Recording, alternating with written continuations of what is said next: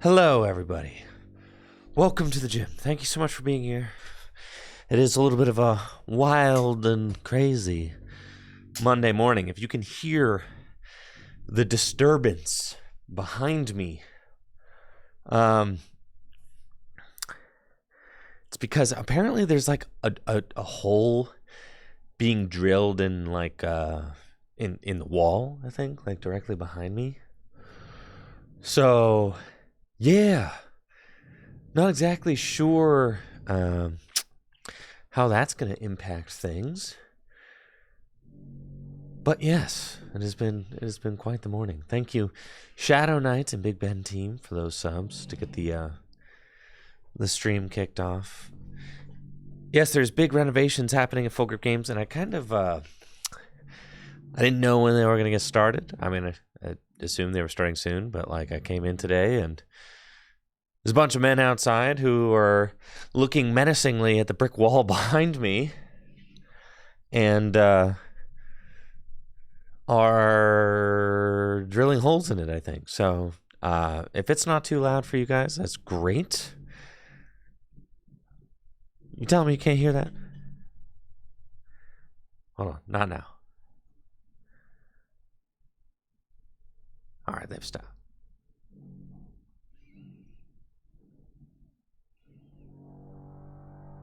You definitely heard that. You could definitely hear that. But yes.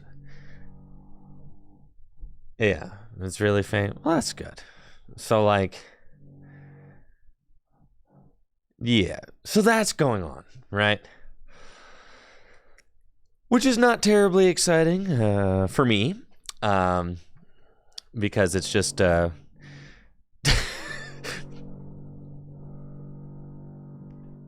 it's like a thing that, I'm going to have to deal with today. But that's okay. And I may just get to a point where I probably will get to the point where I have to set up my stream at home. Because there's massive renovations that are going to be happening directly behind me. So that's it's going to be something that I'll have to do probably in the next few weeks and have a temporary stream set up from home for a little while, because I doubt I'll be able to just operate continuously through these massive renovations. I mean, I'm getting a new studio built, which is very exciting. And there's a new tournament hall being constructed downstairs, which is also very exciting.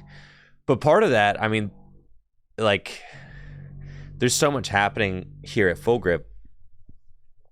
There's going to be a new tournament hall constructed. All of the cards are going to be sold out of the tournament hall area. So the card shop and the tournament hall are going to be one big event hall.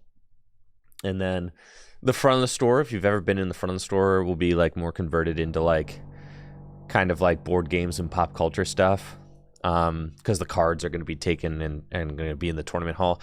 There's going to be a giant entrance to the tournament hall, that's I think that might be what they're working on now, literally constructing a hole in the brick wall to put a door.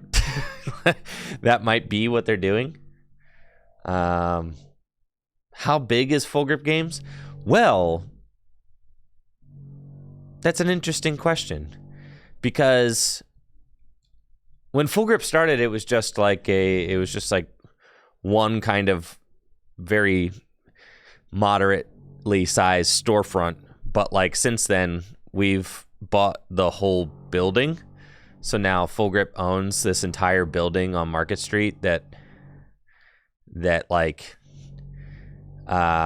exists in. So we've been kind of expanding into the whole building. And the building's pretty large, but there are other tenants who pay us rent who use the building also. So Full Grip doesn't occupy the entire building, but now at this point we take up a significant chunk of it. The warehouse is kind of upstairs. It used to be a I mean, I've kind of told this story on stream before, but like this studio space right here used to be a dance club, like a bar. This was like a VIP lounge. Specifically, the area that I'm in right now used to be a VIP lounge, which is pretty funny. But and downstairs, and before that, it used to be a bowling alley, and like downstairs used to be a bowling alley. Yeah. Yeah. Full Grip owns the space with the Indian place. Yeah. Yes. So like the Indian place rents from us, and so does the furniture business, and so do the tattoo artists, and so does the gift card place. We don't love the gift card place. We probably wish the gift card place would go, but they pay rent, so it's like this. We don't love the gift card place being there, but the gift card place is here. Yeah.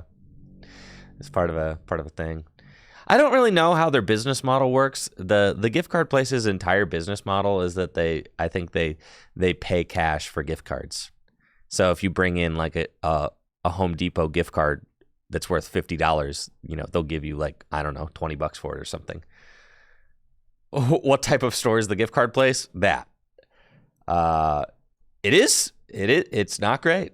I mean, but apparently they pay rent every month, so who knows what they're doing over there, but they pay their rent. Okay.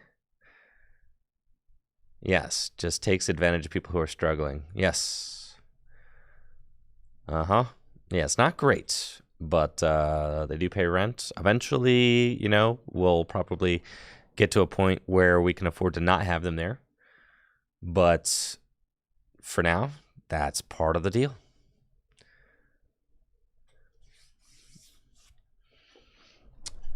So yes, Full Grip's expanding into, in a large chunk of this, the building is kind of like in need of renovation. So that's kind of what's happening now, is like in order to actualize more of the building, we have to like renovate it. So in the upcoming year, 2024 is going to be a big year. We plan on having the renovations done by the fall. So it's going to be a very busy summer here.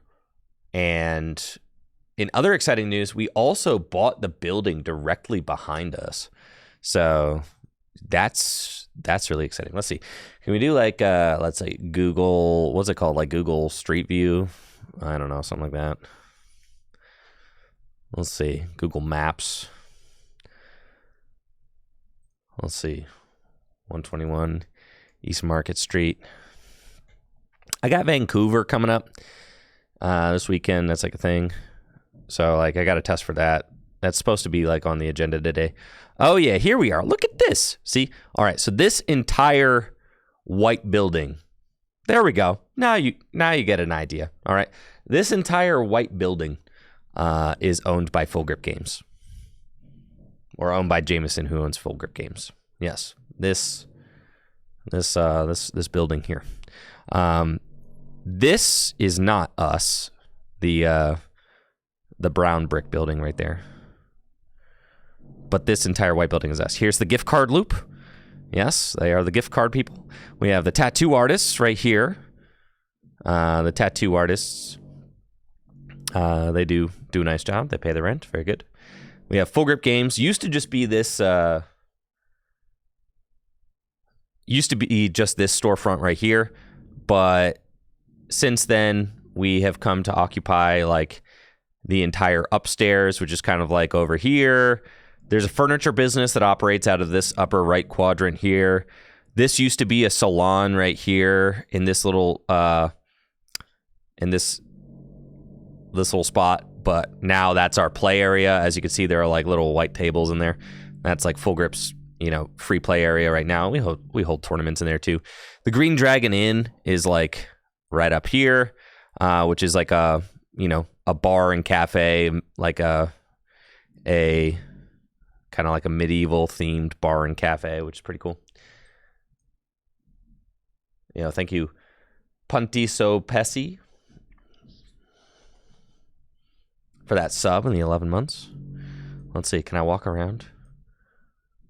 Go down the street. Oh, yeah. Okay.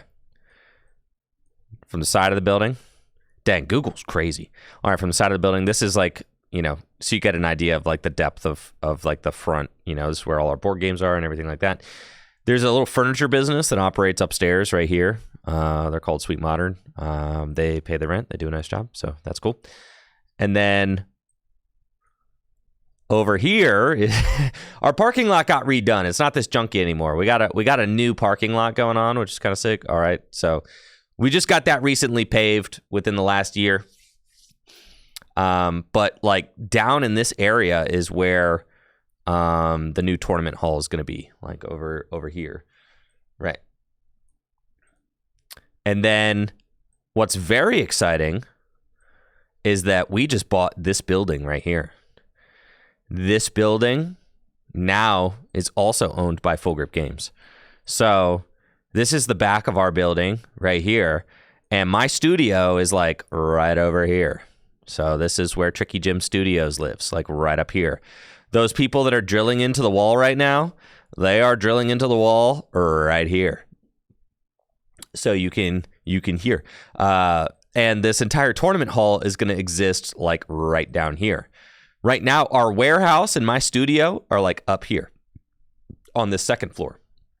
And thank you, Blake, for the 54 months. I appreciate that. Yeah, so we all exist up here. The Full Grip Games warehouse, Tricky Jim Studios, all that. It's all up here. And then underneath, this is like an old decrepit bowling alley, but we're renovating that and turning that into the tournament hall. And then the Green Dragon Inn, which is our bar and cafe that we own, will be able to like expand into this upper area back where like our kind of decrepit warehouse is.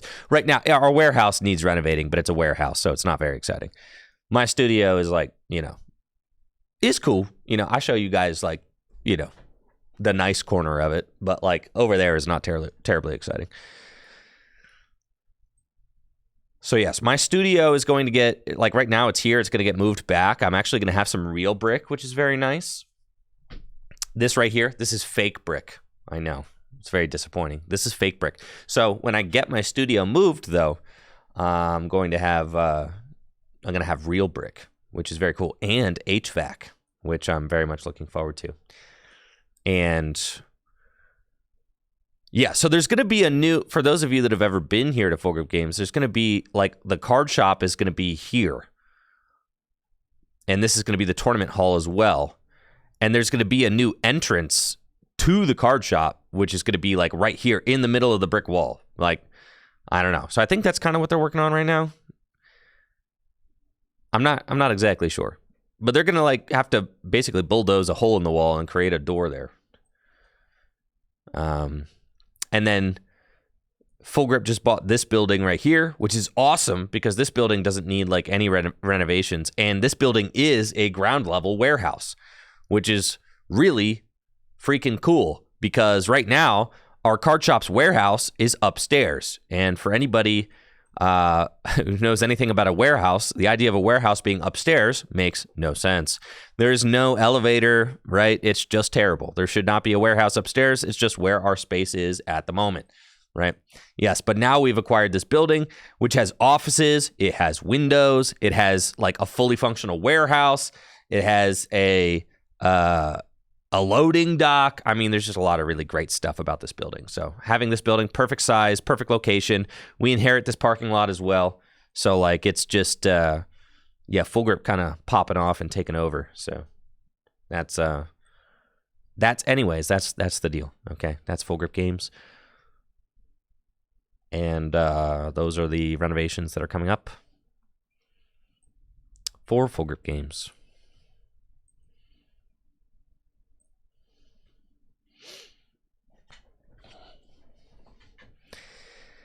We got new art rare cards, like this Poltergeist, who's probably about to suck the soul out of this young lad here.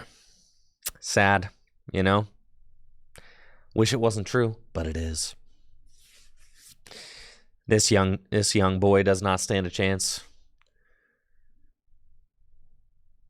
Yeah. Does not stand a chance. Also,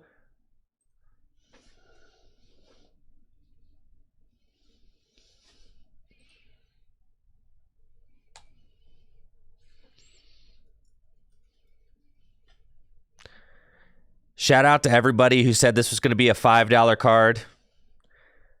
Shout out to all the haters who said that their Prime Catcher was going to be $5. You should have pre-ordered your Prime Catcher from Full Grip Games. You snooze and you lose. That's right. There's a whole lot of copium being inhaled. Everybody thought. Thought it was going to be $5. Just saying. Just saying, bro. You thought. Thought it was going to be $5. Just saying. It might come down a little. It ain't going to be $5, dude. No. Anybody who's opened the set knows that card ain't going to be $5, dude. Yep. Yes. Everybody who's actually opened a booster box or opened the set or went to a pre-release, like, y'all know that ain't going to be no $5 card, bro. The A specs are rare.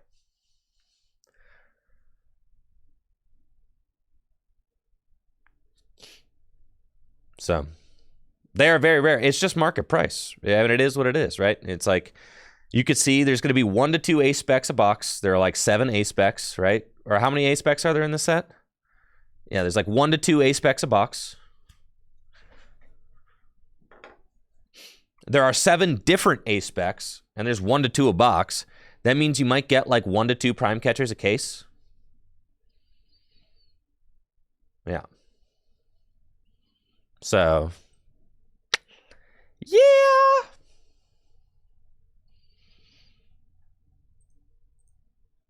Yeah. Yeah.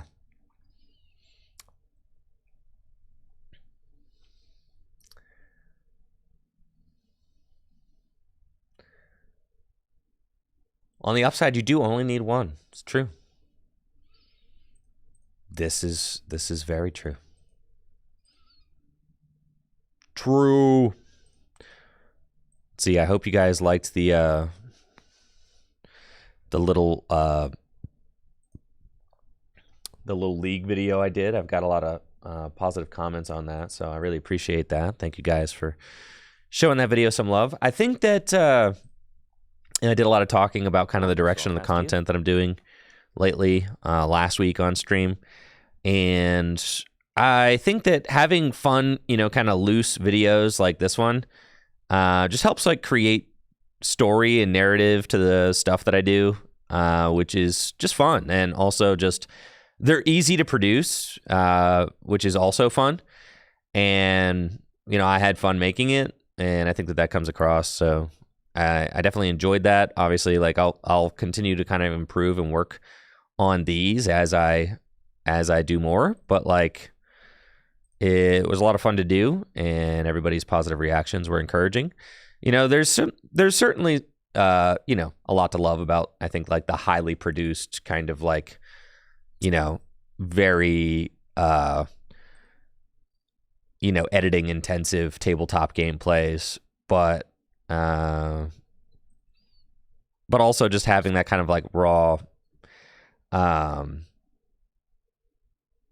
like personal experience kind of with the vlog style stuff is also pretty cool. So, and also gives some people something to connect to. So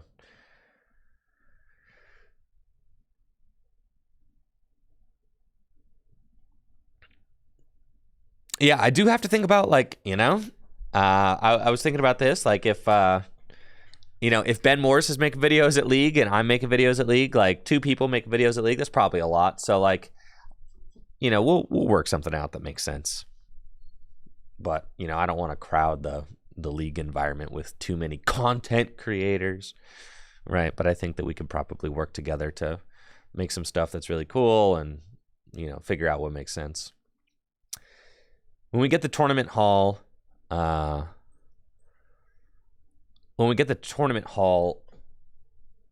erected, there's going to be the potential to live stream events and all that, which is also very exciting.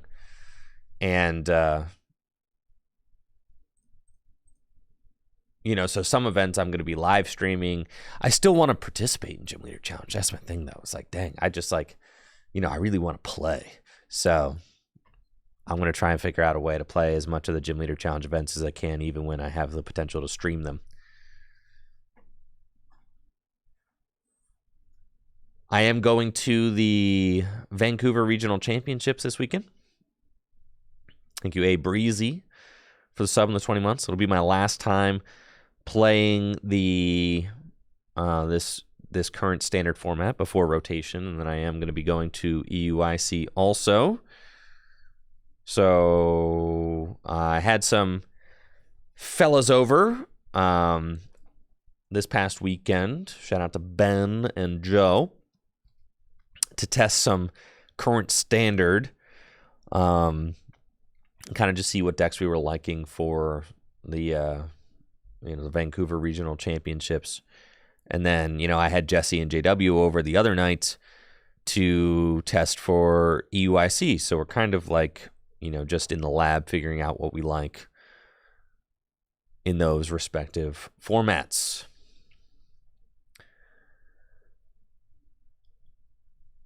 Well, let's see. Yep. Let's see. I saw, a Chen Pao list on Twitter for current standard that only plays 2 cross-switcher. What's up with that? Is that the new hotness? 2 cross-switcher? Man. Only 2. Is that crazy? Or is that the new thing?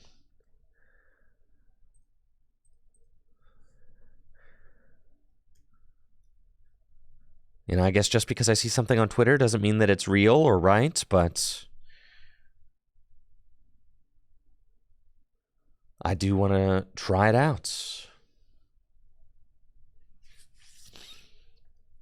Let's see. We've got Countercatcher. So this particular list, let's see, was it Darren that posted it? And Darren said that they talked to Jarrett Grimes. Is that what? I forget where I saw. I need to start writing down where I get lists from, but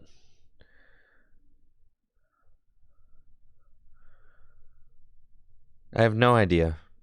No, it wasn't Darren. I have no idea. Got the list from somewhere. Somebody on Twitter. Use the bookmark feature on Twitter. Yeah, I should probably do that. But oh well, here's the list. They said that they got some coaching from Jared Grimes, so that's all I remember. Jared Grimes is like the Chen Pao guy right now. Got all 600 of his championship points for his invite off of Chen Pao.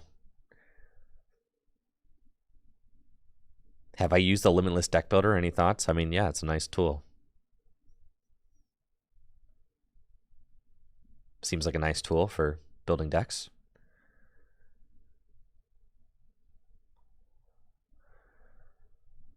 All right, I don't know how much there is to comment on it. It's a deck builder, right? It allows you to take cards, put it in a deck list, make a deck list. There's no real takes to be had. Nice deck builder. Works. Not terribly annoying to use. These are usually what I'm looking for in a deck builder. How do you get to the deck builder? I think you just go to Limitless and just go to the tools, and they have it there under tools. Let's get into some gameplay as we test for the Vancouver Regional Championships. Again, it is the last time I'm going to be playing this this standard format, so we'll all say goodbye. The new set drops on TCG Live this Thursday. I think there's maintenance happening tomorrow, so I will be streaming tomorrow. That is the plan. Dang, what the... This is a crazy hand. Am I playing against control? That's what this is? So sick. Or is it Charizard? Pokestop. It's Chen Pao featuring Rotom. Alrighty then.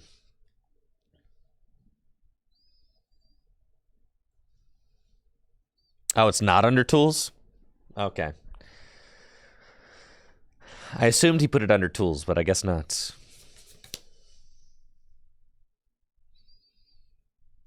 Single Frigibacks down. Okay. I've got 3 Battle VIP Pass. How wonderful is that? But no energy. All right.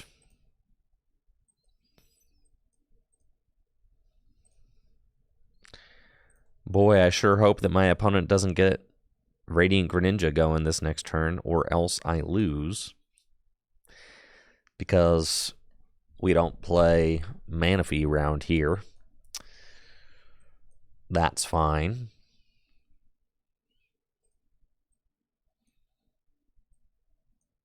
Okay.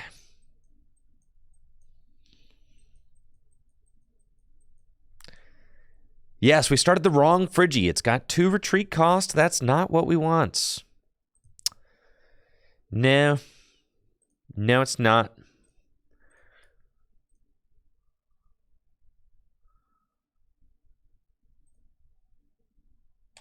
Let's see what we get. An Ultra Ball. And you know what? That helps. We'll get this guy. That's fine. And pass. Okay.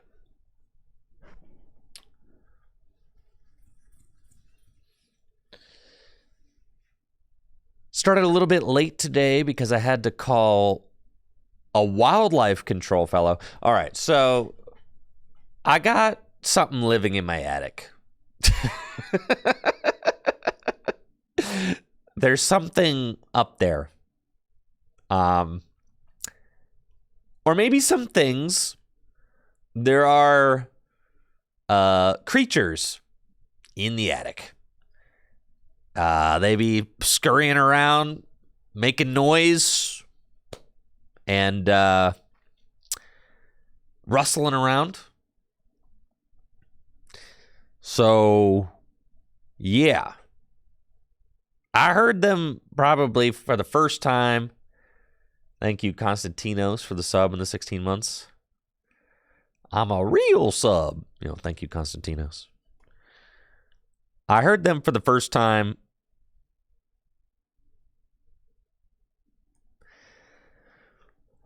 probably about a week ago, and was like, am I going crazy? Oh, you are going to get the turn 2 Greninja. Cool, I scoop. See, we don't need to play Manaphy except in these situations right here. Yeah, great. Okay.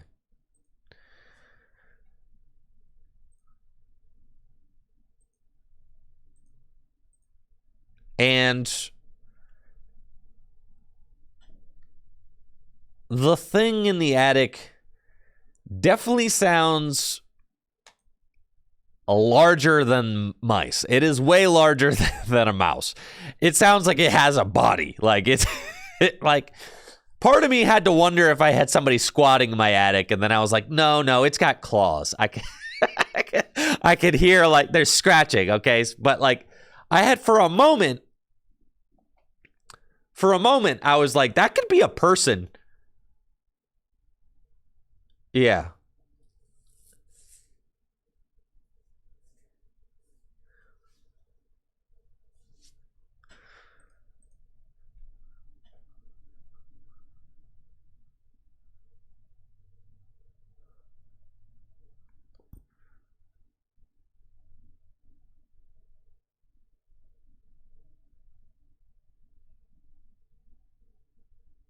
Until they started chirping. Yeah, this thing hasn't been chirping. This thing's just been rummaging around, like every morning. So then I didn't hear it and was like, all right, well, maybe it's just gonna like, maybe it'll move along. And then I had, Michael Zealy spend the night in our guest bedroom, and the thing seems to be like housed directly above our guest bedroom. So he heard it the other day, and I was like, all right, I wasn't going crazy. There is something up there. And then I heard it again this morning, and I was like, all right, And I got a really good listen to it and I'm like, I think this is a raccoon. So I don't know who to call. Like, if you got something that big up there, and I was like, I don't know what to do if I come face to face with the raccoon, you know, like, I don't have a net. And then where do you put them, you know? And then how do you keep them from coming back in, right? So I'm like, I have to call a professional for sure. It's just not my area of expertise. And I have a lot of things that I'm good at. I have a lot of things that I'm good at, but like, I want to make sure that I call somebody who knows what they're doing. Yes. Well, that's the thing. So then I called like an exterminator, right? I was like, I don't want him to kill it, but like, because this thing has like a family, you know, this thing, this, I just want him to like relocate it is all. But I didn't quite know who to call.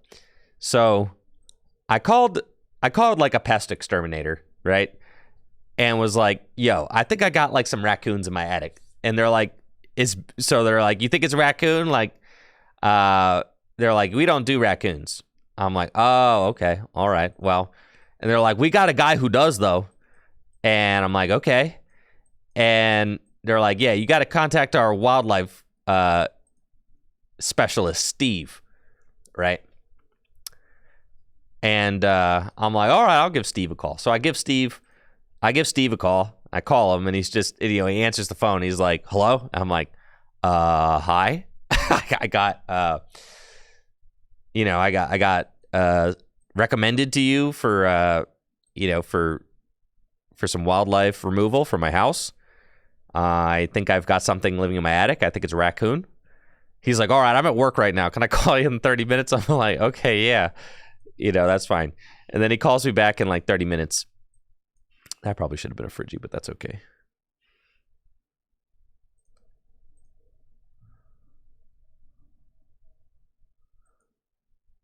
Oh, yeah, we're chilling. And then he calls me back. He's like, sorry, I was at work. I'm like, all right, that's cool.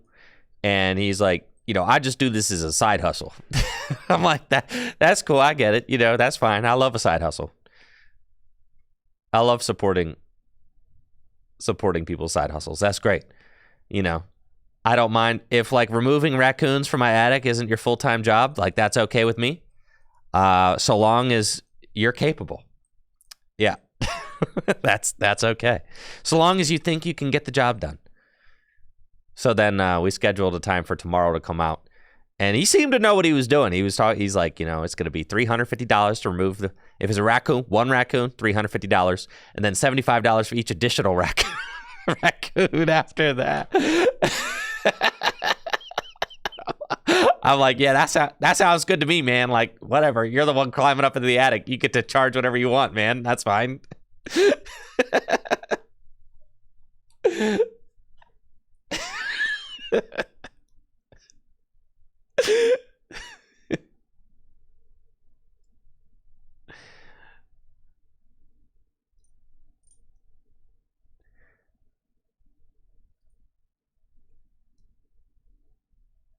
Thank you, Reindeer, for the sub and the 4 months.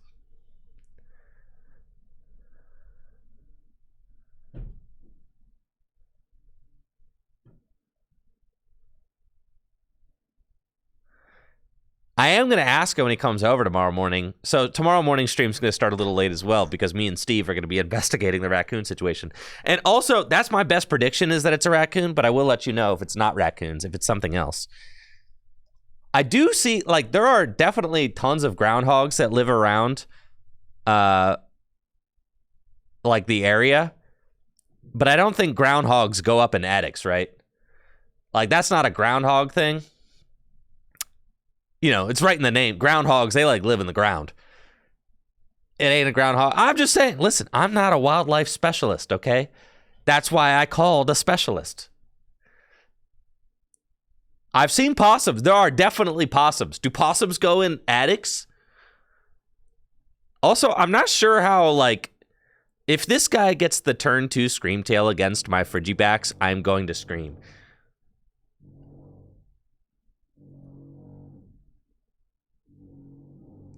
are going to do it. This is so ridiculous, bro. Goodness.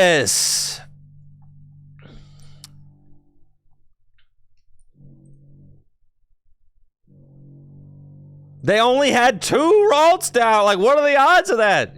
2 Ralts. Thank you, Blackadder, for the sub. Dang.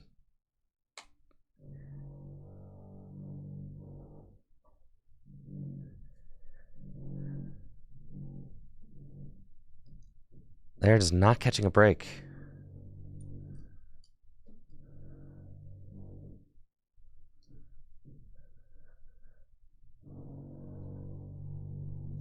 What is the ambiance you're listening to? There's men drilling a hole in the brick wall behind me.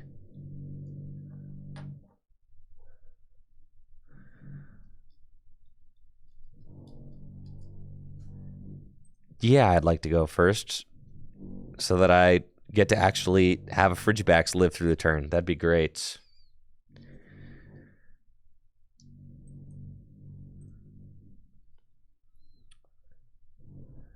You know, we can do lo-fi today. I think that that actually is a good solution. Let's do lo-fi today. Just some real light. How about that? Help mask the... We'll do that.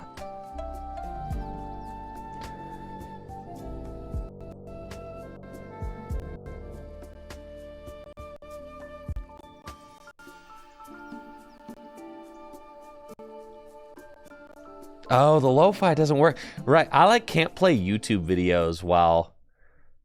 Dang. I can't play YouTube videos while playing TCG Live. Like, somehow TCG Live just eats up all the bandwidth and, just makes it,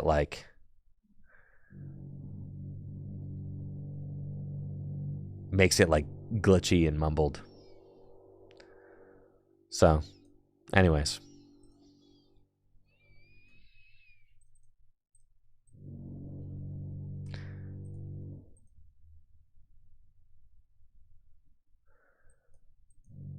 Could be dawn time for Vancouver. It could be dawn time for Vancouver.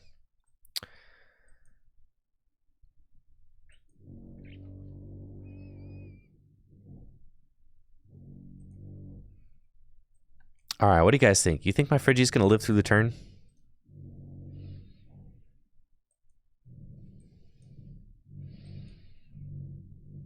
Boy, I hope so.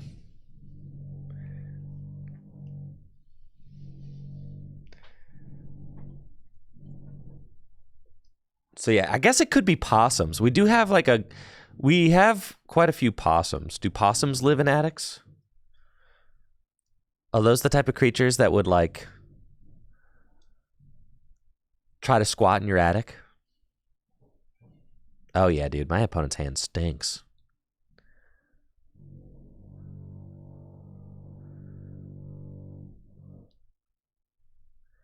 What if it's ducks?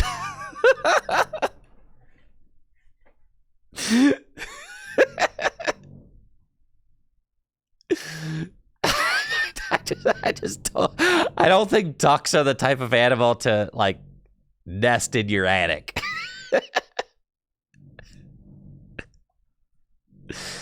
I just, not to be a hater, but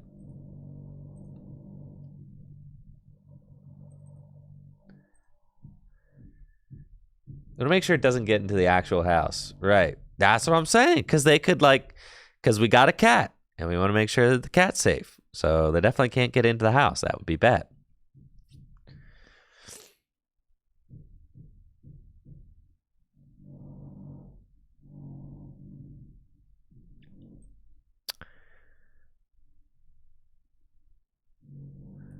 Okay. Conceal cards. Man, this deck, bro. Okay.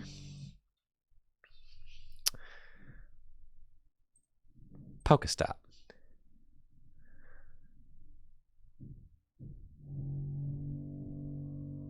This deck, bro. this this deck. This deck, dude. This deck. Oh boy, this deck stinks. All right.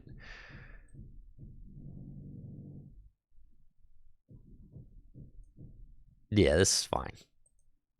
I'm gonna take a knockout though. Cool. So yeah, obviously the rumbling in the background's not great, but like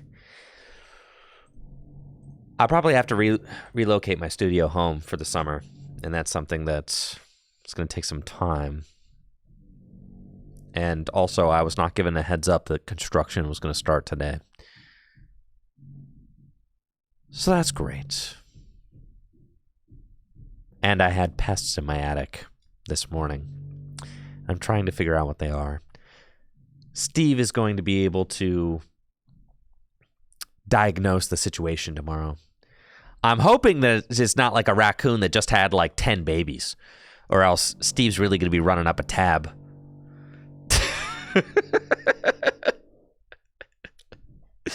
Yes, he really got me with the $75 per additional raccoon situation.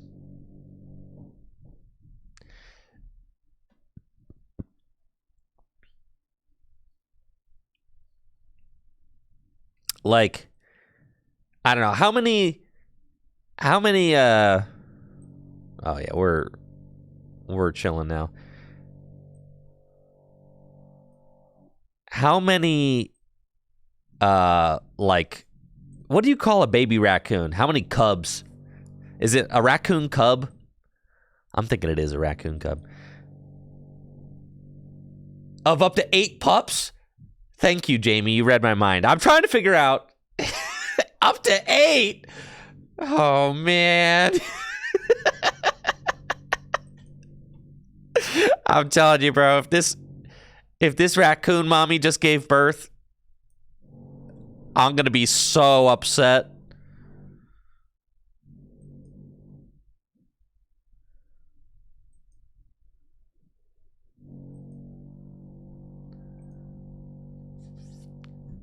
Domesticate them? No, Nick, they're not exterminating them.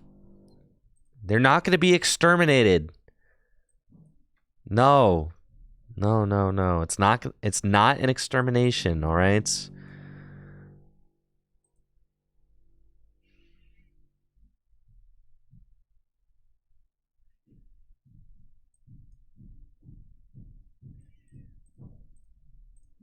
I don't want them to kill the raccoons.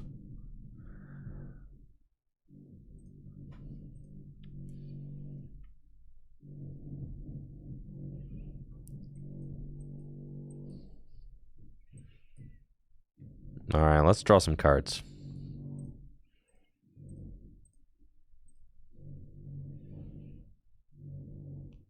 Right, they're just going to take them to a nice farm upstate where they can run around. Yeah, right? See? Yes, precisely.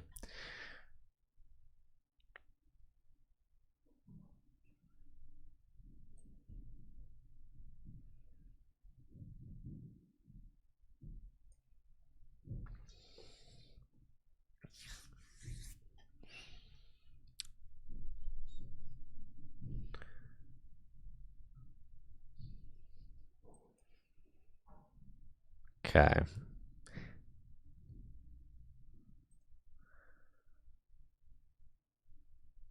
This is fine. We'll do that.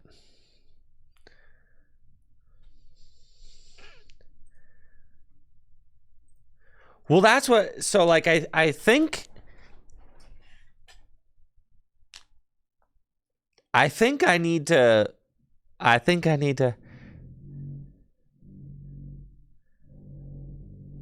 Wait, my name is Tony says it is the law to euthanize. I was in the biz. We lied to customers all the time.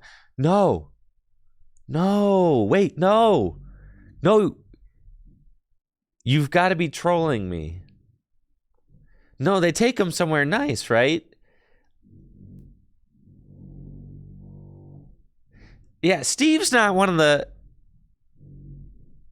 Google. Oh, man. They take him too far. They take him to a nice farm.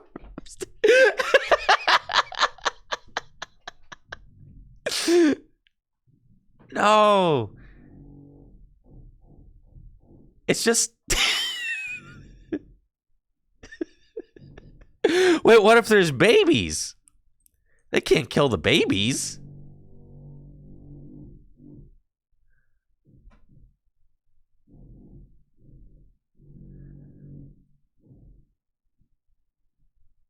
Them too? No.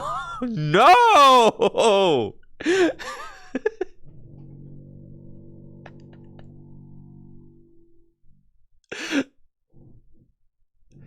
This is messed up.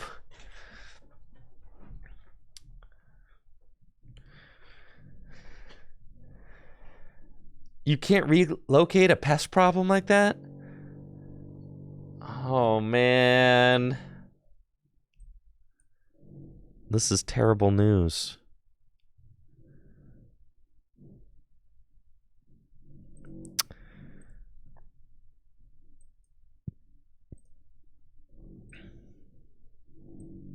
There's a Friggy, there's an Iron Hands. There's Iono. Okay. There's 2 cross switchers.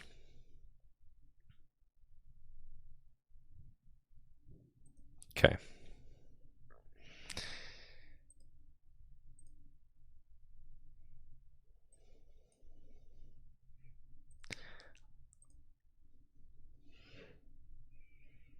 Well, I got Nest Ball. And I can just like hands the Greninja, which I think is fine, because that way, if they do like knock out my Baxcalibur, I should still just be able to win.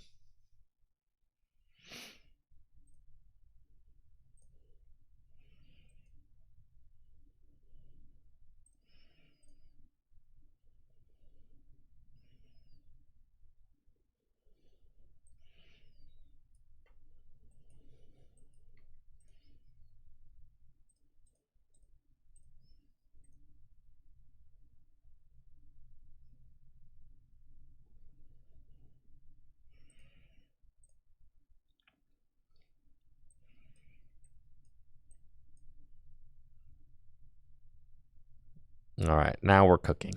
Sure.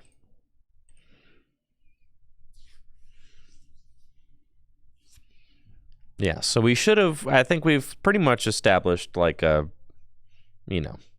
checkmate situation. So that's good. That's good.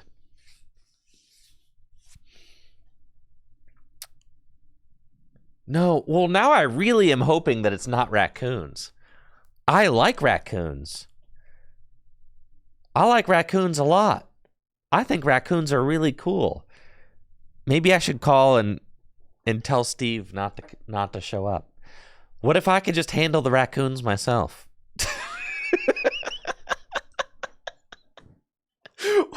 What if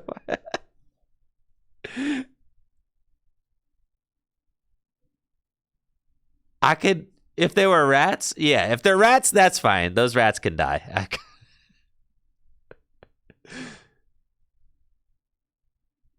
You could really just take them to a farm upstate.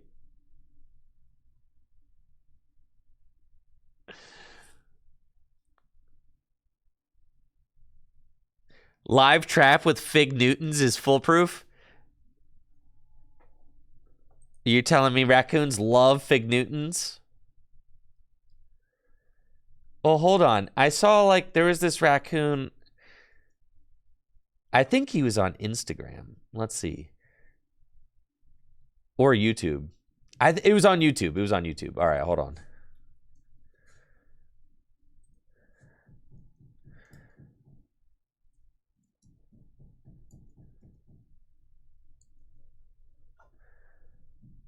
Yeah, it's this guy. Tito. Tito the raccoon. You guys ever seen Tito the raccoon?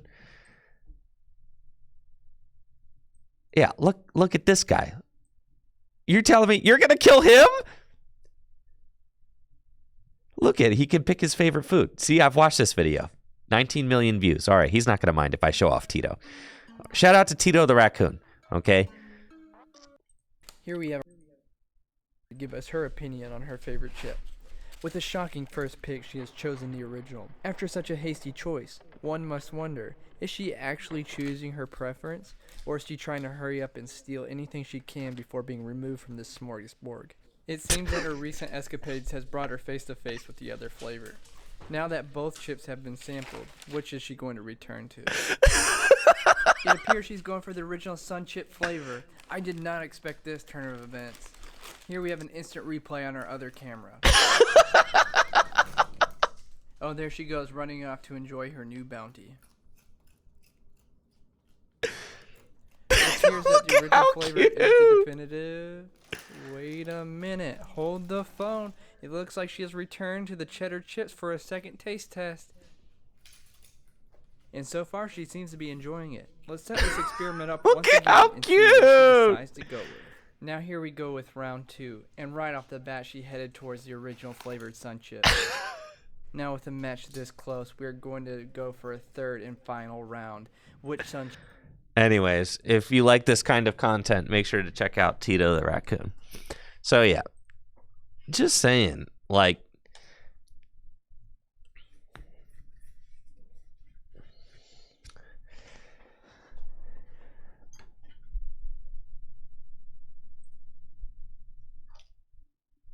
no, find security camera videos of them attacking people's pets.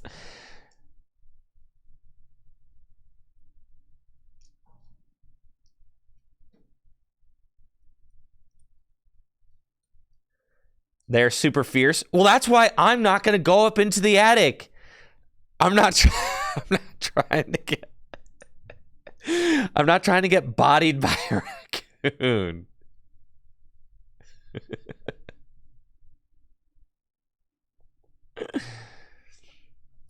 Nick, you said raccoons are terrible pets? Nuh-uh, Tito looks fantastic. What are you talking about? How could Tito be a terrible pet? Tito looks like the best pet ever.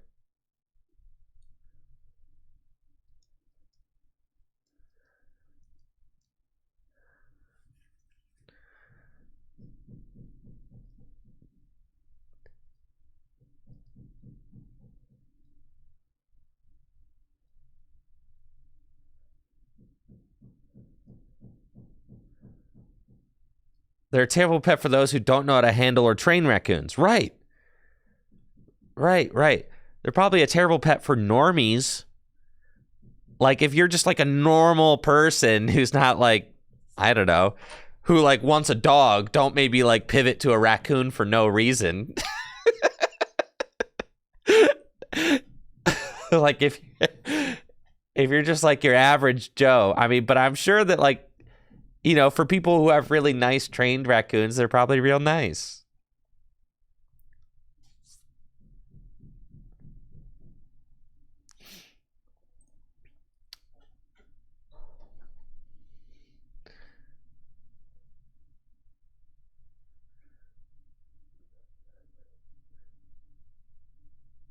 Yeah, they're a terrible pet for people who aren't wildlife rehabbers, right? Hopefully Steve is a wildlife rehabber and just has like, I imagine Steve just has like infinite raccoons at his place, you know? Steve just lives on a farm upstate with like a bunch of raccoons. This is the worst deck I've ever played in my life. Here, it's like you have to go for the Greninja, right?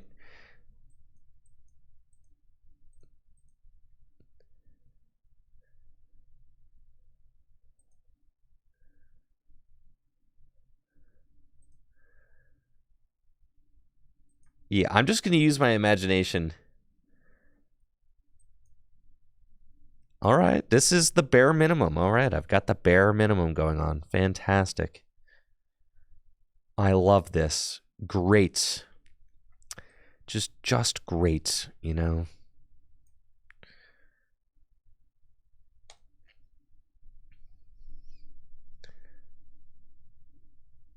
It could be rats. It could be rats. God, I hope it's not raccoons. Please. Squirrels are shockingly loud. Yeah, God, I hope it's just squirrels. Maybe it is. Maybe it is squirrels.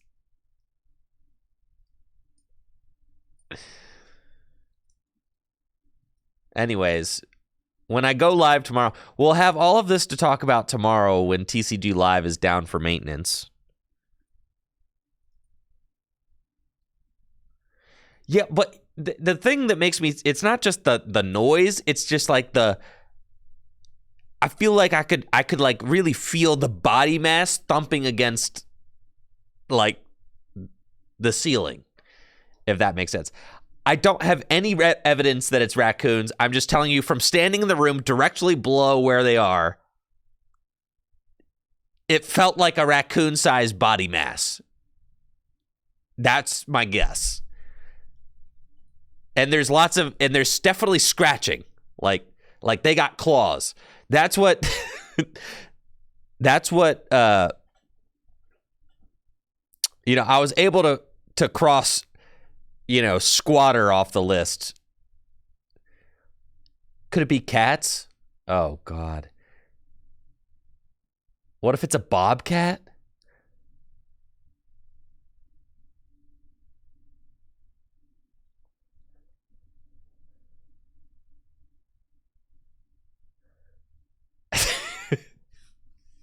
They could just have long fingernails. Listen, it's not a person, all right? 2 rats in a raccoon suit. Thank you, Beals. You took out 4 red squirrels in the attic last year. Yeah, that's the thing is I was like, I can't just let this go on. I can't be having a zoo in the attic. It's just not what we can do. I gotta say, Chen Pao feels like the worst deck I've played in a long time. We did top deck Irida. Wow. Okay.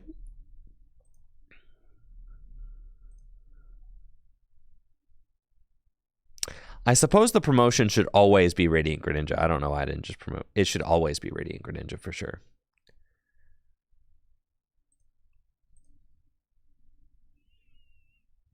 Well, there goes my hands.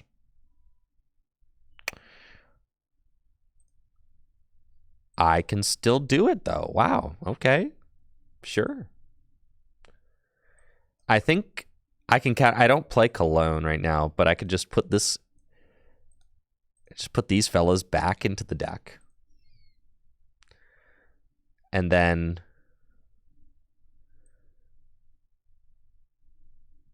wait a minute. Are we short because oh my gosh, am I literally missing it because I didn't promote the Radiant Greninja?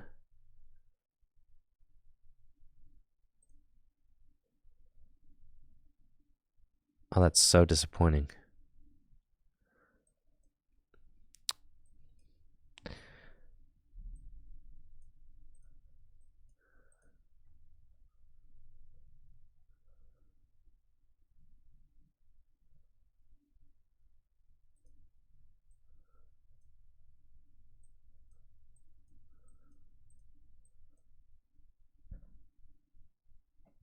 You still have it? Well, I can't attach and then retreat.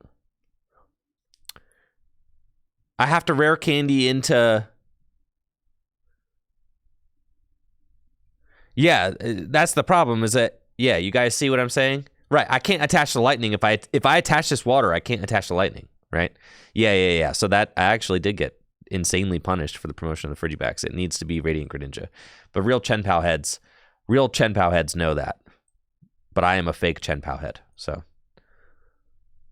Disappointing, but it's fine.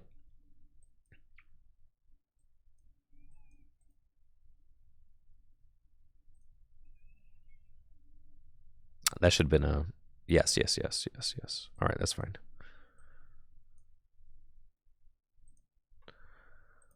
Right, that's why you have to be a real Chen Pao head. You cannot be a fake Chen Pao head. The deck knows the difference.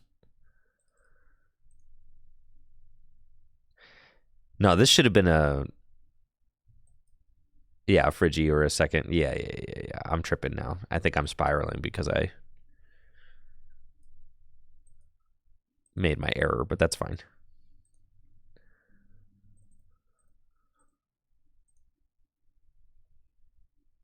Yeah, I'm going to knock out the Raikou. That's what we're doing. Yes, sir. Okay, we got 1, 2, 3, 4 that I need to discard to take the knockout. Sure. Well, they can't knock out my Baxcalibur. Well, I guess they can if they go like a Pokemon V or something.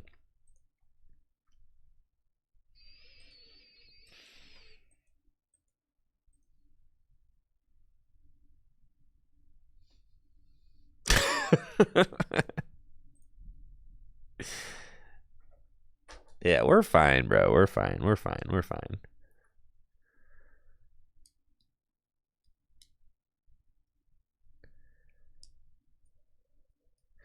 Well, I think the sequencing is just something that you have to practice. Like, I don't think that it's that it's just that it's like repetition just helps, right? The more used to it you get. And also just like the board state that you have to keep in every matchup and like which Pokemon you prioritize. There are little things like that it's like, that's why when I joke and I say like, oh, the real Chen Pao heads, it's like the people who play Chen Pao every week, like they know all that stuff like the back of their hand because they've been doing it for months, right? It is one of those decks where it's like, okay, yeah, you know, there's a certain way to do things. Like the real Chen Pao heads know that you have to default to promoting Radiant Greninja. And I'll learn that, but, you know, get punished a couple times first. Never make that mistake again. And in my mind, I was like, whatever, it doesn't matter. They both have one retreat. But as soon as you make the promotion, you're like, oh, yeah, they both have one retreat. But in the situation where you have to attach Lightning and attach to Friggy to retreat, right? It's like, in that situation, it's always correct to promote Radiant. I mean, so you just should default to promoting Radiant Greninja because you can retreat for one no matter what. Whereas if you evolve this into Baxcalibur, it becomes a retreater too. So you learn little things like that.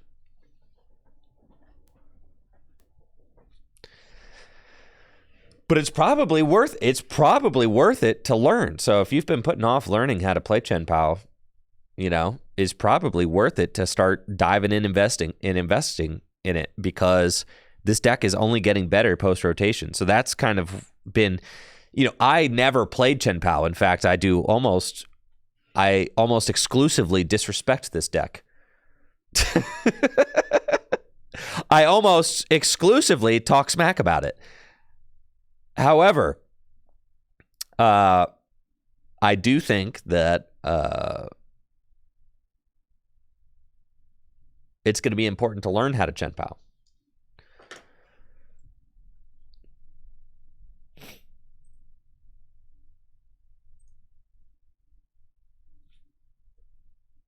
Oh, yeah, dude. You're getting roasted for sure.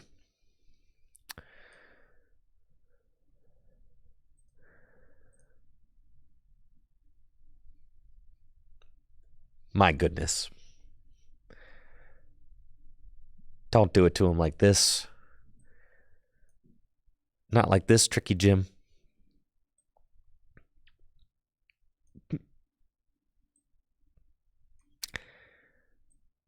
Dang, that's crazy, bro.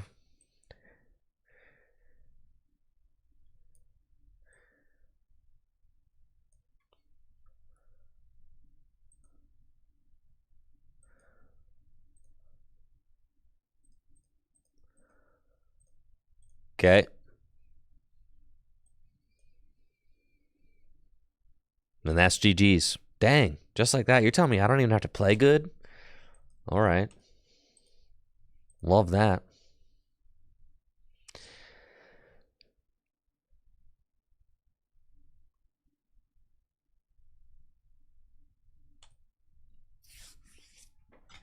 Yeah, Chen Pao is just one of those decks that rewards playing it all the time, right? Because there's lots of... But it's not... Chen Pao's not nearly as hard as Lost Box is. It's not nearly as difficult. Chen Pao, at the end of the day, it's just setting up a machine and running the machine correctly. It's not nearly as difficult. Anybody who tells you that it's as difficult as a deck like Lost Box is tripping. Like, absolutely not. I would even say that Gardevoir is probably, you know, seems slightly more difficult than Chen Pao.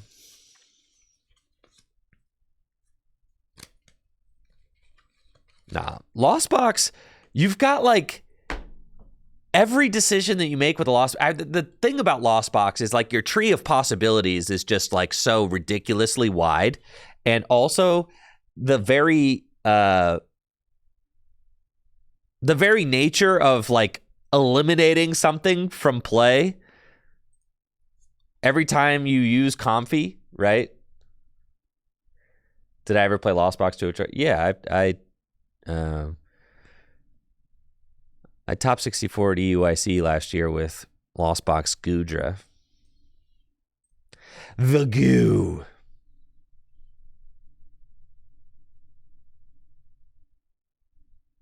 Dang, they got the Ghastly. They said no control. No control, bro. They said Gnar.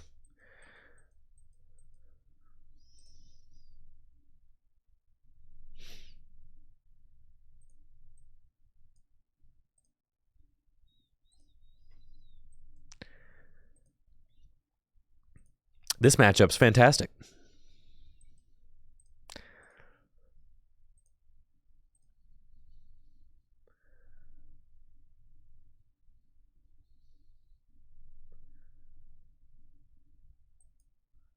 Yes, you do have to use your resources correctly in a Chen Pao deck, but I would argue that like every single Pokemon deck is that way.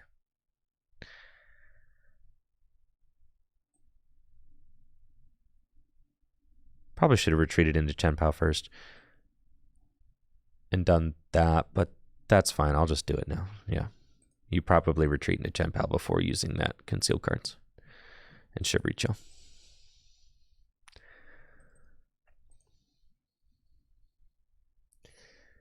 I mean, like, what? Charizard plays like 7 fire and 2 rod. You got to be careful in Charizard. Roaring Moon, I mean, how it's actually like pretty easy to run out of resources in Roaring Moon as well. It's real easy, actually. If you're careless with your sequencing or you're careless with your resources, right? I mean, every deck, like literally, the Pokemon TCG is about min-maxing your deck list so that you have just the bare minimum amount of resources to win games. And then using them appropriately, right? I mean, that's literally a description of the Pokemon TCG. Right? So like, for me, it's like Chen Pao doesn't have that much more resource management than any other deck. You just have to learn how to do it correctly, which is just like playing every other deck in the format, right? But then Lost Box is like, kind of like on another level, right? Because you're literally lost zoning like a quarter of your deck. And you have to make a decision, like the very nature of the deck is making decisions about what cards to put away and never see again. Like every like multiple times a turn, right? Like multiple times a turn, you're weighing this or that, this or that, this or that, this or that. And it's like, it's a lot.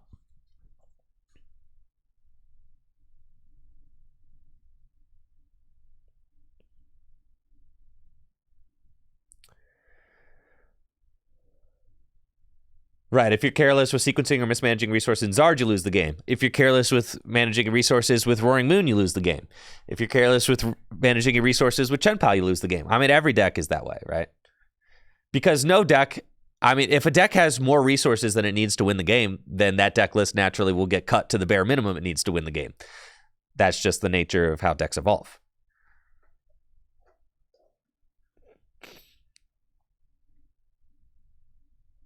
Okay. Oh, you're bodied. God, and that's the upside of playing this deck is like, my goodness. You do just like, they didn't get Manaphy into play? You lose. You just lose, bro.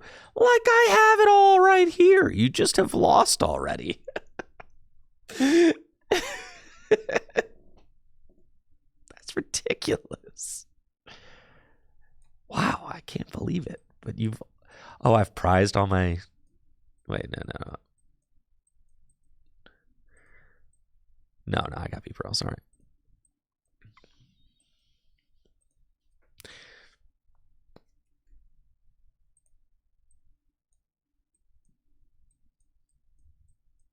All I need is rare candy. I've got the backs.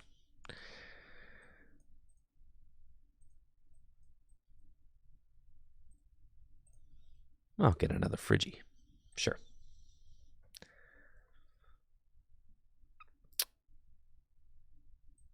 Rare candy in the backs. Super cold.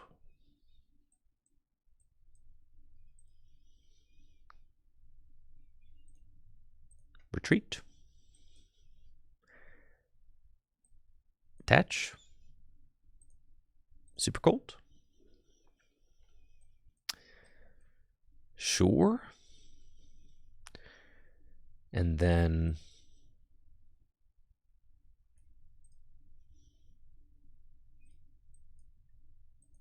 that's fine.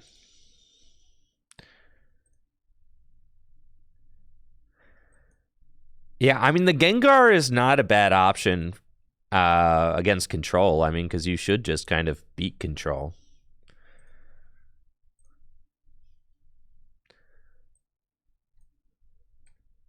With Gengar, right?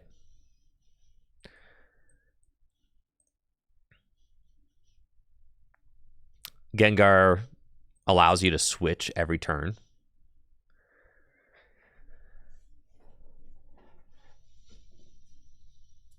So, unless your opponent's control deck plays like Devolution TM and also runs you out of... They have to run Devolution TM and they have to run you out of rare candies. Both of those things. What if they Zard your Gar? Do you guys think... I mean, it depends on the kind of control deck that they're playing. Do all Snorlax stall decks play Zard?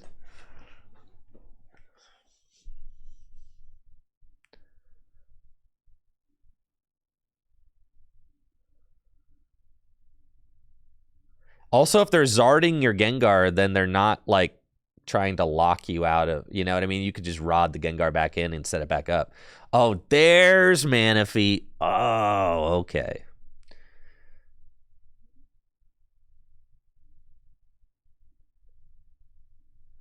You prefer killing Pidgey there?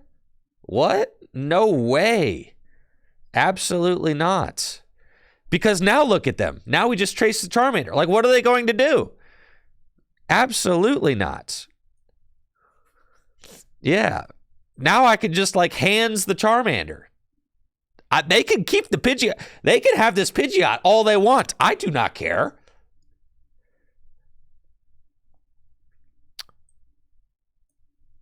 Right. All we got to do is get this cross switcher, and then we go blammo Charmander 2 prizes. It's crazy. Yeah, if I'm chasing the main attacker, like, what are they gonna do? If they like Charizard me, like, that's fine.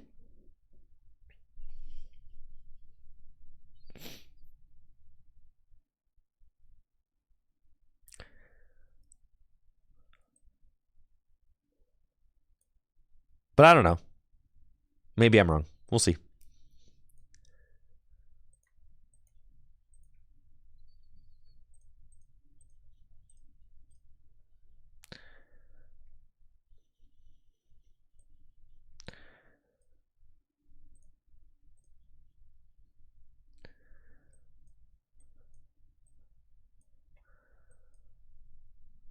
Okay. See, we gotta find... I guess, I mean, we could just boss Rotom for game or something, right?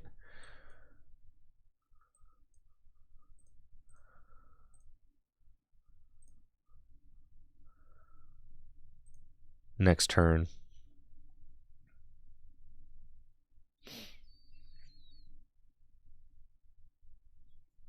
That's if we have boss. Let's see. Friggy down. Oh, boss is prized. Then I can just let this stop spin. That's fine. Cool. Put that down.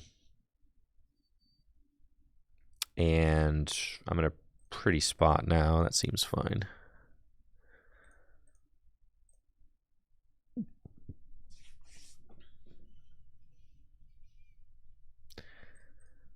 So they could... We missed the boss. That's okay. So they have to go... I mean, the thing is, they're down 4 prizes. So even if they go, like... Even if they go Radiant Zard, then they're not... If they go Radiant Zard here, they're committing to not getting a Charizard into play, right? So, like, what are they doing? So, like, who actually cares? Because then I'll never have to knock out a Charizard. All I have to do is knock out 2 single prizers.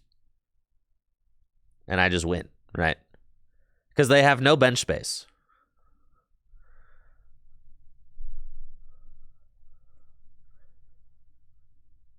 Right, and they should have never that's why you never pre-bench like that. And I think I've... Well, not never. There are situations where you do. If you're up against an Iron Valiant deck, then maybe you do pre-bench like that. But my opponent, like, benched the Ghastly when setting up, and they shouldn't have done that.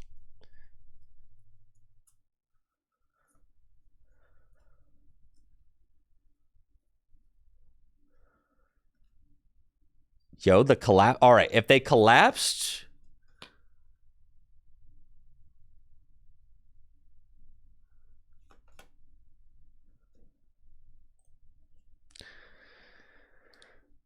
I mean, they could counter catch my back's Caliber, I guess, but then I just knock out Pidgeot, or I rope and then can guarantee the win, right? Right, they can vac the collapse, put down Charmander, but I still win, right? If you boss my backs, like, that does not matter. Because I'm going to rope.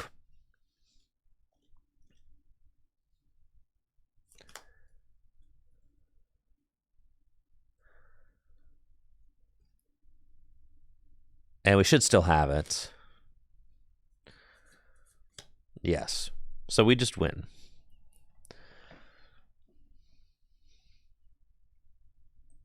Promote this guy. We go Escape. And then they have to promote Pidgeot. And then we attach to Chien Pao in its game.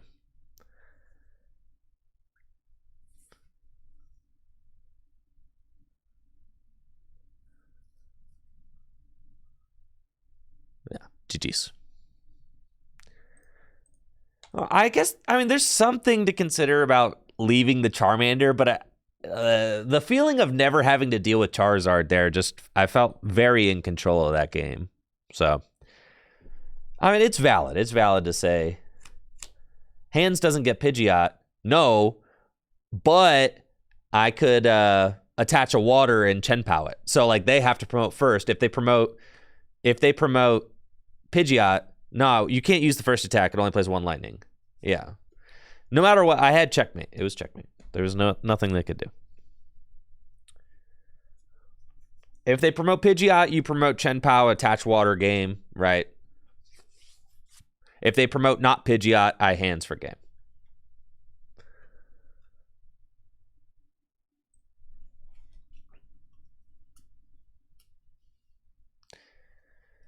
Aquastorm Kyogre?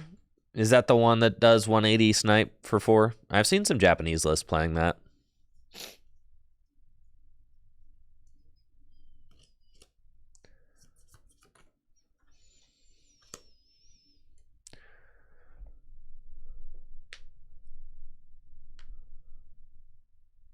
I think that seems fine.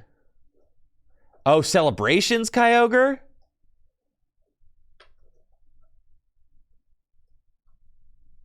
Oh, that's pretty spicy. Oh, we're talking about celebrate. Oh, I've seen people playing the one that does 180 post rotation. You guys are talking about that. Holy smokes.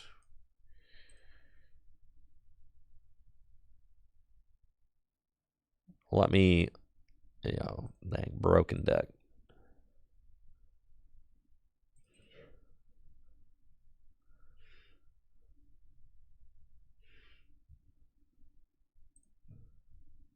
Right, because I think by taking out both Charmander, you're guaranteeing that the Charizard deck cannot respond, right? So that gives you another turn to like cook things up.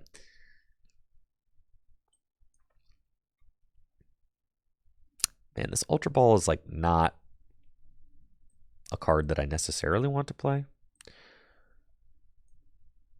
But I will. That's fine. Well, I will. Well, I will. I'm going to go get this fella.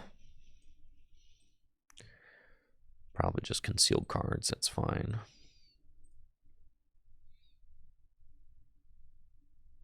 Okay.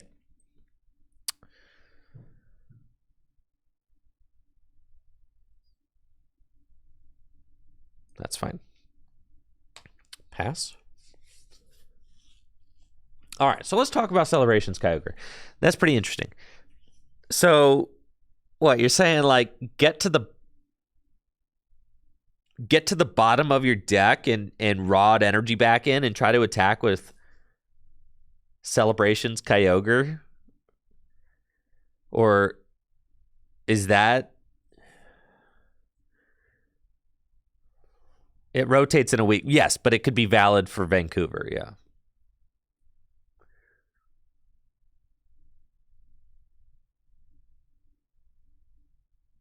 For the Miraidon and Roaring Moon matchups. All right, we've got a couple of Charmanders that we can knock out here. That's pretty cool. But I do kind of need a superior.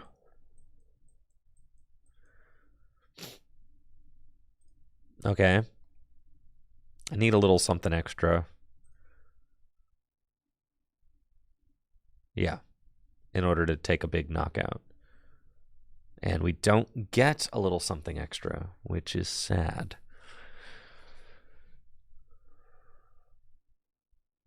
Because I can just go rare candy. Yeah, it's fine. I mean, if they play Vitality Band, they can knock out the Chen Pao. Man.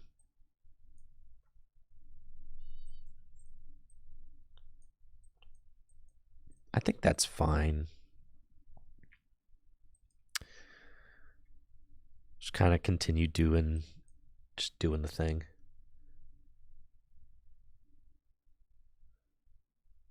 Iono and chill? I suppose I can just like... I could just... Doesn't Irida and chill feel better than Iono and chill? Do we really want to Iono 3 Irida to the bottom of the deck?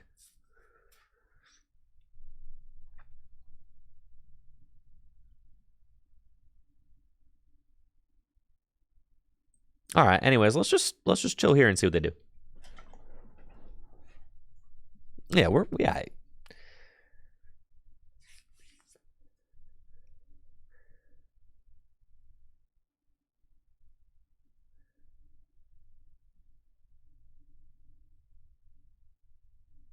I think I'm okay with just this. Because if you take the knockout, they can knock out the Chen Pao. But like, I think I'd rather just chill, right? Because then they cannot knock out the Chen Pao. If they have Boss the Baxcalibur, like, that's cringe. But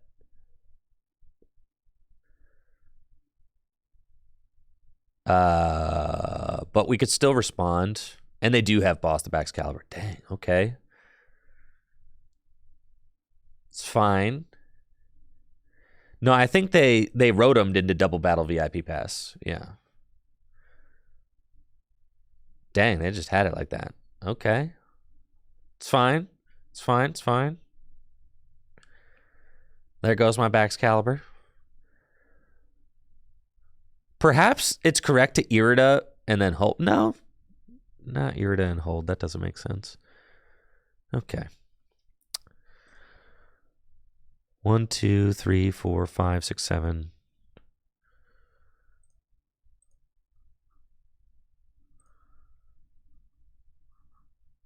All right, we got a superior there. So that's what we needed. So that's fine. So, I mean, we're still blasting this thing, and we got the Bidoof. Like, we're doing okay. We're chilling.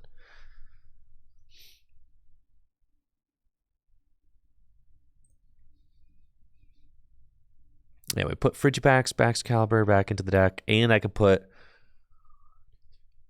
a water. I'm going to do that. We're going to rot all 3.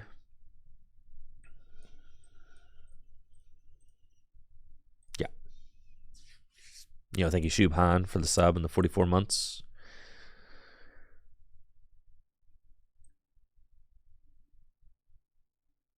Yes. Got an Irida for Baxcalibur and another rare candy. It's fine.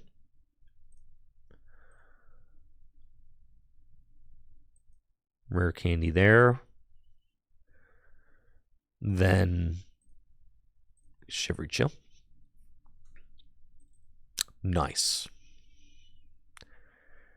Would like to get another Frigi down. And we can superior. Do I care about this Iono? I think the Irida's more valuable, honestly.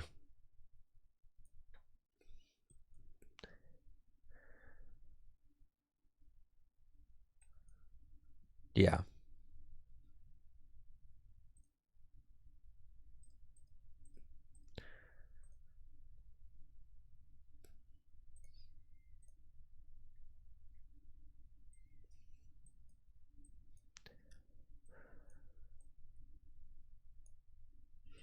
Okay.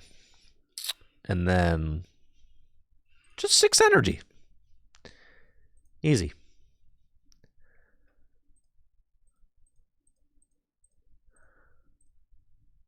Cool. Skadoosh.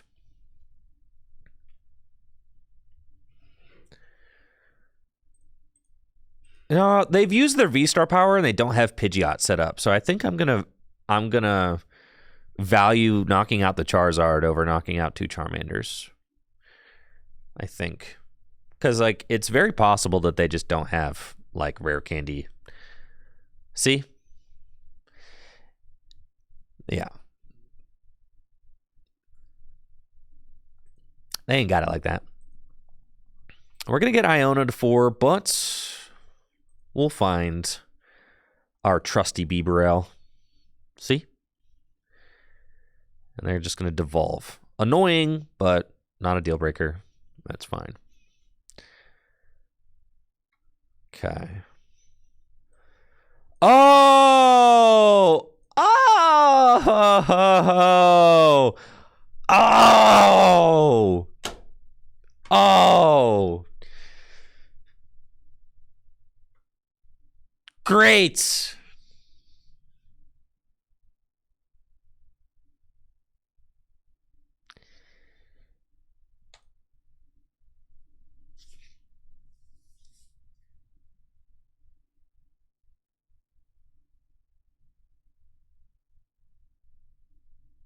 Man. Nobody wants to work anymore.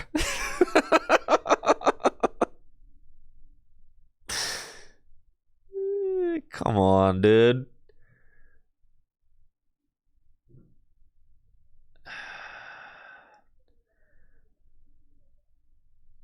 So pitiful. I don't even think I can win without the Bibarels. Like, honestly. I don't think, like, I just don't think that we can.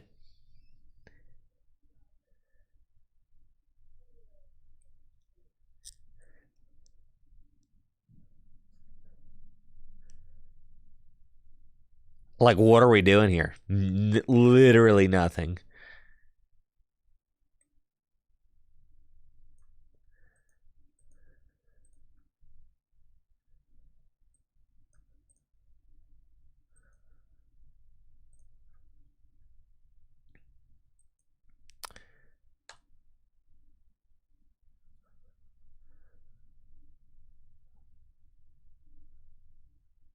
Uh-huh. Yes. Turns out if you give a Charizard deck 3 turns with nothing, they can really turn things around, huh? Like here, even if an Irida doesn't do it for me, I need to top deck into like Rare Candy Superior. Yeah, I cannot possibly draw enough cards because this deck plays 1 draw supporter and we discarded it. It's the Iono, right? But even at this point, Iono would not have drawn me enough cards to win. At this point, I need to be able to draw into like a bunch of cards, and Beaverell is the only card in the deck that draws cards, and they are both prized. So I would say it is not possible for us to win now. Yeah. That's sick.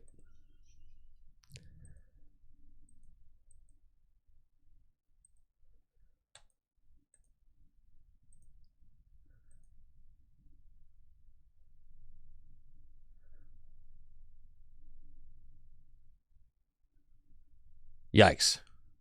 Terrible. All right. Hang tight. I'm going to be right back after this. We're going to play some more Pokemon TCG Live. We'll be right back.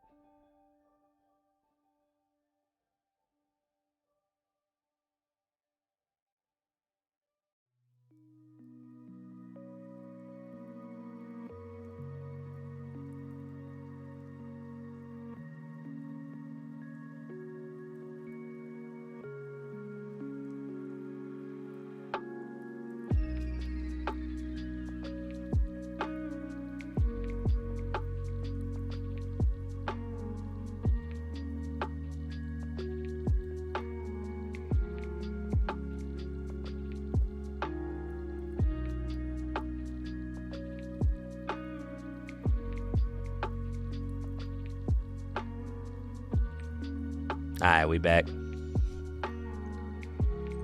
Thank you for the patience. Huh. Yeah. That's fine.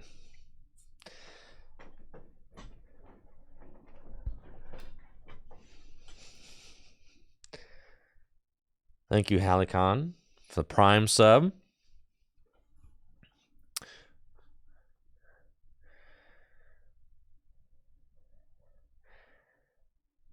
People run a 1/3 B, but I say most people run a 2/2 Bibarel from what I've seen.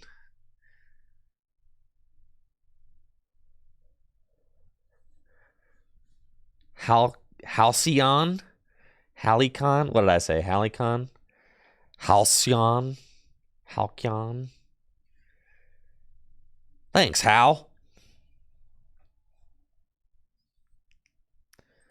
Love to go first.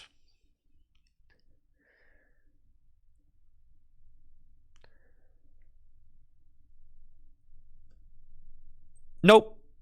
I think I'm about done with... Man. Another Charizard. And this should be just the dream, really. Playing against Charizards all day with Chen-Pao, but man. This deck. Rixman, thank you for those 5 gifted subs. It's the only thing keeping me going right now.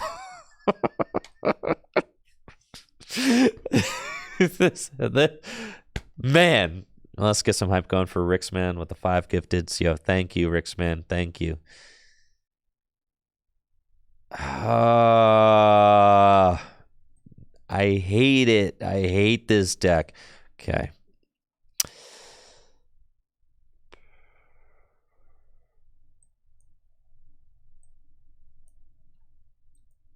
Like, what do you do? You know what I mean? Like, there's nothing. This hand is atrocious. This hand is the worst. It's the worst thing. Bibarel doesn't even get me out of here. Oh, I accidentally misclicked. I'm out, bro. I'm out. Yeah, I misclicked. I rage misclicked.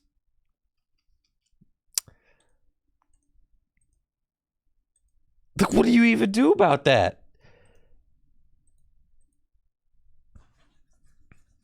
You scoop go next. It just makes me want to play Roaring Moon. Roaring Mid. What do you guys think about like the 2 water energy in the Roaring Mid deck, though?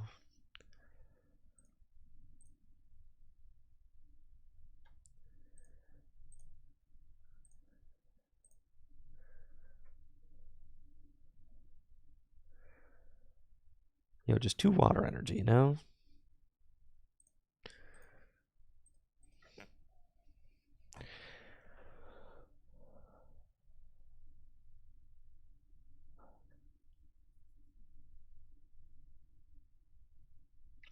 Having the ninja option feels good, but you could just copy Greninja with your Mew also.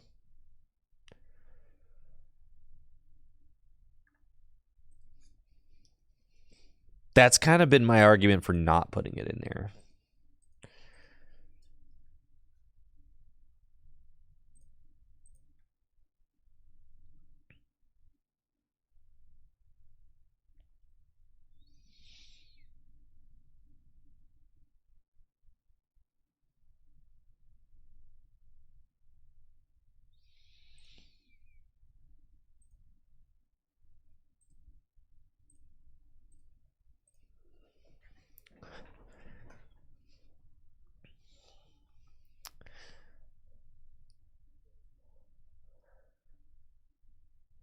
All right, let's see. I know I just low roll with Chen-Pao, but God, low rolling with Chen-Pao feels so bad.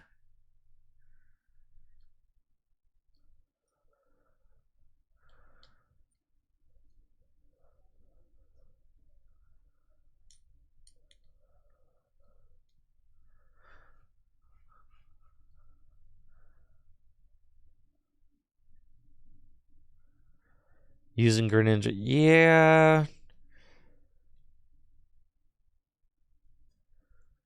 My testing group's been really low on Greninja, though.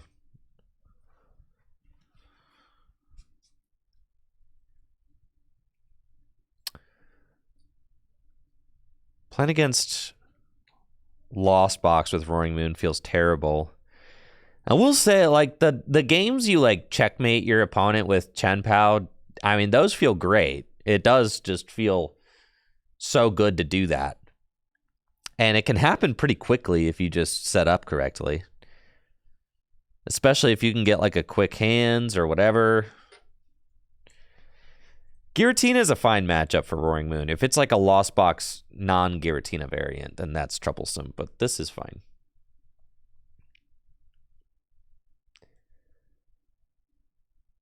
We go turn 1 Pokemon Catcher, the Giratina V, knock it out every time. For sure, for sure. The path, that's mildly annoying, but it's fine. And by mildly, I mean, yeah, it's definitely annoying. But that's okay.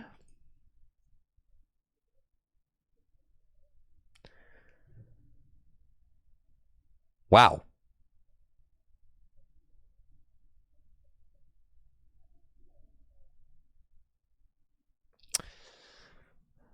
Huh.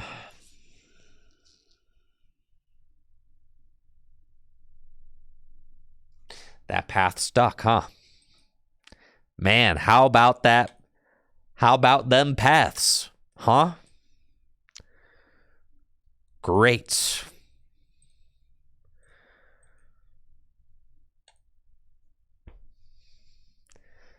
I've never, as someone who's played lots of decks with Path to the Peak in them, I have never gotten a Path to the Peak to stick against Roaring Moon turn 1. Never. Not one time. Not once have I ever had this happen. They always have it.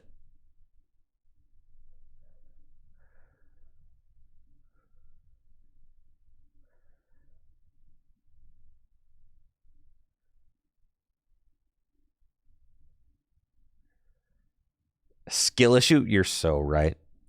It is a skill issue.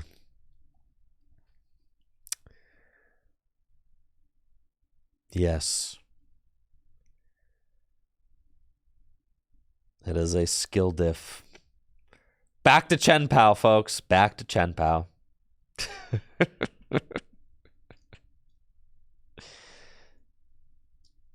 How long have I been playing?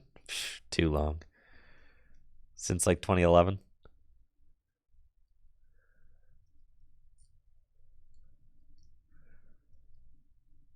2012. Right in there. Just play Zard. You know, we could.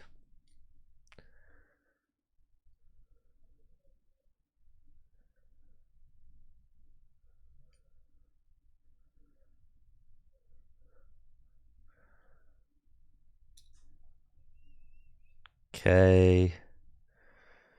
Guess I don't need this Squawk anymore.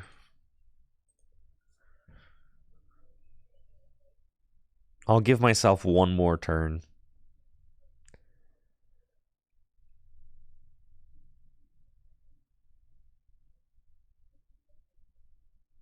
Biggie D says, if you need a good deck, pull out the United Wings. Straight up, we'll get you top 8 anywhere. All right, chat. What do we think about Biggie D's assertion?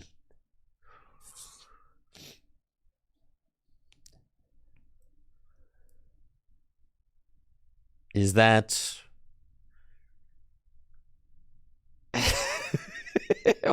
what are we thinking about Biggie D's?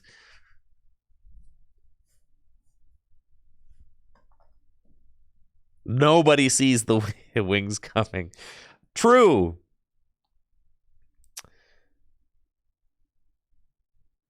That is so true. Nobody sees it coming.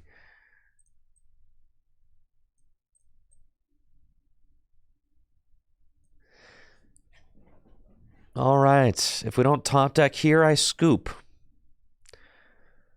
I scoop. I have no will to continue playing.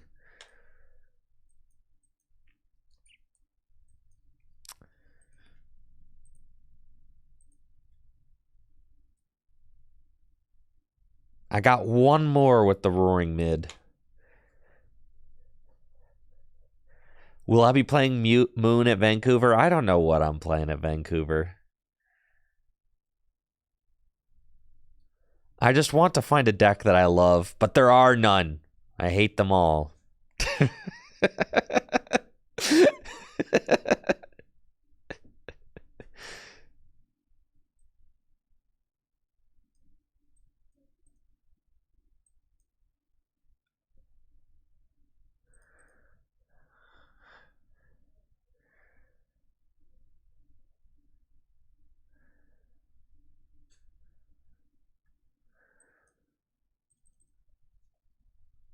All right, JW.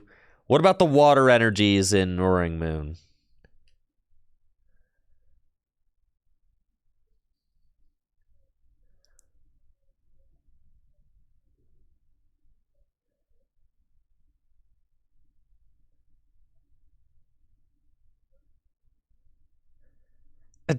Don't sully Roaring Moon with the fake water energy.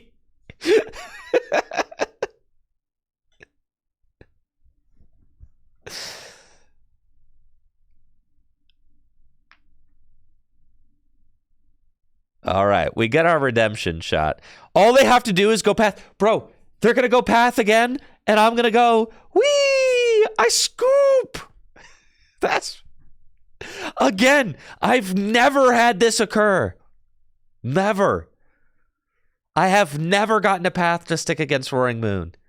Not one time ever.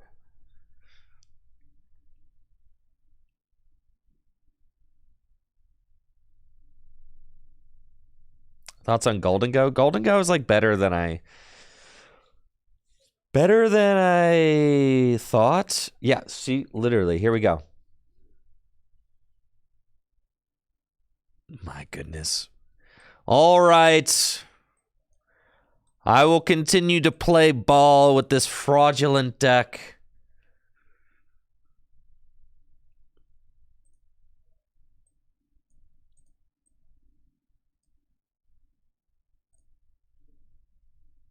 You have to get the mold trays just in case I draw into my 4 seal stone or something.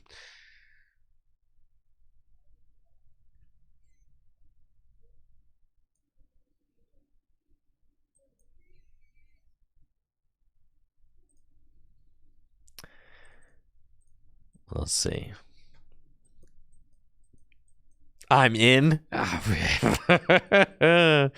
don't know about in. I'm mobile, but I don't know about being in.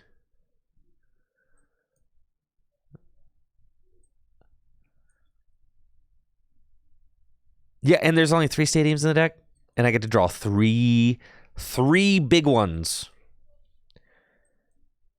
Oh, baby, nothing like 3 cards. Okay, here we go.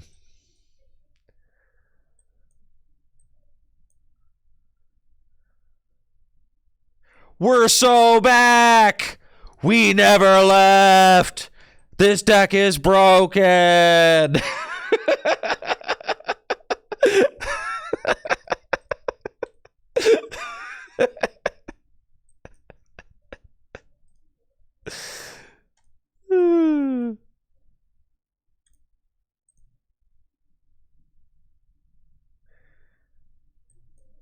Invincible deck!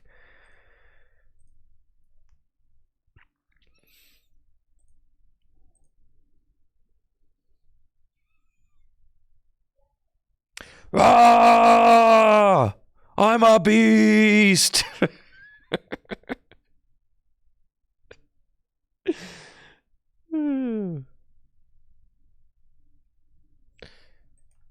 Give them to me! Yes! Get wrecked!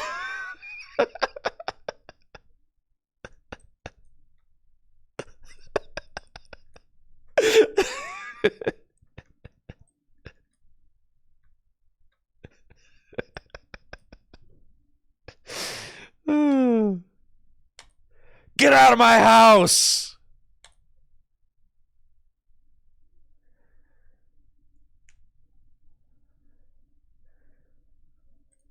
There we go. Now you save the jelly for when you gouge. Yeah, when we go boss gouge next turn, we're going to want the jelly.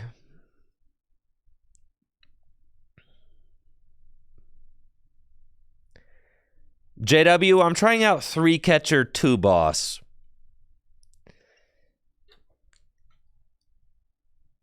I think I like that too. There are 2. The 4 catcher is a little too troll. 4 catcher, 1 boss is a little too troll, I think. The catchers are good, but like they also will whiff the game winning play, right? Like they're very good on turn 1, but they also will lose you the game at the end of the game. Like you will flip tails on a catcher that you needed to flip heads on, and you won't have the boss because you only play 1, and you'll just lose, right?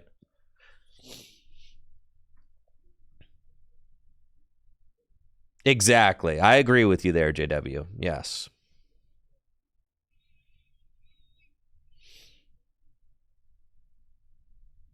I played the 4 catcher list is powerful, but bro, how is it possible to be this bodied?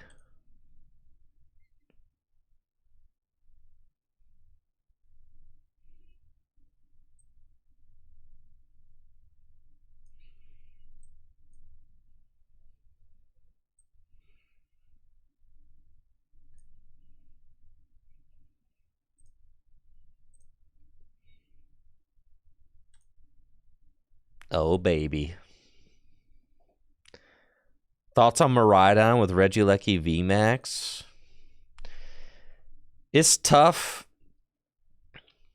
It's tough not having the Flaffy. I mean, just getting that extra attachment every turn is so nice.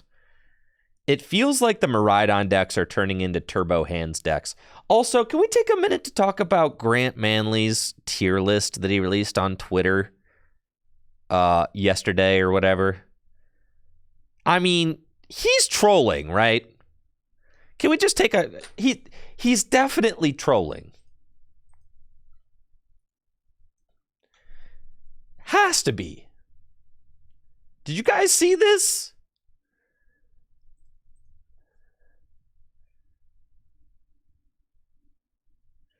JW, why'd you post a Champions Festival ripped in half onto the X platform?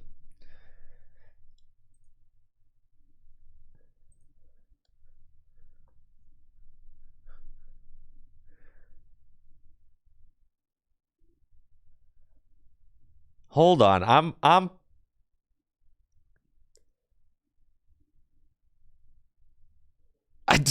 do I not remember high low with the Chileans? How could I forget?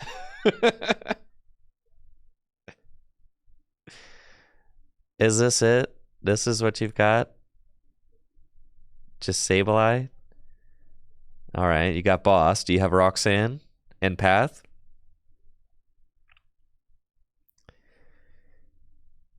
The Radiant Greninja active instead of the Galarian Moltres? I guess. Yeah, they don't have it. All right.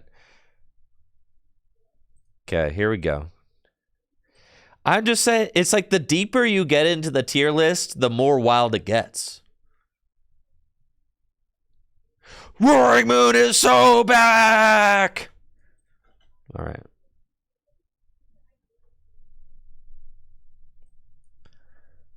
All right.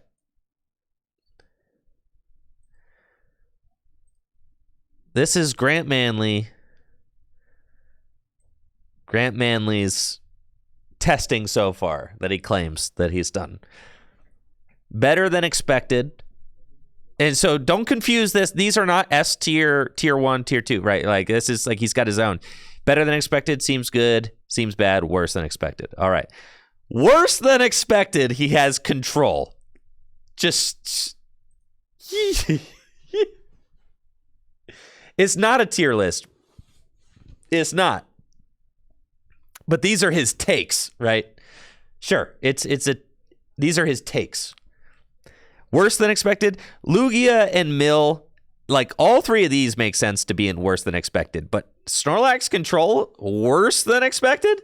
Is it that he expected it to be invincible and instead it's just a top 3 deck in standard? I don't know. Maybe so. Better than expected, Charizard. And this testing group has been pretty high on Charizard for the last, 6 months. So he's rating Charizard better than he thought. He also has turbo hands better than he expected, which is nuts to me because that deck has felt nothing but completely atrocious to me. Right? Turbo hands has done nothing correct. Like I have absolutely nothing. And then he's got Golden Go is better than expected, which is fine. I think if you've got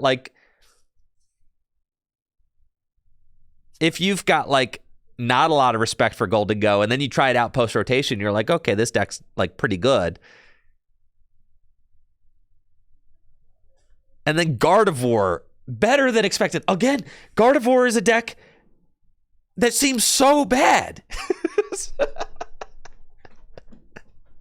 Post rotation. But basically, both Gardevoir and Turbo Hands both lose to one Lost Vacuum, right? Like they have the same weakness. If anybody is playing Lost Vacuum, those decks just lose to it. Give me a second. I got to turn my space heater back on.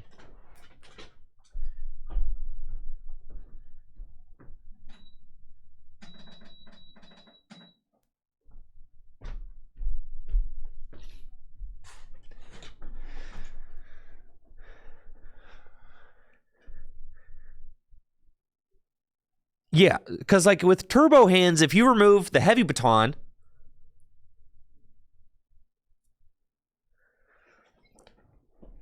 and Gardevoir, if you remove their HP boosting tools. All right, so everything in the better than expected tier. Okay, Charizards are fine, Golden Go is fine. But the hands in the Gardevoir existing up here is what? Okay, and then you move on. Seems good. Goodra and Miraidon, where Miraidon loses everything that made it good.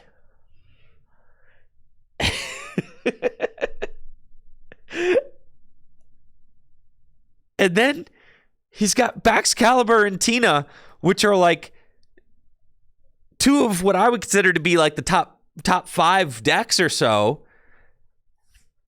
And he's got those in the Mets here. and then Snorlax is a top 3 deck. And then that's in the worse than expected. Holy smokes. So and this is how much he's tested each deck.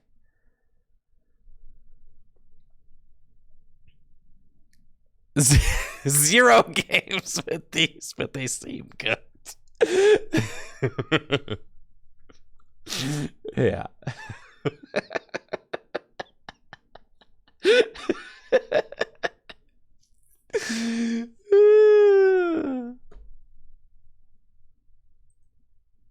Am I going to make the tier list? I guess we have to now. This seems like a real tomorrow activity when TCG Live is down, but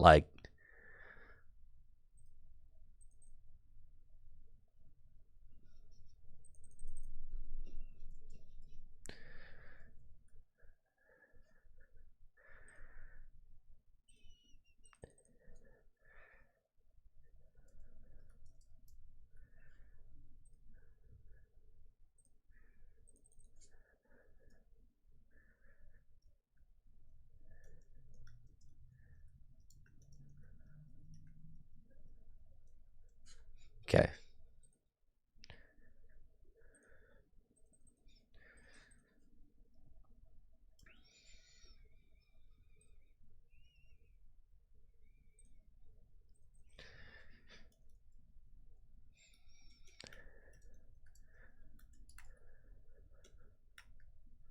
Okay.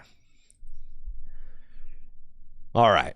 Top tier, just below top tier. Mid tier. Mid tier decks can win tournaments. Let's keep that in mind. All right. It's happened before. Like Eternatus VMAX won a regional championships. Mid tier deck.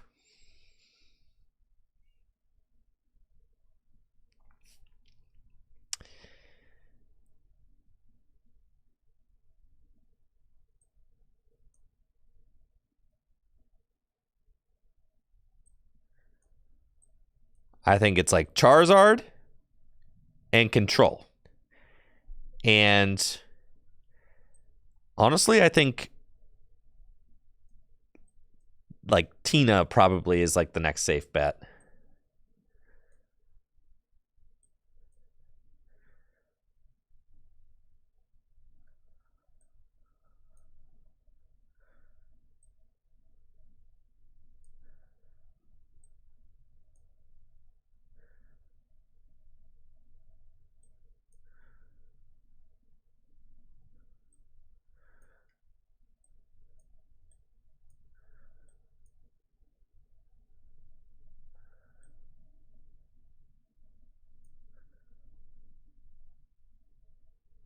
This is kind of like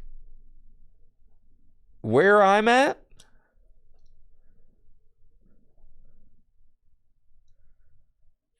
Hands is future hands, yeah. Like, this is like turbo future hands. This is like paradox box.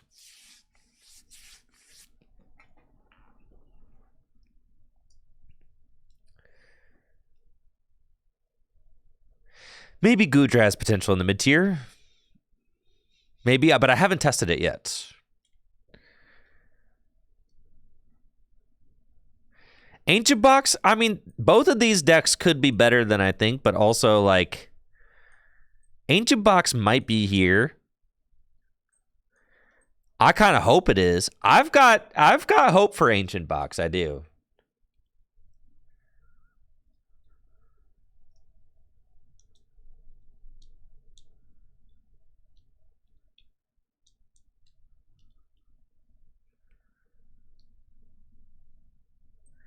You think Dino Box is better than Chen Pao?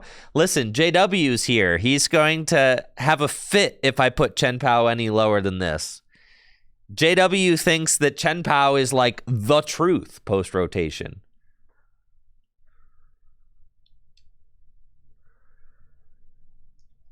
JW is like adamantly trying to get us all to play Chen Pao to EUIC.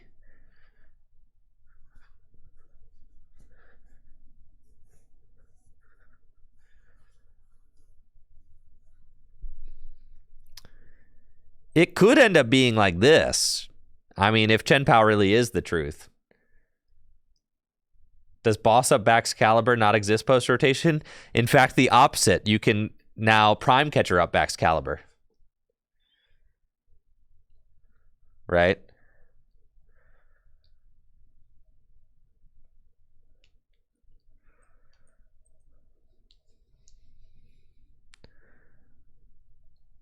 People aren't actually, like, considering a Spothra, right? Prefer Arceus above Goldie? Golden Go and Chen Pao feel like they are very similar decks, except Chen Pao has the Chen Pao can go single prizers or can go Iron Hands, where like Golden Go just doesn't have those options.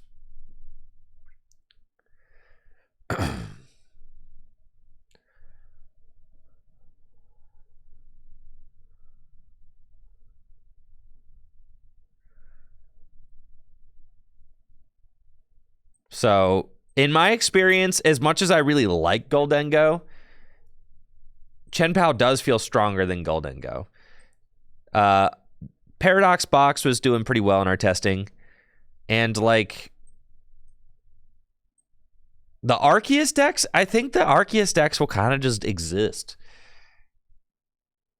They will, and they could just show up. I mean, if you've got like your Charizard deck and you don't have an answer to a Alolan Vulpix, you could just get Alolan Vulpixed, man.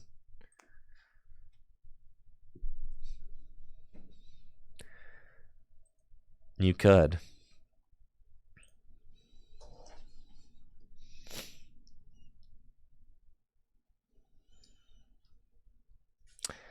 I don't really see myself playing an Arceus deck post-rotation because I just have more aspirations than that. than that.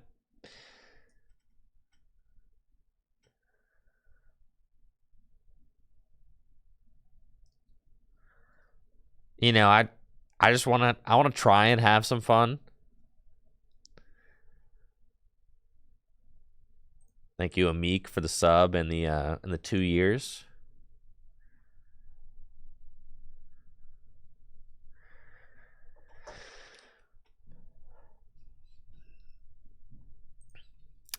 I could see myself, man, if Goo is good, I like Goodra decks.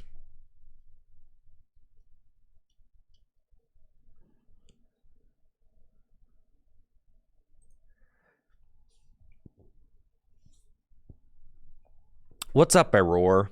What's rotation mean? It means every year some cards rotate out of standard format, meaning that those cards are no longer legal to be played in standard format. They're usually they're the oldest cards that are in the standard block, right? So like every few months, new cards come out, right? And those get added into the legal standard pool of cards that can be played. And then once a year, the oldest few sets get lopped out of that standard legality, right? That way it's not just like, you know, the standard card pool doesn't just grow infinitely in size. Yeah, new cards are always getting released, and then to keep the legal card pool relatively recent, it's to say, for instance, I am Aurora. If you're getting into playing the Pokemon TCG, you're not going to have to buy Pokemon cards from 5 years ago to start playing, right? That's because of rotation. If there was no rotation, then you might need cards that were 5 to 10 years old in order to play. But because rotation exists, the cards that you're going to be buying to play the standard TCG are only ever going to ever be a couple years old. You know, does that make sense?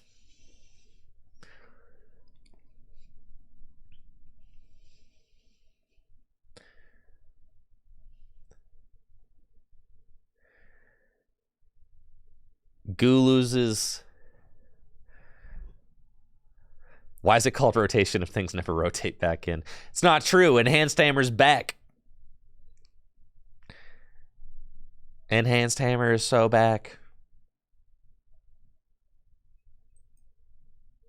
Cards come back all the time. All right, I actually have to be careful with what you bench. We kind of want 2 Moons, a Greninja, a Moltres.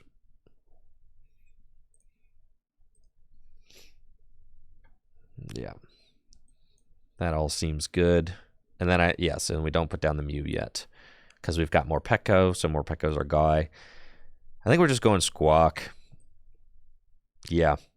And actually, I could battle VIP Pass for the other Moltres, discard this Moltres, and I think that's probably fine.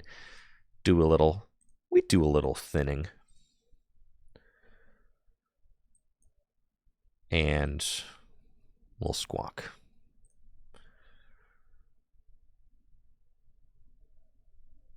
Alrighty then. This is an interesting situation. I've got an Earthen Vessel. I kind of want to see if I can discard a Darkness Energy off the stop so I can use the patch before I research. So let's do that. And we get it. So that's a big dub for us. And then we can Earthen Vessel. 2 more Darkness Energy. And I just want those in the discard pile. So I can concealed card before. Yeah, that's good. And I mean, we've got the turn 1. I can use my 4 Seal Stone to go get... Did I discard both my boss? No. So I can use my 4 Seal Stone to go get boss, and that way I just go boss like their Moltres. They've got 0 energy in play, so I think that's probably fine.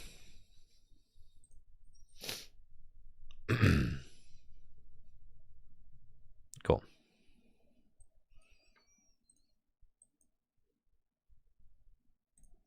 And let's see. Star Alchemy.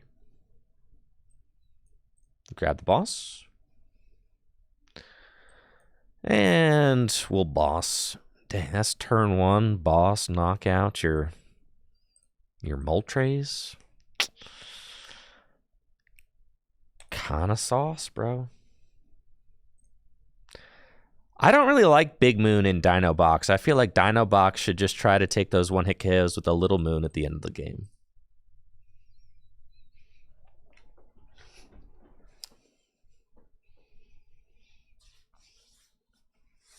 But that's just my opinion. Being a Roaring Moon deck who got... Whoa. I mean, look how many energy they have in the discard pile turn 1, but they didn't have any energy in play. Why didn't they at least Dire Flame Wings once?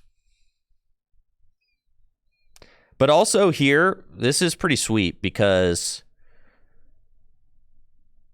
if, like, they kind of have to gouge me. And if they gouge me, I can Morpeko them.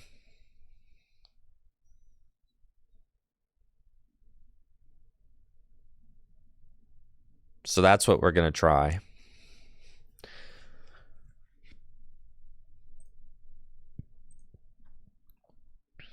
All right.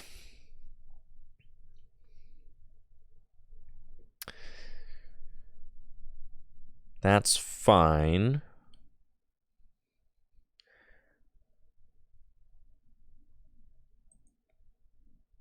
So if I top deck Dark Patch, then I'll want to switch card.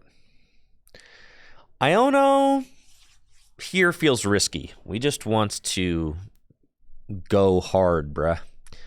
So we're looking for energy switch and an energy. Just not asking a lot.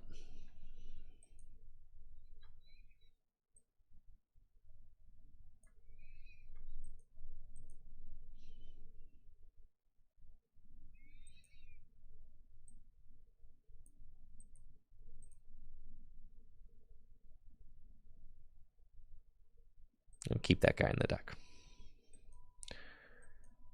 Okay.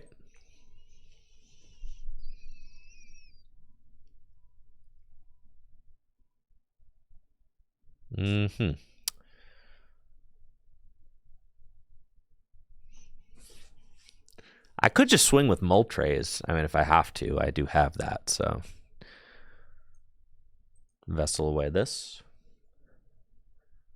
I could have switch carded into Mew, but that seems dangerous, leaving myself with, especially since I'm retreating there, right? I'm leaving myself with no, like, only one Moon on the bench, I guess seems risky, but maybe that would have been the optimal play.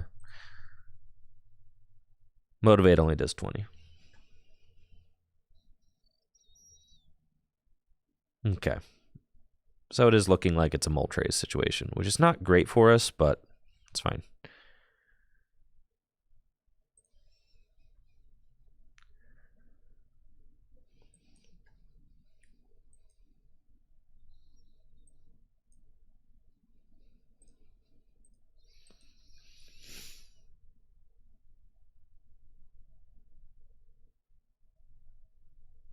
Yeah, we just take all the energy away. Moltres Squawk. No, it's better to take the energy away, I think. Well, I don't know. I think, like, because we force them to have to find, like, I don't. Yeah, I think so.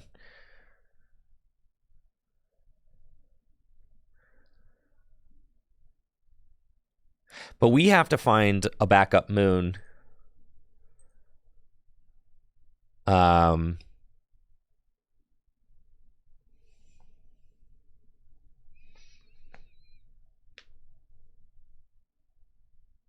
Because, like, maybe they have to play, like, a Sada or something, right? We've got 2 patch left. We've got gas.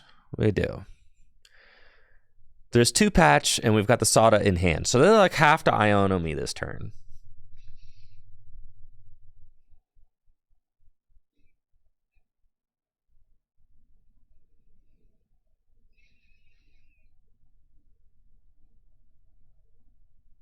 If they Iono me to 2, we do have Mew in the deck. We could find Mew.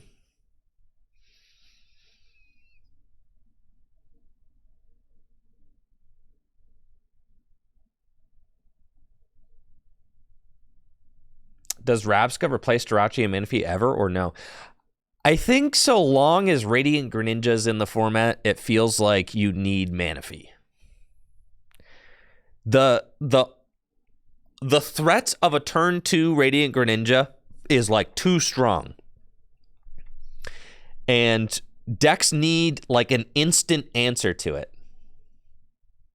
And that instant answer, see, they have to play Sada, so that's fine. And the instant answer is Manaphy. So I thought about testing out Rabsca a little bit, but that's just the problem. The problem is that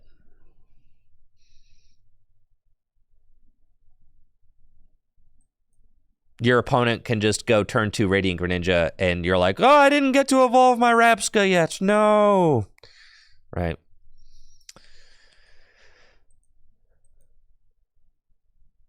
Which feels bad, man. All right, we got 1 Dark Patch and 3 Energy Switch in the deck. If I find any of my 3 Energy Switch, we've got it.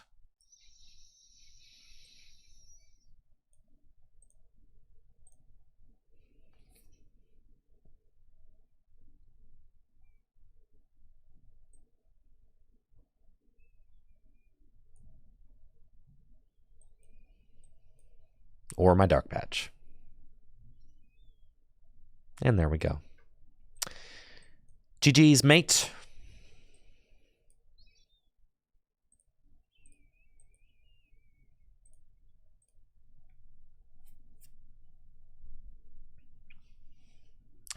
I actually have cut Cricketune from Grass GLC, Nick. But I have a new card in Cricketune's place.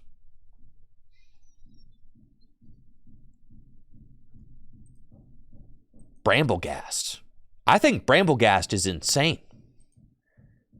Yeah. In Grass Gym Leader Challenge, I played against it for the first time. I have it in my list, and I let Joe play it the other night when we were testing. Dude, at the end of the game, like, they just promote that thing. It's got 300 hit points. Like 300, you have to hex it. Right? Yeah, you like have to hex it. It was sick.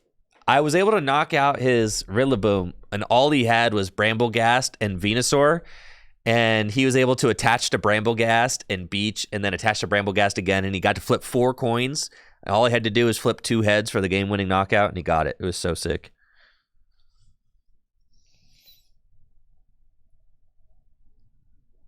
Vancouver is going to be me and Zeely, and then local friends Ben and Joe are also going to be there. Joe from the Brazil vlog is going to be there. Buddy Poffin in every Gym Leader Challenge deck immediately? No. Yeah, many, yes. Many. But no, not every. No. Like my Dragon deck.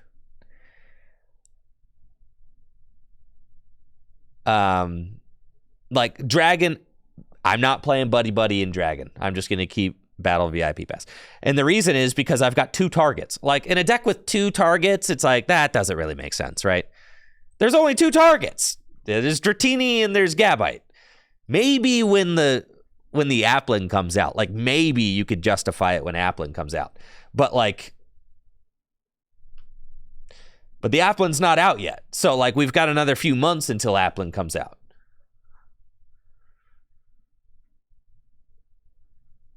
I don't play level ball in Dragon. Yeah. No, I don't. For that reason. But Buddy Poffin is completely transforming many Gym Leader Challenge decks. I mean, it is a really exciting card for deck building. That looks better exposed, doesn't it? I was feeling a little dark before. This seems better. Plus, Dragon has Mysterious Treasure. But yeah, Buddy Poffin's like crazy. So good. This hand stinks. I mean, it's fine. What are we trying to do here? We're trying to knock out with more Pekko? Like, I'd be down to do that. Okay. Well, let's go for it.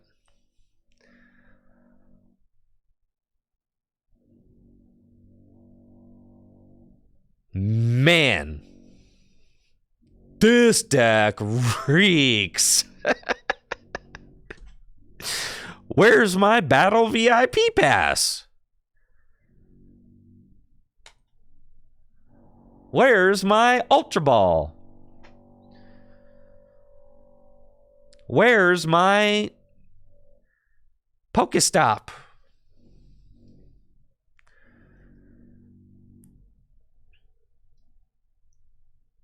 VIP Pass is okay in some Gym Leader Challenge decks. Not all, but in some, it's all right.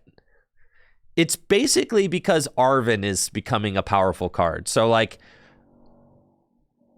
Arven is one of the most powerful openers in Gym Leader Challenge. So then, like, you kind of start considering Battle VIP Pass when you've got Arven. But then you could start where decks used to play like Bridget and Gloria, and some still will. I think that it's important to note, like, Bridget and Gloria is still a very good and valid engine, and I think many decks will play it. The Battle VIP Pass stuff is extremely greedy, and I would say most times it does not pay off. But Buddy Poffin does make it so that building your deck around getting an early Battle VIP Pass is not as bad, because you still have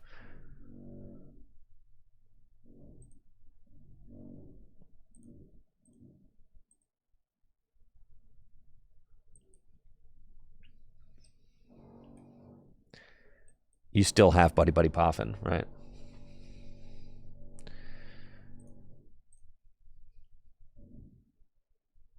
Sweet.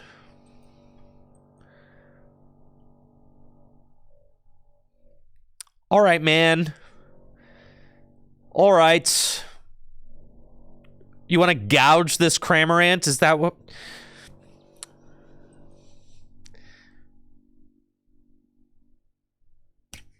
I hate it here.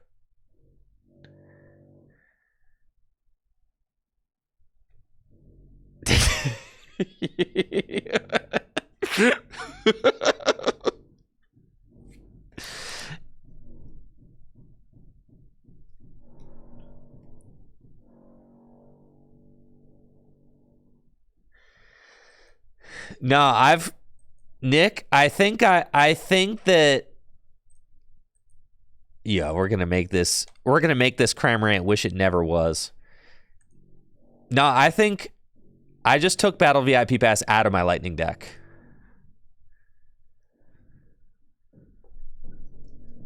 I decided that, nah, card's booty. Volkner stinks, man. I don't want to play no Volkner in my Lightning deck. Volkner just gets a lightning energy. It's not good.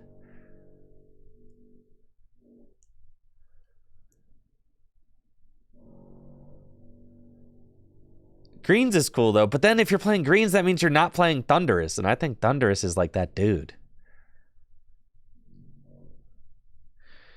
Yeah, Volkner is so stinky. And then like Arvin is also stinky. That's what I'm saying. Yeah, Nick, that's what I'm saying. Like, is the more I played it, I was like, this is actually like it's so greedy and it just feels bad. Like having cards like Volkner and Arvin in my lightning deck just felt atrocious. Whereas like, yeah, Volkner can get the turn 1 Zapdos, but I play so many switch cards in my lightning deck that I'd rather Gloria for Zapdos and then have a switch card in my hand because I play like 5. So, you know what I'm saying? It's like,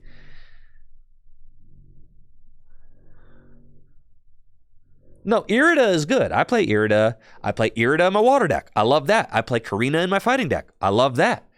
There's a difference. Volkner just stinks. I hate Piers too because Piers also stinks.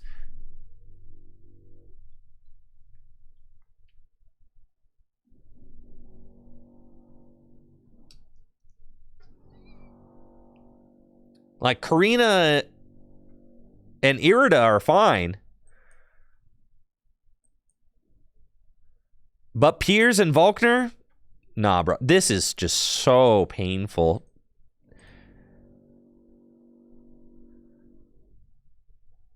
I should have choosed before I did that, but I'm tilted sideways right now. All right, here we go.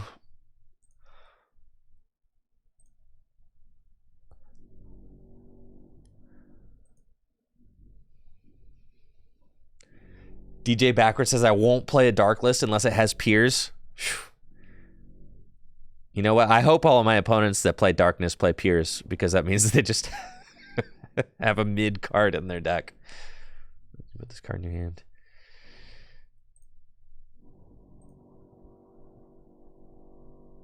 So much pain.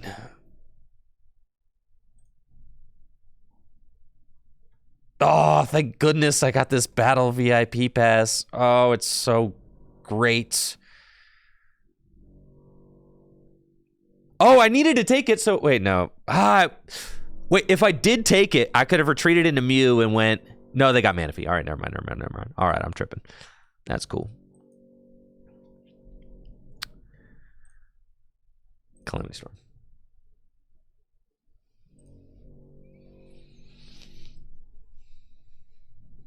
Tulip, Clara, or Roseanne's research in Psychic GLC? I play Tulip, I think. Actually, I don't play any. None of the above. I don't play Tulip, Clara, or Roseanne's research in Psychic GLC. Just play Rod and Rescue Stretcher. I'm on Team Stellar Wish Jirachi now.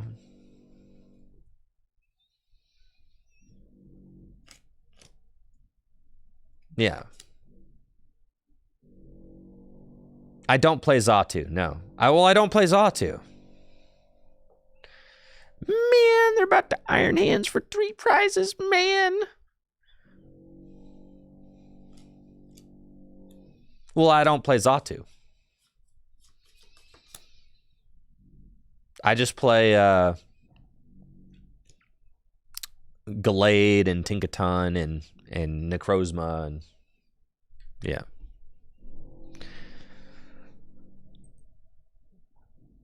This deck stinks, man. Roaring Moon is booty. You're telling me I have to gouge? This is checkmate.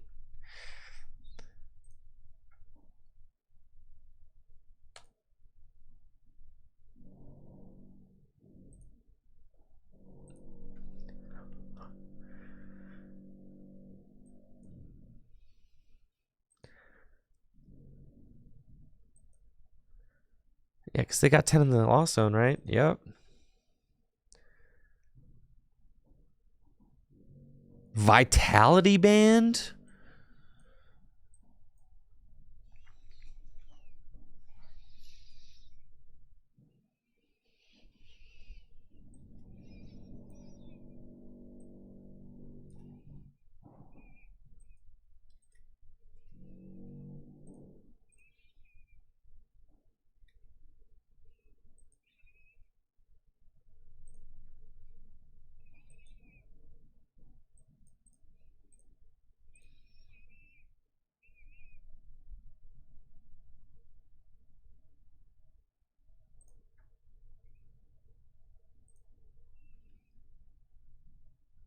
I suppose it's checkmate regardless. Yeah. I got nothing. Pop them for 100, then they just hit me for 160, and they've got Sableye next turn for game.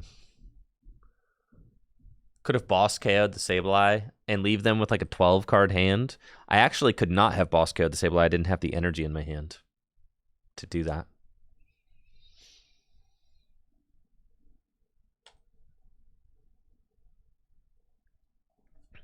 Your best attackers are also your support Pokemon. Yeah, you got to be careful.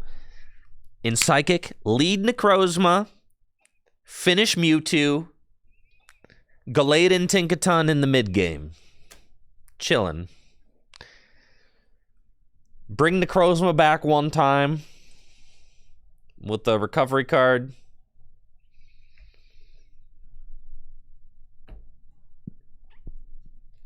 Also, I feel like with Psychic, by the time you're attacking with like your Tinkaton or your Gallade, you should be hexing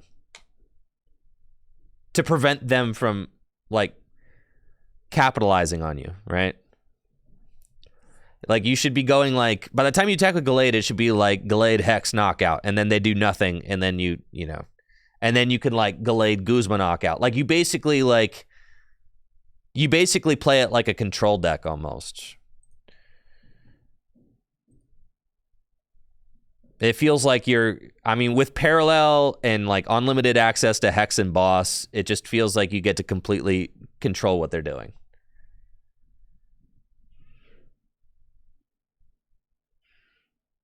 Rixman, it completely depends on the deck that you're building for sure. I'm playing a lot of Moon Mirrors. What's up with this?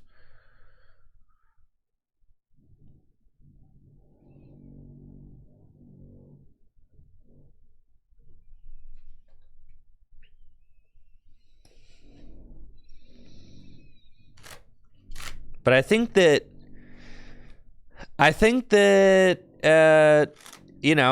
cards like Gloria and Bridget will still continue to see play even and like coexist alongside cards like Buddy Buddy Poffin and Battle VIP Pass, because Battle VIP Pass just makes your deck, it does make your deck very swingy, in that like, yes, you can have powerful starts, but also you could just have dead games more likely, where you don't set your deck up to be able to mount comebacks. You're kind of just like going all in on hoping I open Arven, and if you don't do that, then you just like are kind of dead in the water.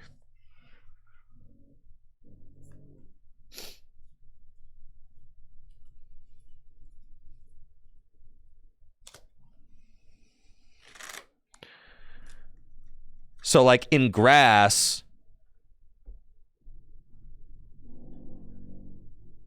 and I'm not just going to like put Arven in decks where Arven doesn't make sense. Like in Grass, for instance, like I only have one tool in my Grass deck. It's Floatstone. So I'm not going to put Arven in that deck because Arven is just not a very good card in Grass. Unless you're playing TM Evo, but I'm not even convinced that TM Evolution is a very good card in Grass.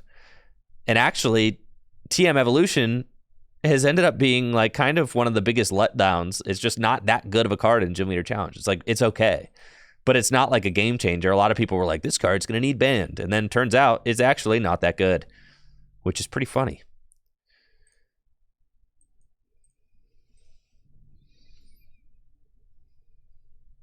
All right. TM Evo is fine. It's not game breaking though. Did I prize my Radiant Greninja? I don't know.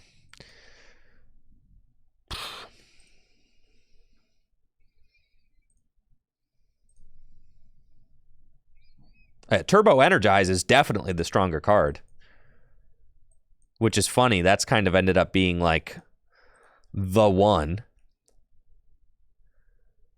Oh yeah, dude, I've got the Nutter Butters right here.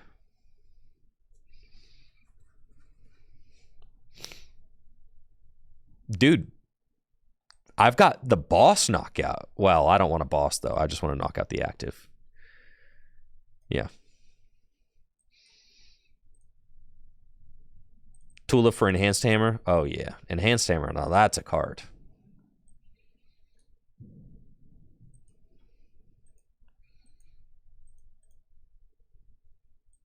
Dang, this deck kind of cracked, man.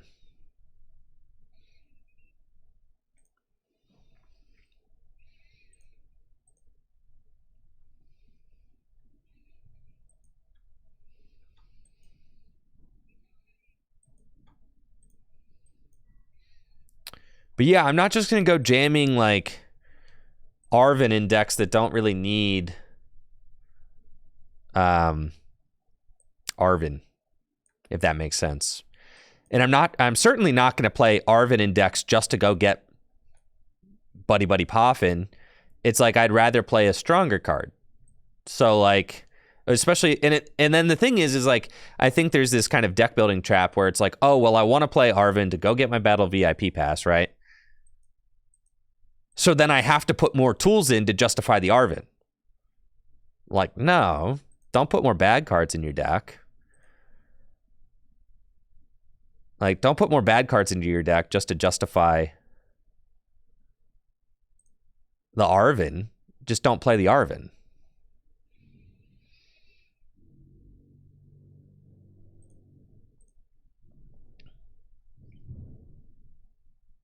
Yeah, Arven's not good in Lightning. Yeah, no.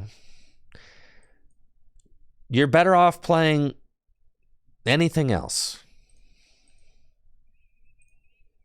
What tool are you getting? Floatstone? Who cares?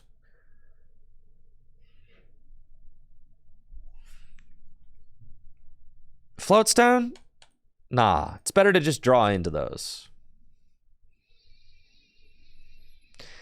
I don't know. My Lightning deck plays Switch, Escape Rope, Floatstone, U-Turn Board, and Scoop Up Net. And I don't play Luxurious Cape because the Lightning guys are too squishy to justify that, I think. So, like, I've got 5 Switch cards, and it never really feels like... The Arven always feels redundant, right? That's why I don't play it in my Lightning deck. Buddy Buddy Poffin's good, but I don't feel like I need to play Arven to go get it. I just would rather play a draw card that just lets me go see more cards.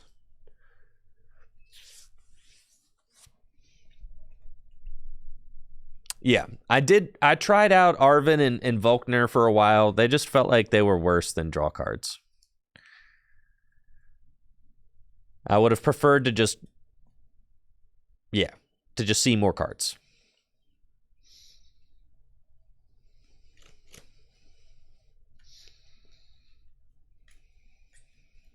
All right, they gouge me.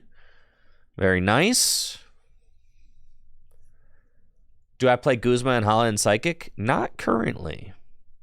Because I play Guzma and Hala in decks where you want a turn 1 special energy or tool card.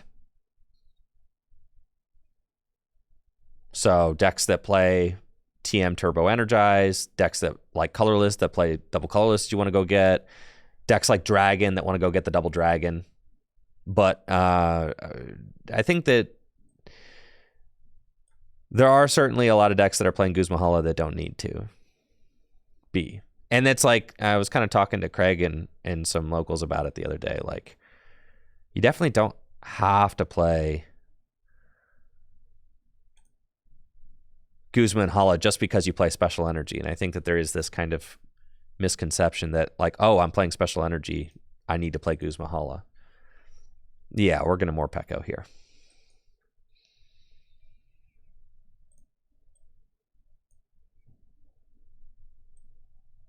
It does get the Dimension Valley, and maybe I could think that through.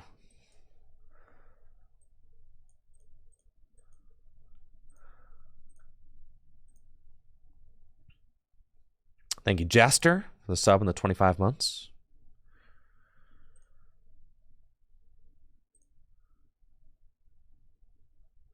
Well, the thing is, okay, so Guzma Hala does get you like, it gets you like what? The counter energy and the D Valley. It can get you, I guess it can like get you the turn 2 attack with Necrozma if you want to go get like Floatstone, Mystery Energy, D Valley. So for that, it's like pretty good. But I don't see Psychic as a deck that's like necessarily really like gunning for the turn 2 knockout, if that makes sense, right? Like Psychic is a deck where I like to sit back behind Wobbuffet. Psychic's a deck where I like to sit back behind Wobbuffet or Cleffa and build like an invincible board state and then use counter energy for those plays and then like mount an insane, assault after. Like you usually let your opponent take the first prize. And then you go like teammates, boom, boom, boom, and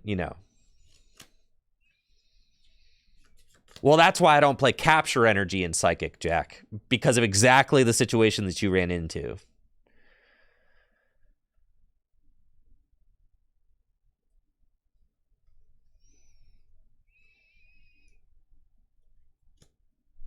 But then,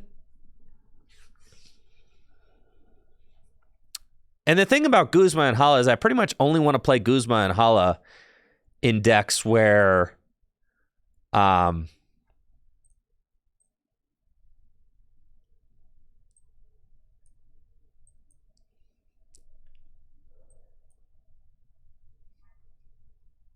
pretty much only want to play Guzma and Hala in decks where it's like, okay, well, am I playing Tag Call? And then if I'm playing Tag Call, am I playing Cynthia and Caitlyn? It's like I really want to lean all the way into it if I'm playing it, right? I don't want to just kind of like... There are so many decks where Guzma Hala is not a good card. I think that that's something that like people overuse Guzma and Hala for sure. YRG, you can play both of them. They're not the same card. Thank you, Yumi Force. That sub in the 18 months. Like I don't play Guzma and Hala in my Lightning deck, for instance, because I don't think that it's necessary.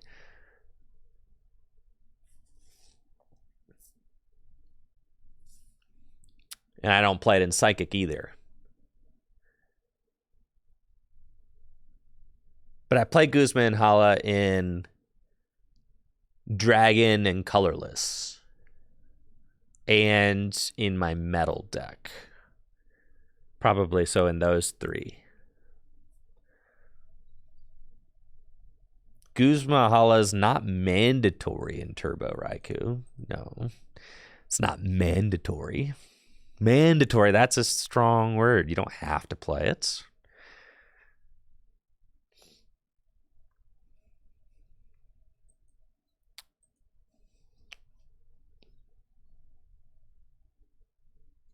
I've spent a lot of time with Lightning. A lot. Guzma Hala is okay, but it's definitely not a card that goes in like every single deck. But I feel like people have been treating it more and more like a card that goes in every single deck. But it's not that kind of card.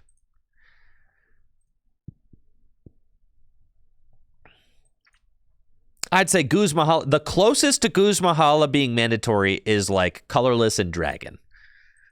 But even then, like, I could imagine worlds where you don't play it, I guess, but you really ought to in those 2 decks. But other than that, I feel like there's... Especially in Dragon, since one of Dragon's biggest assets is the turn 1 Double Dragon donk. So, like, you might as well play it there. Also, since Double Dragon is, like, the most important card in Dragon, you really are... You're tripping if you're not playing it in Dragon. Because Double Dragon energy is that card, right?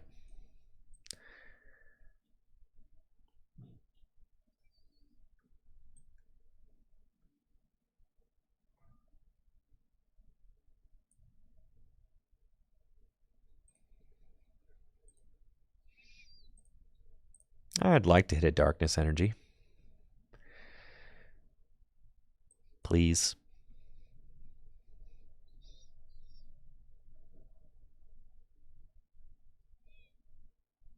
Yeah.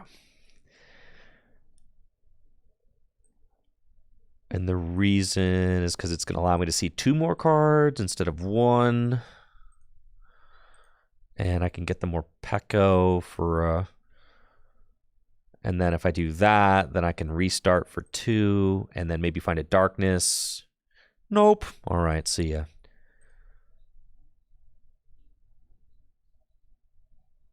Now we cook.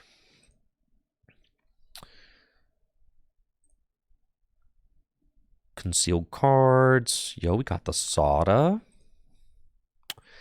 Not worth it. We'll just research.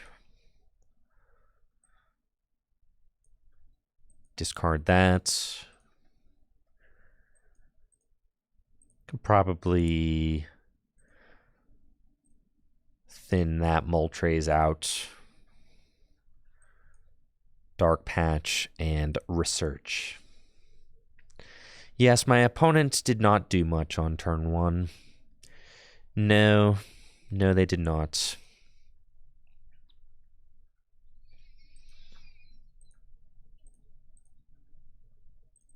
Yeah, we're going to hit him with the Morpeka. Yeah. And I get to keep my V-Star power, which is nice.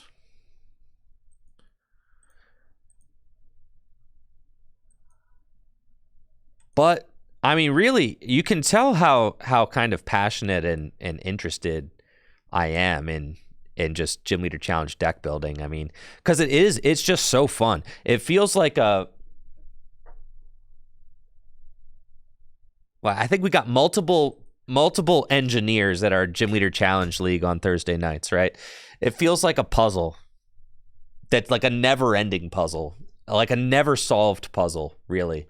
And there are a lot of different opinions and there are a lot of different philosophies to solving the puzzle, but then like you could pretty much just produce endless arguments about the Gym Leader Challenge puzzle that is deck building.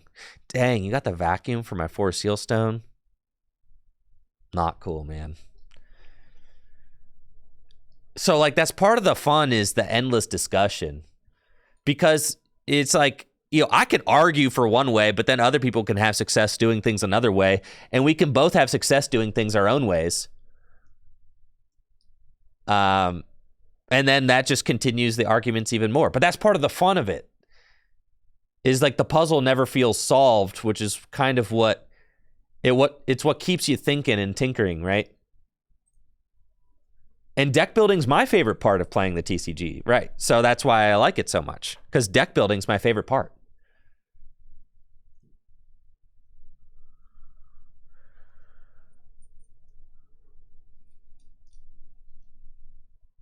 And the thing is, in Gym Leader Challenge, like, greed does punish. Like, it really does, too. Greed does punish. It can pay off. It can also really punish. So, like, you're constantly trying to walk this line between, like, where is too greedy, where is too safe, right? And it's like an impossible medium to find. Like, you can't, it's almost impossible to find that.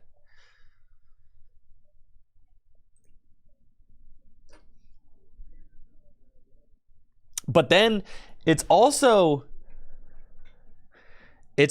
fascinating. It's also fascinating trying to figure out, like, well, what greedy cut am I going to make this week, right? You know, am I going to say, I can make it without Field Blower this week, right? And I've been able to win events at Full Grip by cutting Field Blower. And that's like you know, but that's a call. You're making a call saying, like, all right, I'm going to cut Field Blower this week and I'm going to try and not get punished for it.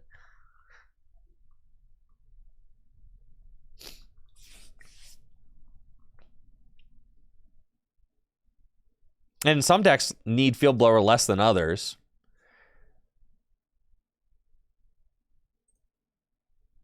All right, sick deck. Both my boss and my pal pad? Wait, hold up. wait. Man. What the heck?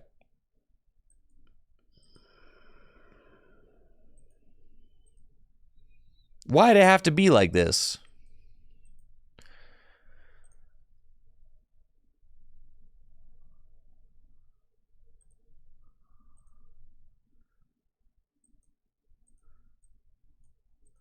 Oh wait, this Ultra Ball. This Ultra Ball does not let me get more Pekko, by the way.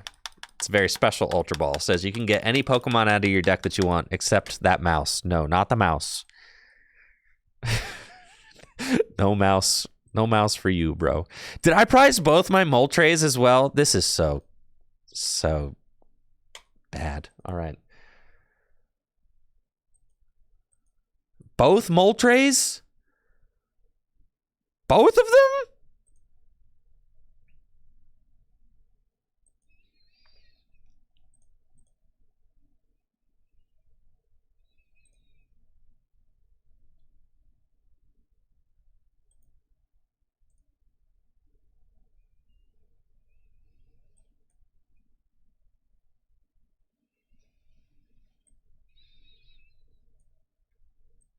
Man, dude.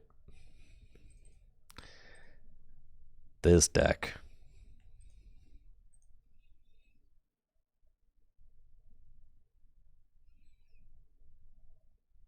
Both my Moltres.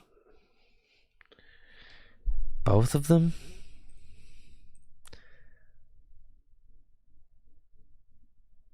Why are they both prized? It'd be really nice if I had one.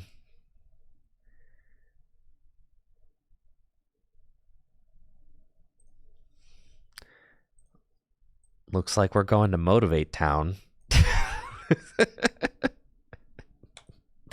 So sick.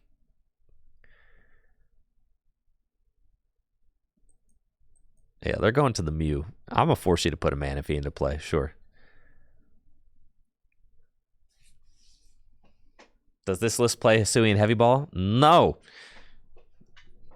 You just scoop, go to game 2.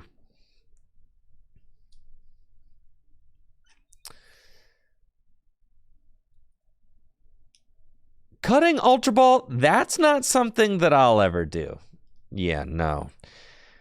From Gym Leader Challenge, Ultra Ball's pretty good card.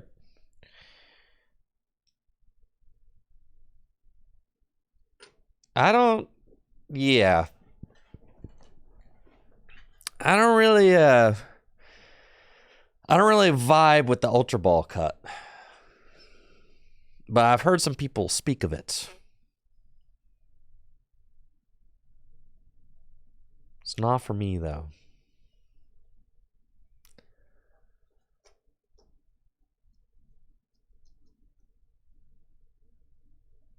Depends on the list. No, it's like Ultra Ball is like the Master Ball Ace spec.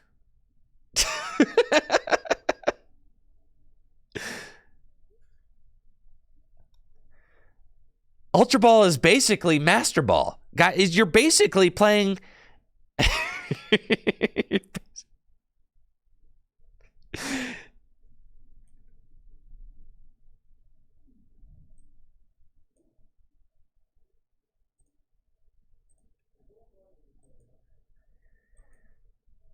You're basically playing a Master Ball. How broken is that?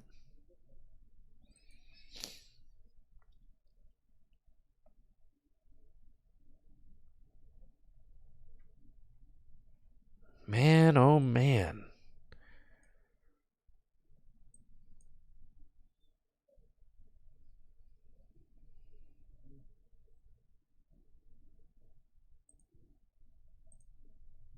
Sure.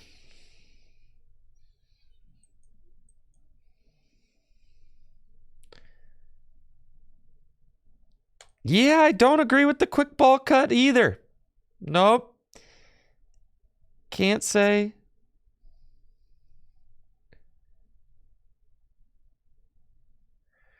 Can't say that, no, quick ball cut. That's not for me. There's certain cards that I feel like thou shalt not cut. Thou shalt not cut quick ball. Thou shalt not cut ultra ball. There's no such thing as, rules that you have to abide by, but man, those two seem like pretty good ones. Yeah, those are pretty good cards.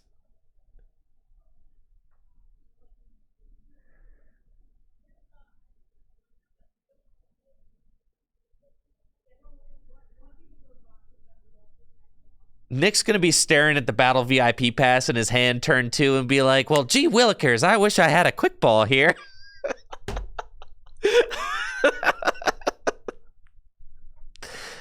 Like, dang, man, if only there was a card that could get basics on turn 2.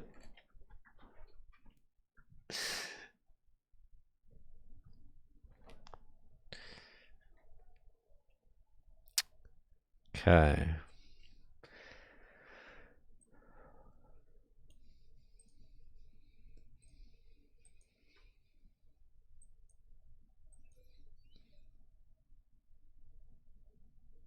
Okay, we've got Jelly. I got to switch cards. I can heal my Mew a little bit. The 4 Sealstone would be dope if I had a Moltres. If I had a Moltres, man. I almost like, what? So my Iono's down and it's never coming back because I had to discard my Pal Pad and both my boss. So there's a Judge in there that I could use, but like, it's fine.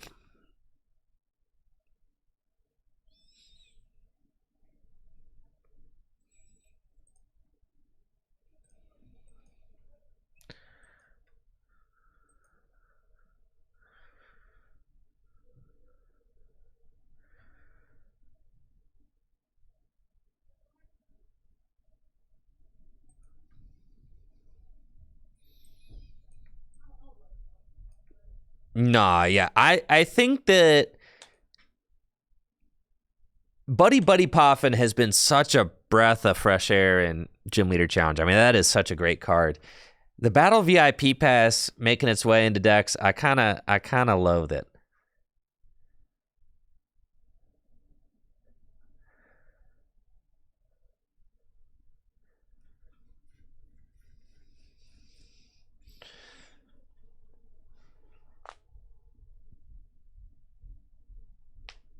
But Buddy Poffin is so good. That card's going in a whole bunch of decks. I mean, it's going in water, it's going in grass, it's going in lightning. It's going to go in my fire deck. I got to think, I mean, fighting is going to change. My fighting list is going to change a whole lot once the new Ting Lu and once the new Ogie Dogie comes out.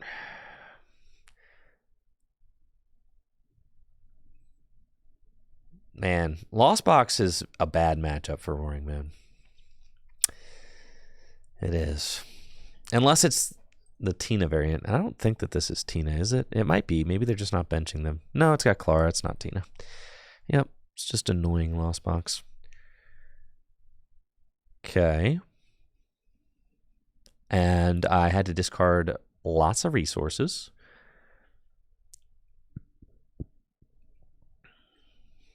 Great.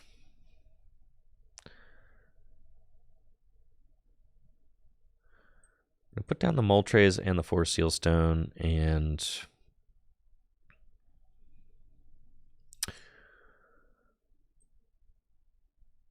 my Mew is gone, so I can't do any funny plays where I copy Radiant Greninja anymore.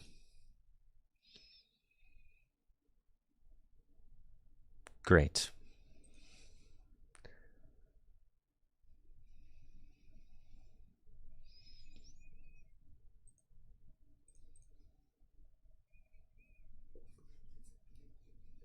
Ogie Dogie is definitely really cool. I'm excited about that, dude.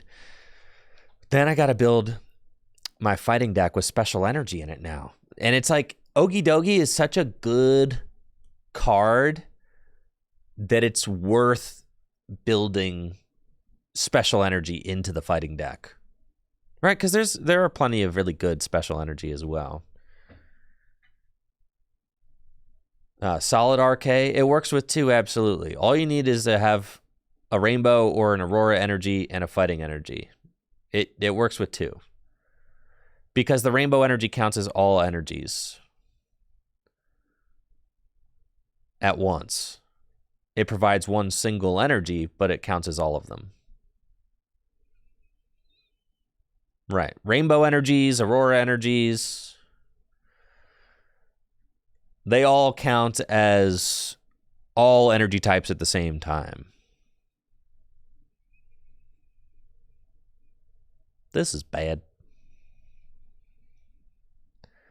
This is real bad. Okay. This is bad. Luminous works too. Yeah.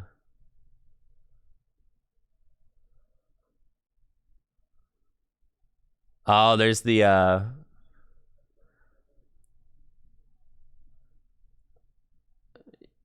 you gonna judge me, bro? All right, fine. Pain. You cannot defeat that which spirit is already crushed. All right.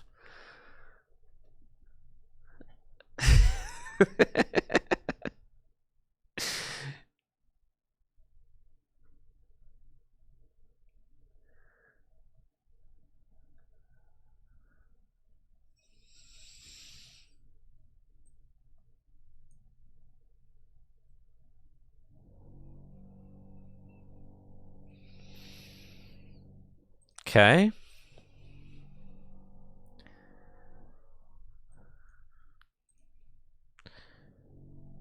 Wait. I think I got 2 energy switches. Cool.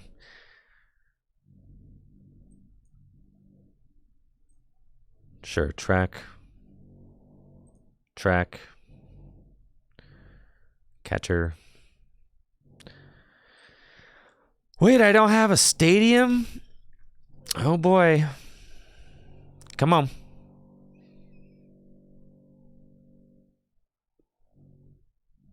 Yep. Time to pack it up, boys. Wait.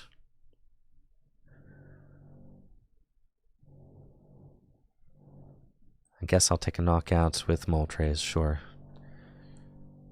We'll do that.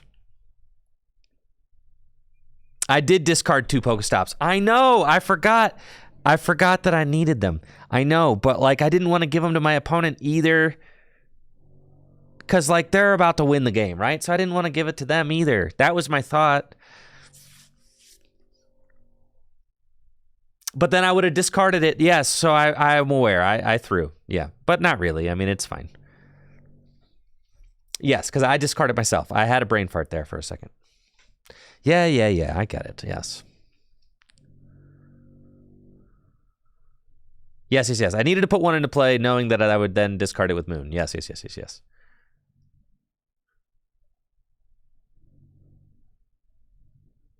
Holy smokes, they don't have it.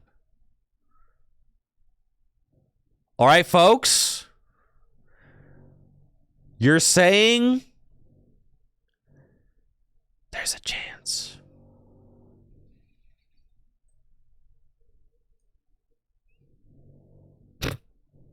I think I have to judge. Judge, just knock this out.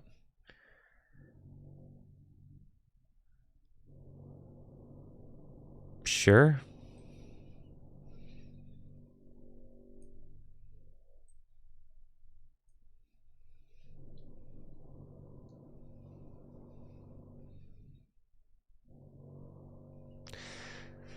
And then I think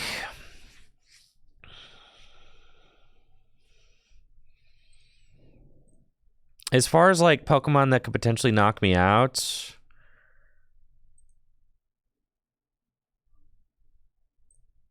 it's probably safest to just attack with the Moon.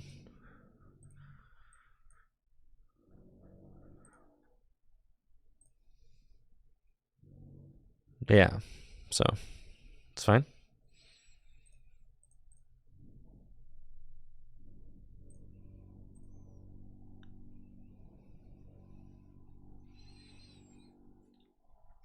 No! No, not like this, no!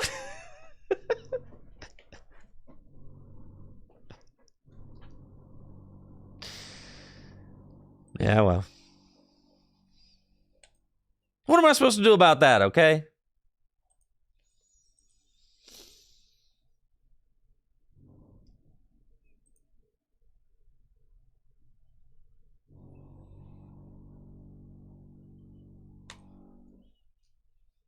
Yeah. That's a bad matchup. We don't have, I mean, that was a really ugly game for us, but we just don't have any way to, like, we have no way to, like, skip ahead in that matchup, right? I could have, yes, I guess I could have Pokemon Catchered up the Cramorant. That was, like, my best bet, probably, but...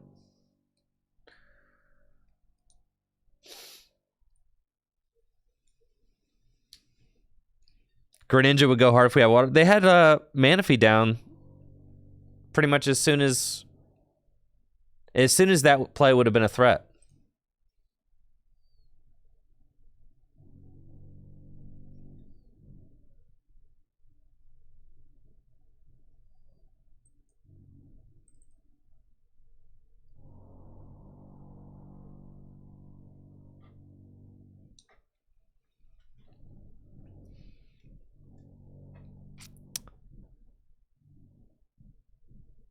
Maybe a collapsed stadium, though, you know?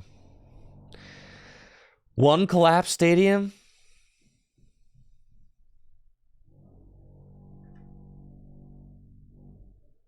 Yeah, I can, I'll check my Discord after the stream, Matt. Sure.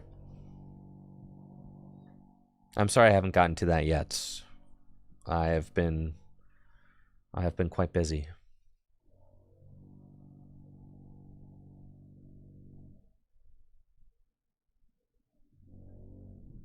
Oh, is this Snorlax? Looks like control. All right. 2 Rotoms. 2? You're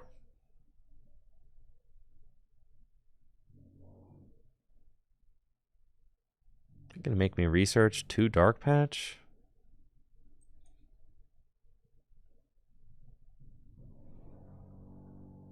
This feels bad.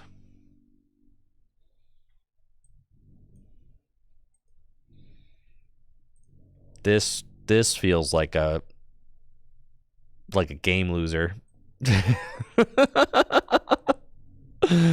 That's fine. Nah, we're chilling, bro. We're chilling. And the Palpad, you're killing me, dude. You're really killing me.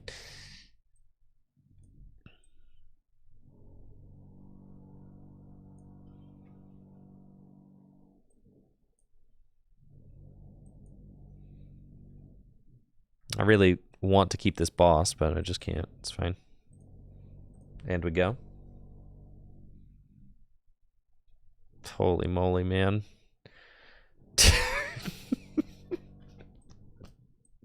Sure.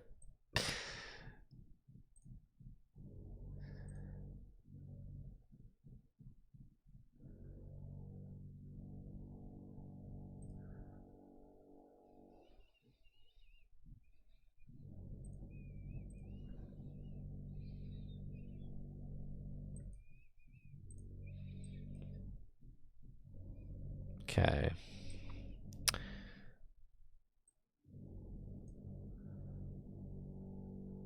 That's fine. We don't want to jam our bench. So I'm not gonna. No, I don't. Because, like, what if they put down, like, a.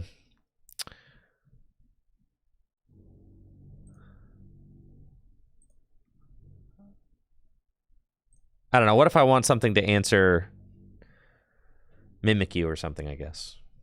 Like Morpeko. But I don't want to put Morpeko down. I don't want to put Morpeko down now, but what if I want Morpeko later? But this deck isn't really, like, so much a Snorlax deck as it is... Yes, you are getting a faint construction noise. They're tearing a hole in the wall behind me. I do apologize for that. Just gouge. Last time I gouged against this kind of control deck, they ended up taking all 6 prizes with Charizard.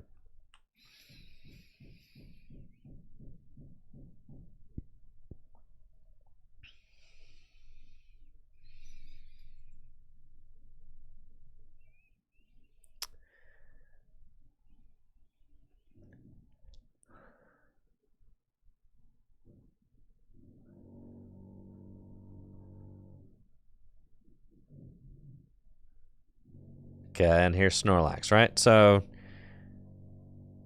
then they charge. Dang, they're really going ham on that wall out there. Why would they bring up Moltres and not... It's because they want me to take a prize. It's the mind games.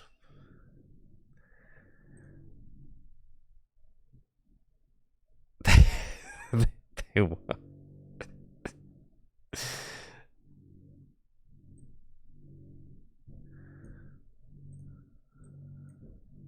Why? Like, why do they...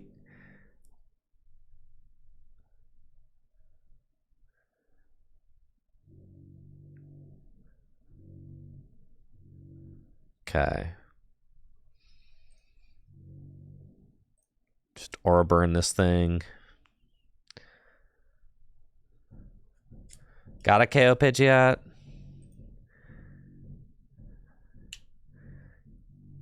I feel like I'd rather save my Gust for when I get stuck.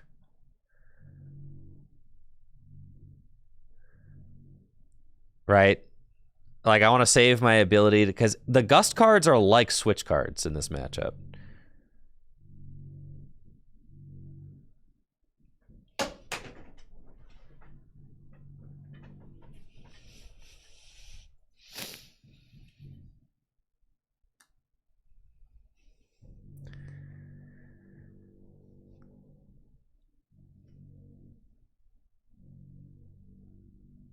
Here comes the Mimikyu.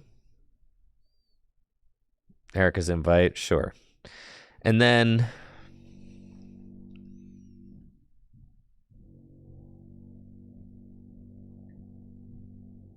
Now I want to KO the Pidgeot. If I could go Judge, Gust, KO Pidgeot, that's like nuts. So that's what we're going to attempt to do. I've got a Dark Patch, a Switch Cart, 4 Sealstone, no Energy Switch left. Trekking Shoes, don't want that. We've got 2 catchers. But there's no guarantee that I can move this thing.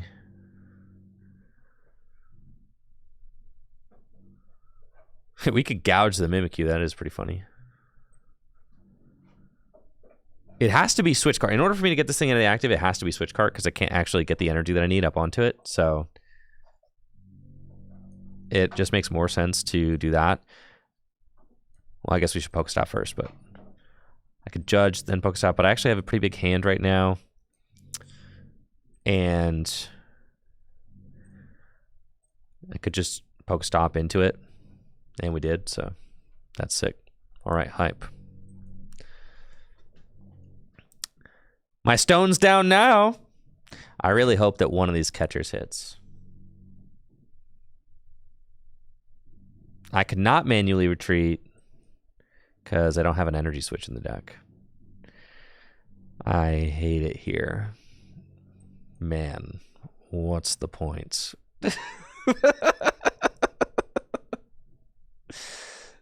Yeah. Holy smokes. Okay. Gouge it.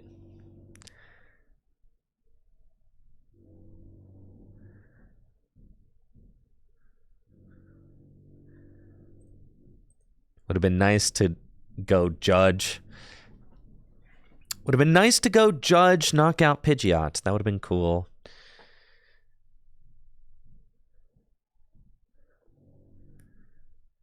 Would have loved that.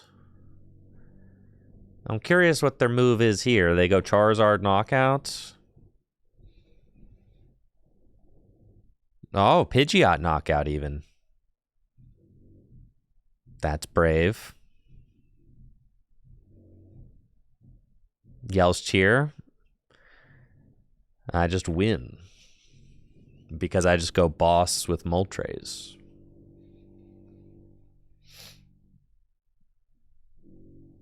Thank you, Gorgirin, for that Prime sub. Nice. We got it. Let's go.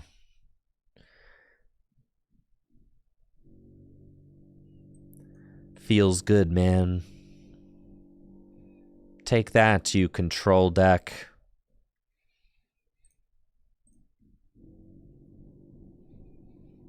I gotta say, this deck does, it's cool though. It can take all 6 prizes. I respect that. I like that.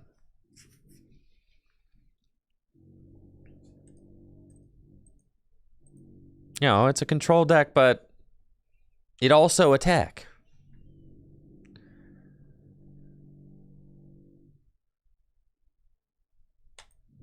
That's what they get for the Charizard sleeves on control. But that control deck does play Charizard.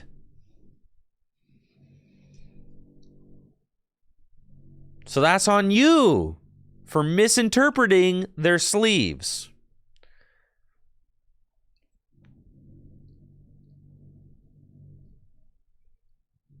You saw Charizard and you were like, oh, it must be Charizard EX. But you weren't thinking, oh, it's the Radiant Charizard in their control deck.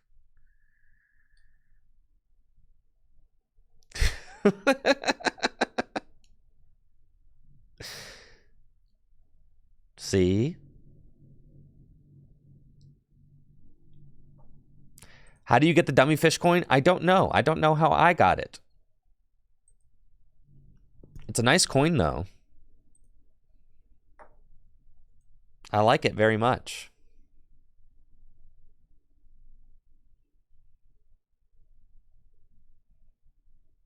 Can you not just, like, buy it?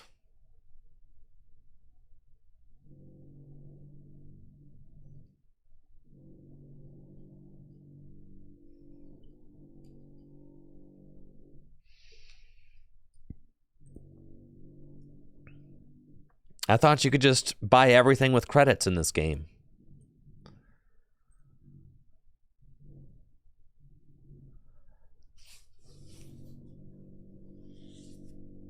Nice. We're playing against Baxcalibur. Okay. Let's... Broken deck! Man! Oh, I love it here! What a broken deck!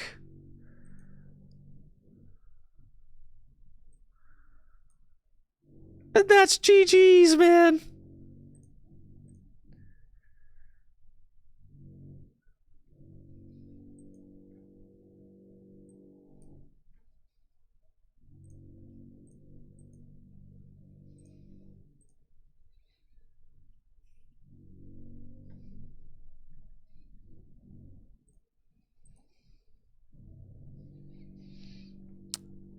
Wait, so you're telling me my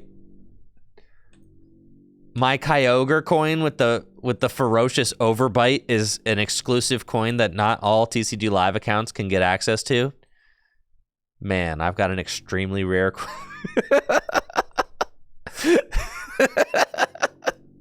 It's not an overbite. It's an he's got a severe underbite.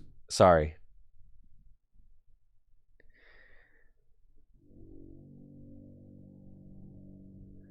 Look at that smile. It's magical. Wait, why don't I have a deck box on that thing?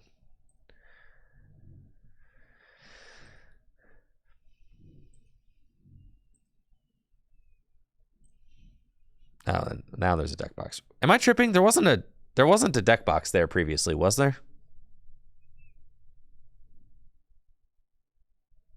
Am I imagining things? There wasn't? All right, just checking.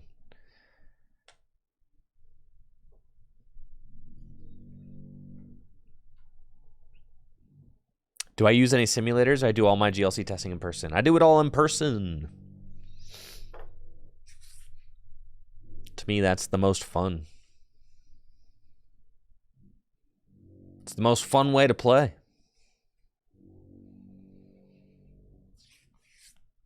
You know, I might invite somebody over, kind of just play some games, talk some cards, hang out.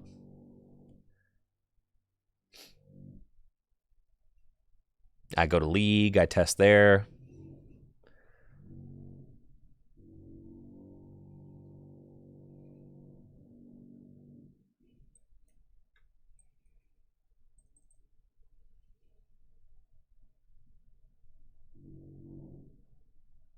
I don't know. Part of me, and I know I'm gonna catch flack for this, but I don't know. It's kind of nice that you can't play GLC online. And I know but what's nice about it is that like deck lists don't get solved as quickly, and it creates more. The fun is in the toil, you know?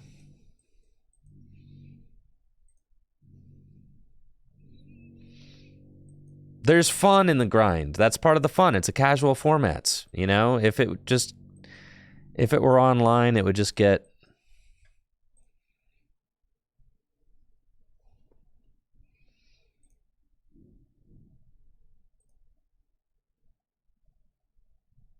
I know not having access to it does inevitably, make it less easy to access for a lot of people, and that's unfortunate. But for me, the real heart of playing a card game is playing with the cards. So is like getting together with community and playing the cards. Right?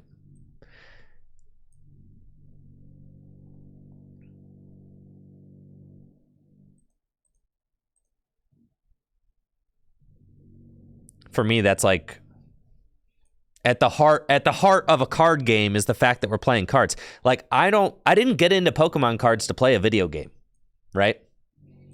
I didn't. In fact, there are just other video games out there. So I feel pretty passionately about that. I'm a purist. Yeah, I'm a little bit of a purist. I'm a little bit of an idealist. I am. I'm not interested in card games to play video games. In fact, I have other video games that I prefer to play when I want to play video games.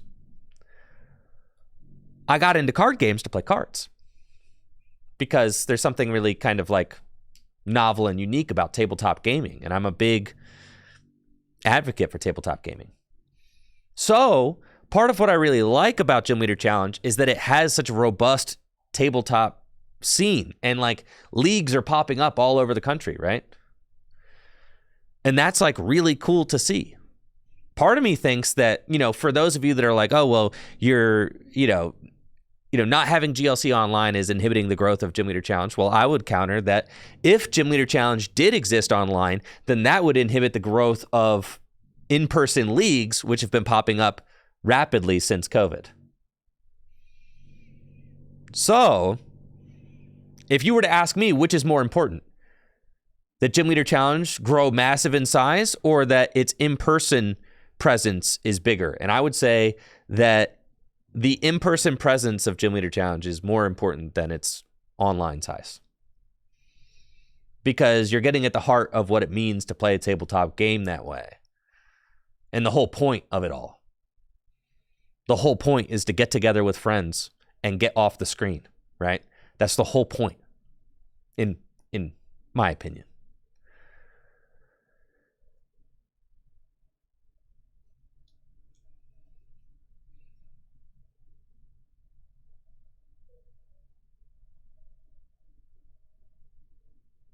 What if they have no friends? Well, it's never been a better day to make some. It's never been a better day to make some friends.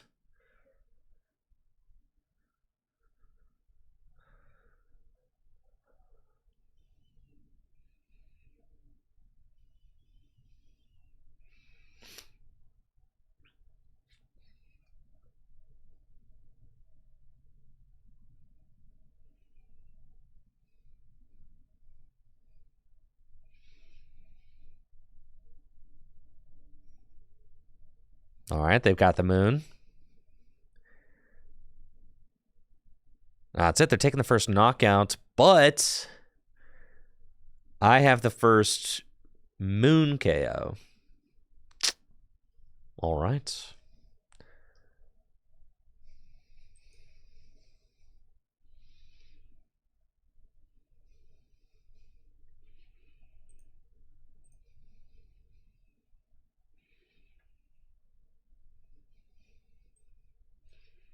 Dang. Just 3 dark patch, huh? I don't have 3 darkness energy in the discard pile. So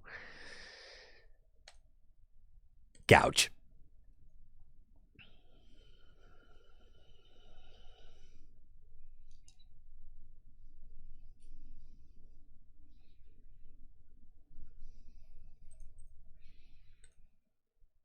I don't know. There's TCG Live and Standard, for online play. So that's great. I mean, there's an online platform that exists. Soon there's going to be Pokemon Pocket for online play.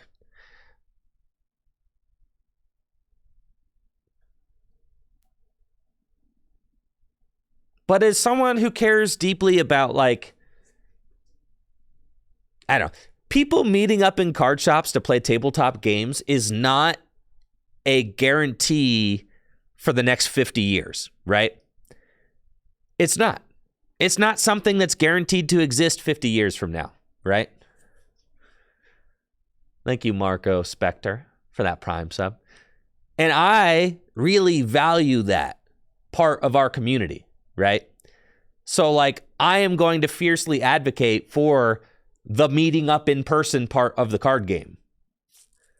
And I might mean 20 years. Sure, yeah, but it's not guaranteed, right? So I'm going to advocate for it and say there are ways to play online if you want to play online. But I like that, and you can use simulators if you want to, right? And that's cool. But I think that it's great that Gym Leader Challenges has such a robust in-person scene, partly out of necessity, right? But that necessity has gotten people to get out and have those conversations with their league leaders that they might not have. People are shy, right? People will just and people will generally just do the easiest thing, right? If people weren't pressured to have those conversations with their league leaders about starting up an in-person league, and instead they could just hang out inside all day and just play on their computer, they might just do that. But the fact that people, partly out of necessity, have felt compelled to go organize, right, I think is just a great thing. I don't think that that's crazy.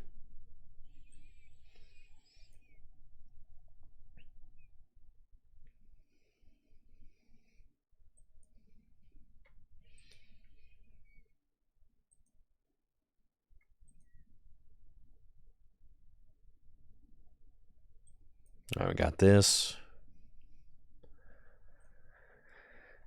It's really good. I mean, and it's catching the attention of the Pokemon Company and all that when they see the, leagues popping up, when they see, people building GLC decks and playing them at side events for regionals and all that.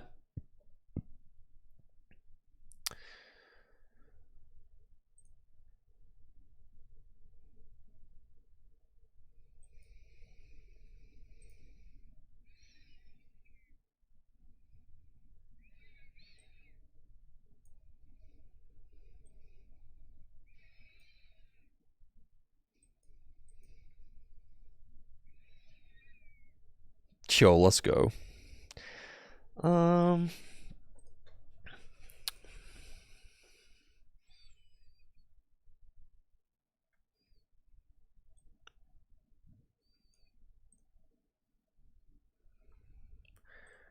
Okay, so we got 3 Dark Patch and Energy Switch in the discard pile. Let's switch cards. Pokemon Catcher.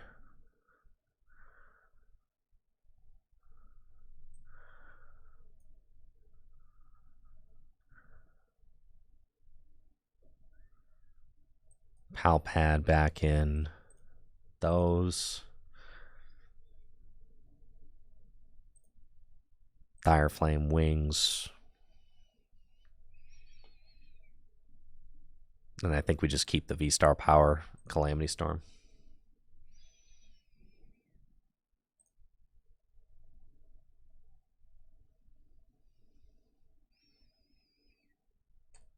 Nick says I might feel differently if I didn't live in this area. I know, but I moved here. I moved here because I made all my friends playing cards here. So yeah.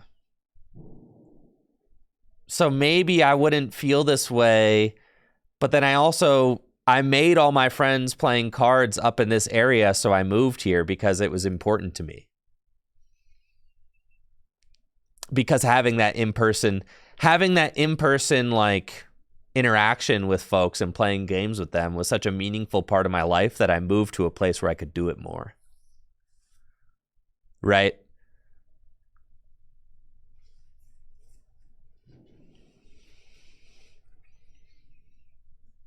Because it was such a big part of my life.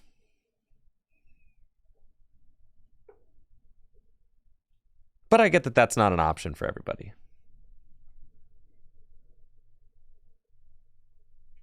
I do also look at like Japan, they don't have an online client. I look at that and I'm like, dang, they got it going on over there, you know?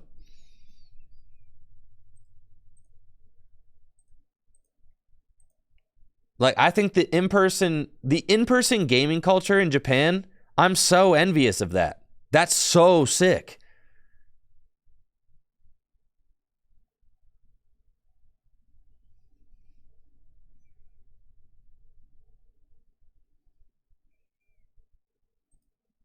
Yeah, I know Japan has a different culture than we do. But I envy it. I mean, I envy it in some way. In some ways, I envy it, though. Right? The culture of, like, meeting up and playing games is so cool.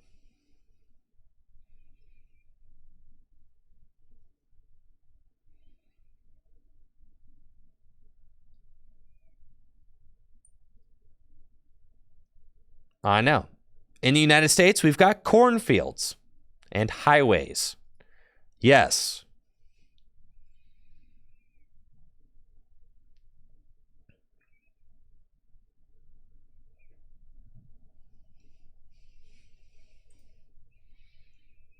And we have poor public transportation, and we have, a rail system that's extremely underinvested in and underutilized, probably because of lobbyists making sure that we continue to spend money on cars and gasoline.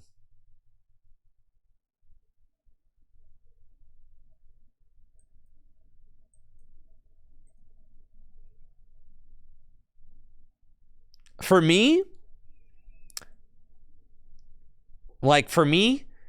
TCG Live isn't a good enough game. Like, I wouldn't have fallen in love with this, right?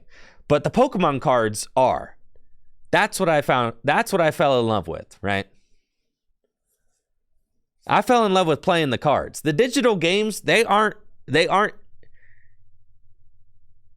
it for me. The digital games aren't it.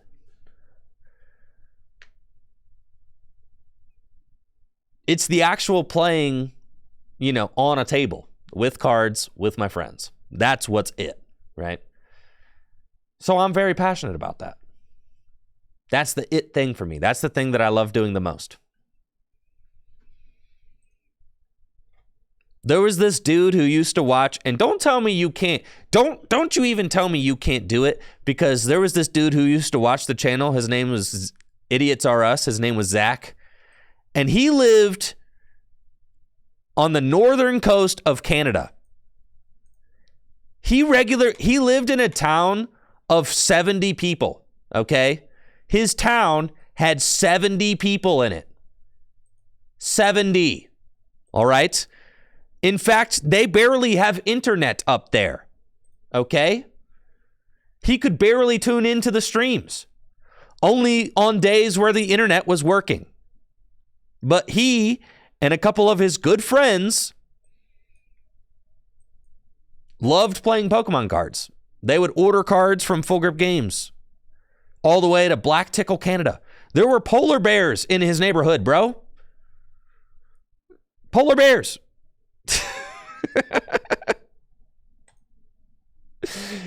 But he had a great time playing the game with his friends in his town of 70 people.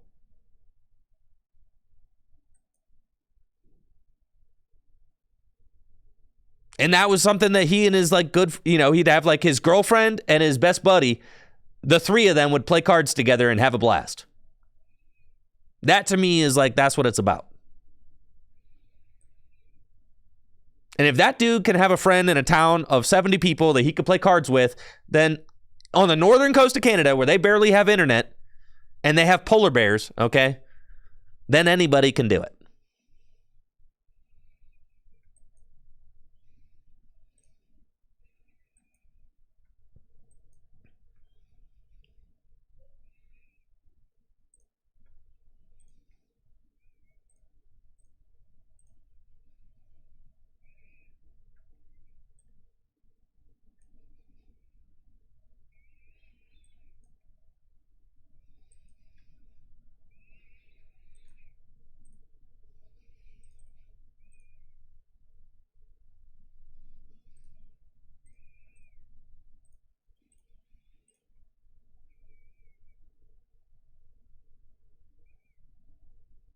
All right.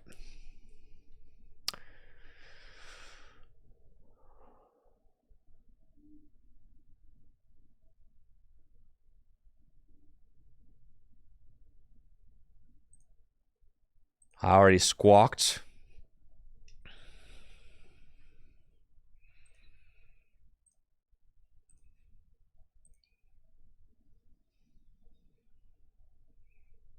Nice.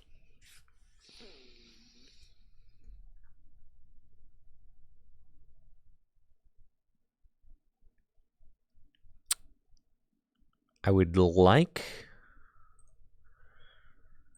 to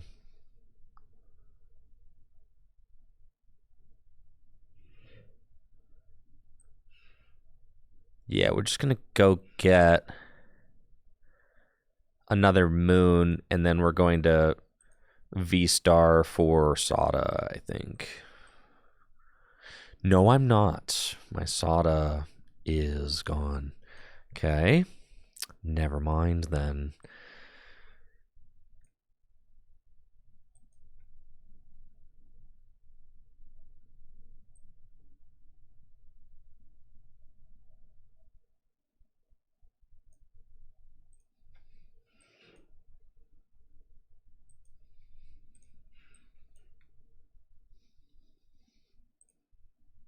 Restart. Oh, whippy. Okay. Star Alchemy for the research. There we go. Cool.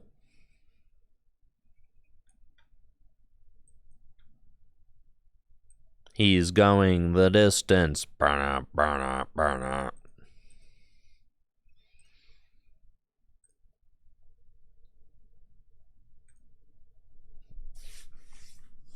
And I'm glad that the online exists so that people can learn the game. I mean, that to me is it like that.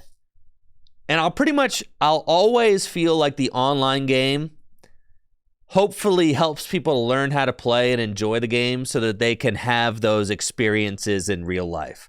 That's always my hope. My hope is that the online game serves as like a means to get people to, build those relationships, meet people in real life, all of that.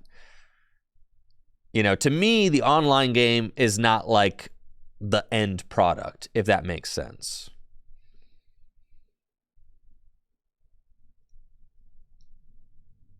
Yeah, exactly. Yeah, Ninja. Yeah, the online game help you prepare for.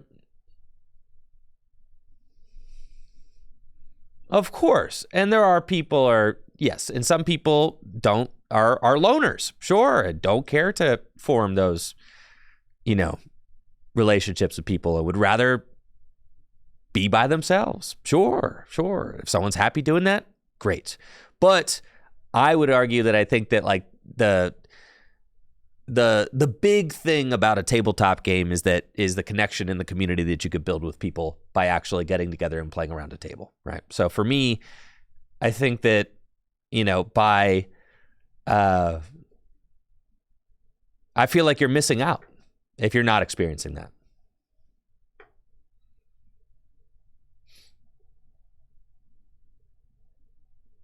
Right? The online, honestly, the online game is just a shadow of the whole experience.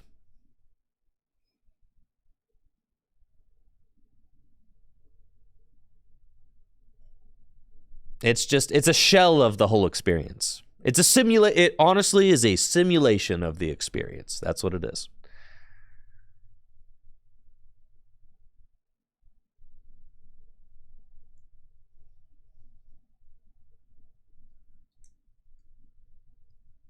Why did they do that?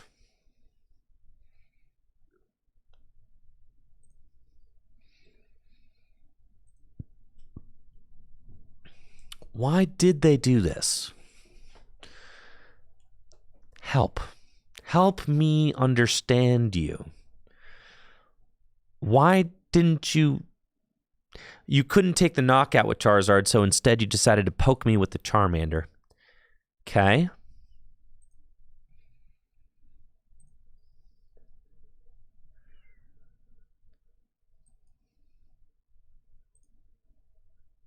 That's what you thought. You thought I couldn't gouge. Watch me gouge, bro.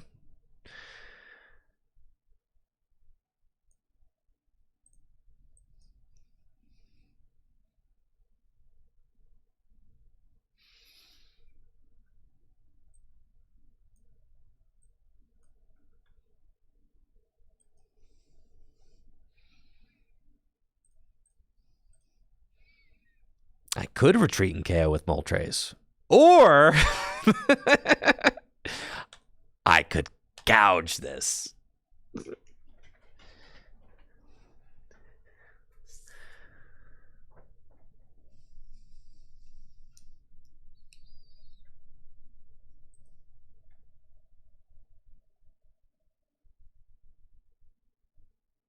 Yeah, there you go. Nerdy Pops, yes, 100%.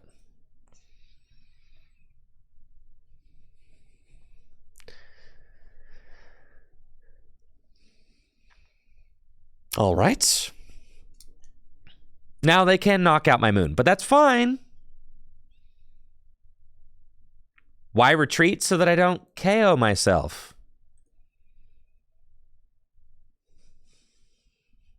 Because if I gouge with this one, I die.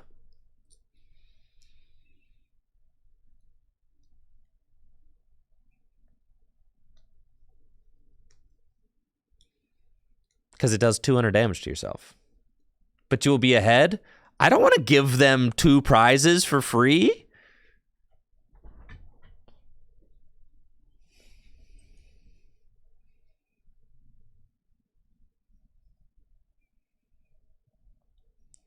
Okay. Morpeko is down.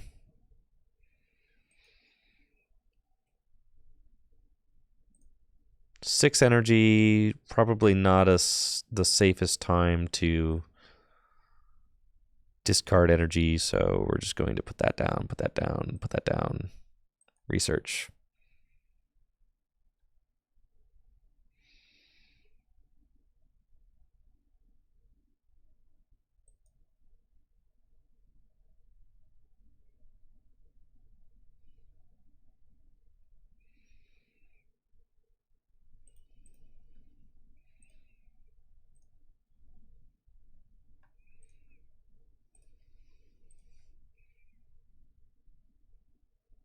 Cool.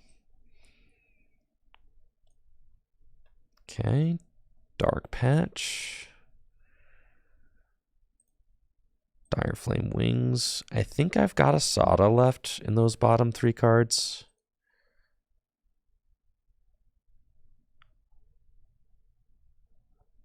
All my energy switch. I play 4 energy switch? I'm supposed to only be playing 3. Whoopsies. I wonder what I'm missing. Huh. Anyways, if they come up with Charizard next turn, I cannot KO it.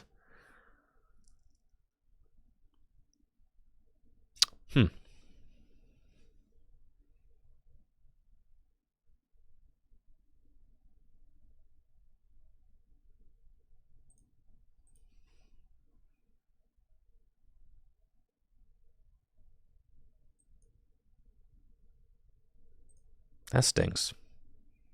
Yeah, I'm going to be out of... thank you, Sonny, for those 5 gifted subs. Get some hype going for Sonny TCG in the chat. Thank you, Sonny. I'm out of juice. Totally out of juice. Yeah, that's unfortunate. Yo, thank you, Sonny. Hopefully you're having a good one. Appreciate the love. Maybe they don't have Rare art in the hand. They don't have Rare art in the hand. Let's go. Nope. In fact, they got 3 Ultra Balls down, so they probably can't even draw cards with that Bibero.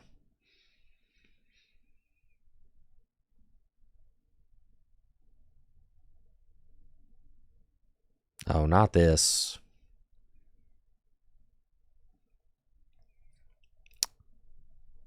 This is not good.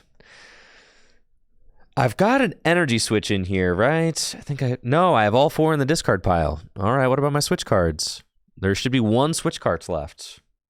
Yeah, thank you, Gazer, for the 100 bits. Yo, let's go. Appreciate you, Gazer. Thank you. Unless my switch card is prized.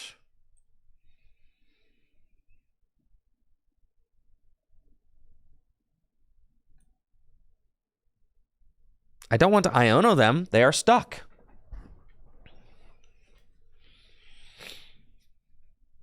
But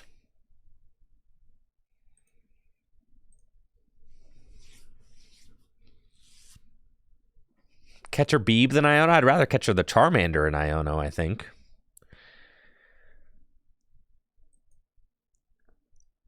Also, the switch cards might be prized. If the switch card's prized, I probably lose, so...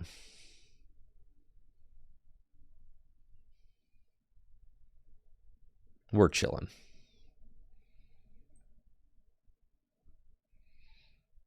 I've got a boss in my deck, so I think I just win.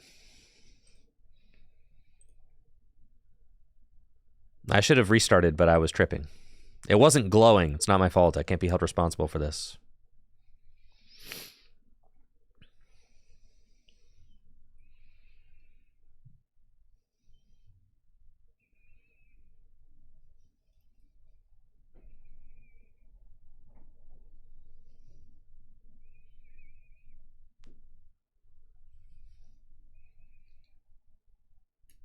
And I got the Charizard.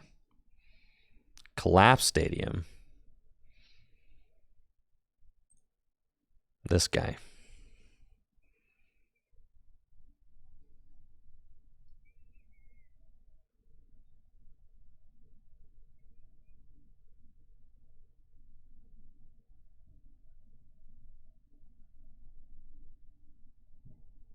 I gotta check this list. I feel like I'm 1 card off the list that I want to be at, because I think I was only planning on playing 3 Energy Switch.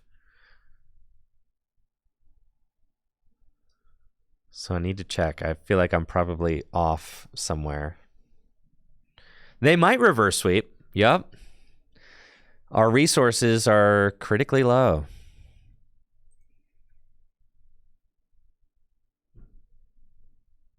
We're down everything.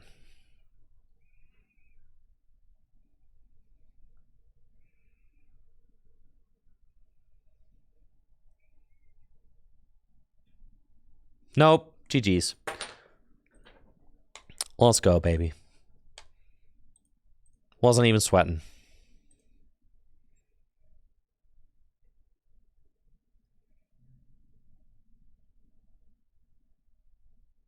Okay. What is wrong with the list? There's 9, there's 3, there's 2, there's 1, there's 1, there's 2, there's 3. There's 3, there's 3, there's 2, there's 2, there's 4. I'm missing a key card, aren't I?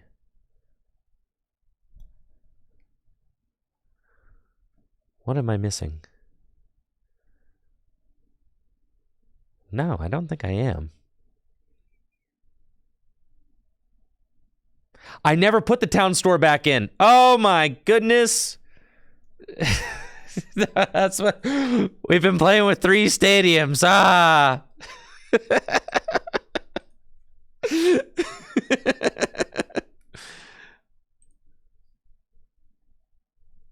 Well, that's fine.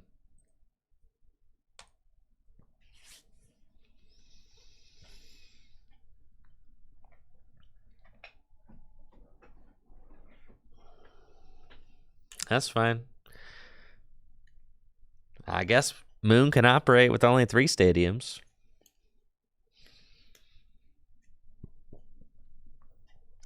I'm just playing all this Roaring Moon to throw people off my scent, and I'm going to show up to Vancouver with Mew VMAX. I'm just playing all this Roaring Moon to throw people off my scent. And I'm going to show up to Vancouver with... Yeah, no wonder Path was sticking before. Right, see? That's why.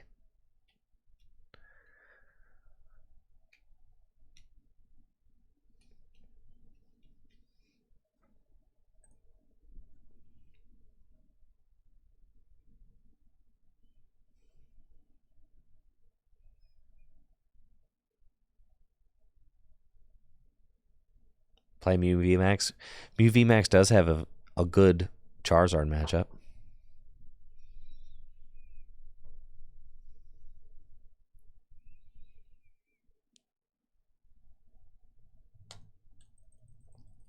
I only have 3 current standard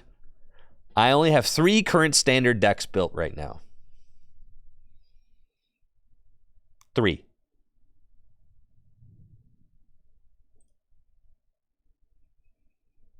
Everything else is post-rotation.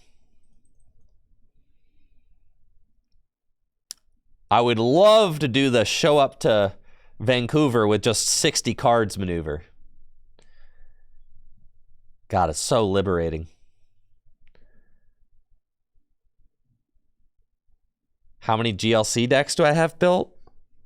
13.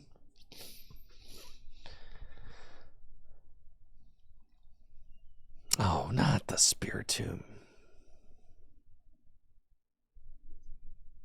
Yes, but all my other decks that I have built are post-rotation. 13 and none of them are fairy, right? Because fairy is not a supported type in the Pokemon TCG. Is no longer a type.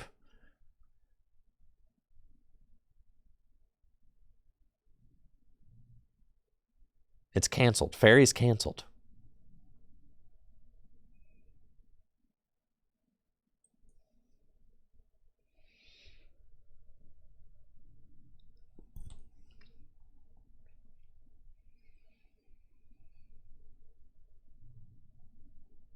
It's not the strongest opening hand.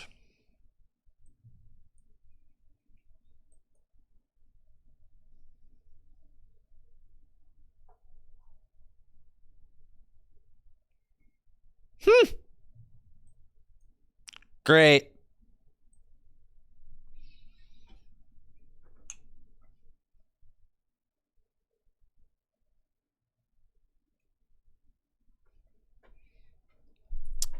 How do I put this?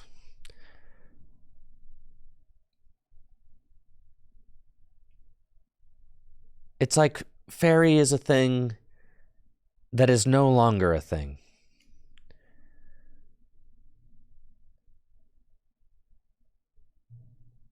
It'd be like if, you know, we were talking about expanded formats and people were like, oh, are you know, going to play your Gardevoir EX deck in expanded? No, because those cards are completely powered out. They're no longer a thing. It's not part of the format anymore.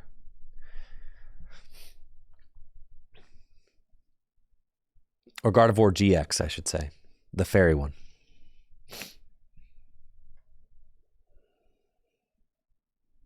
Man, really wish I could have found that Battle VIP pass last time, huh? Jesse, another cup? Jesse, have you not had enough cup?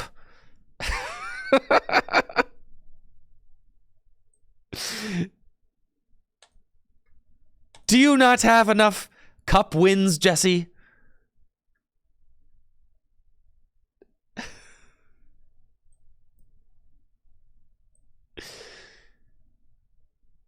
Man, this feels terrible. I think I lose. I can't even charge up this Moltres.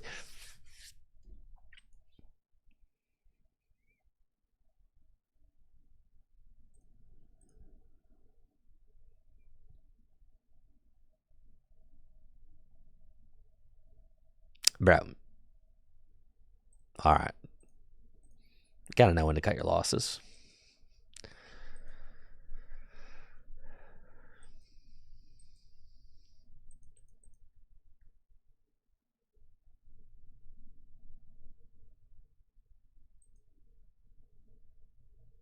Yeah, Town Store was a mistake. Should have never put that Town Store in my deck.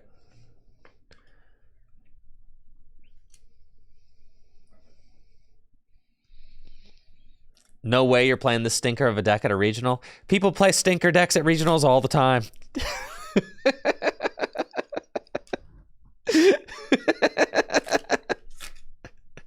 People play bad decks all the time. Every day, actually. Yeah. You'd be surprised.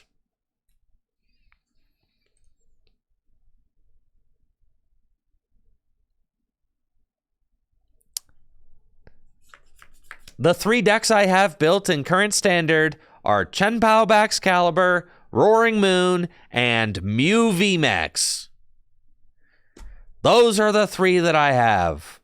Now, obviously, I have the cards and can build any of the decks. And in fact, I have like Charizard and Golden Go, and I have all those decks, but they're all post-rotation. I could just take the buddy buddies out of them, and I could play them if I wanted to.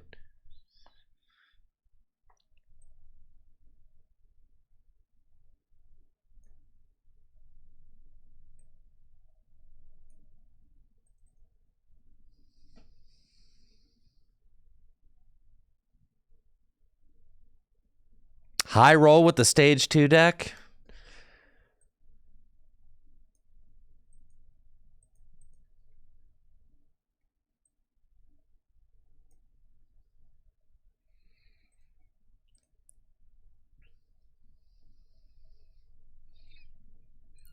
I don't know about all that.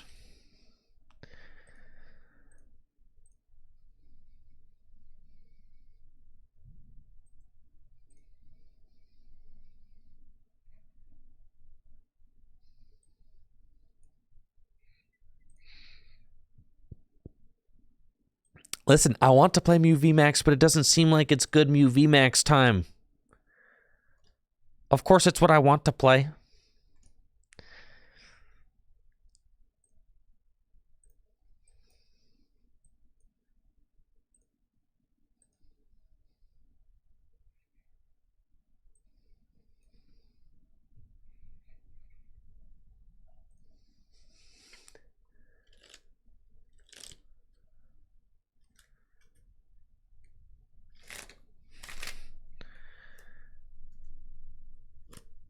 Urshifu VMAX? Nah, that's going to be too many moons out there for Urshifu VMAX. Look at... people got the Spiritombs in their Tina decks. I tried Mew last time. It was a terrible event to play Mew. Listen, I want to play Mew. I want it so bad. I just want to play Mew VMAX. That's all I want to play. I don't want to play anything else. But last time I played Mew VMAX, it was just Spiritombs everywhere.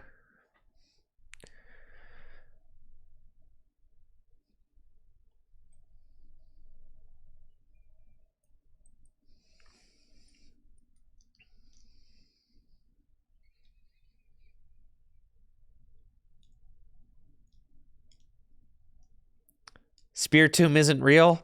Tell that to every Tina deck I played at the last regional that had it in there.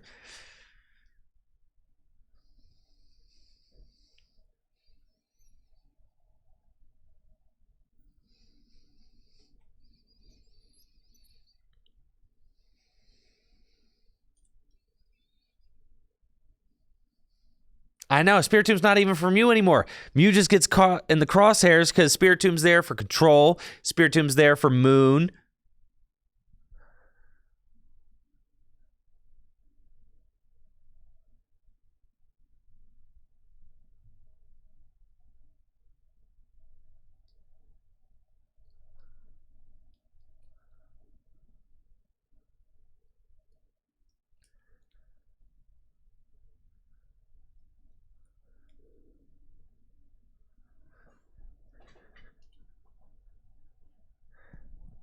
Derek, I'm not blaming bad RNG. I'm saying it was a bad time to play Mew at the last event.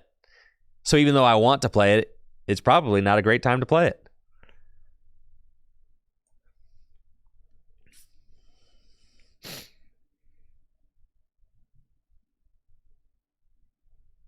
But maybe it is.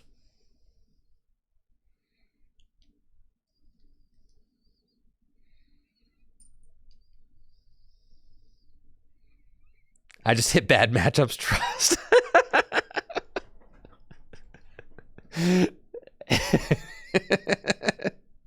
Didn't you say don't blame my bad RNG?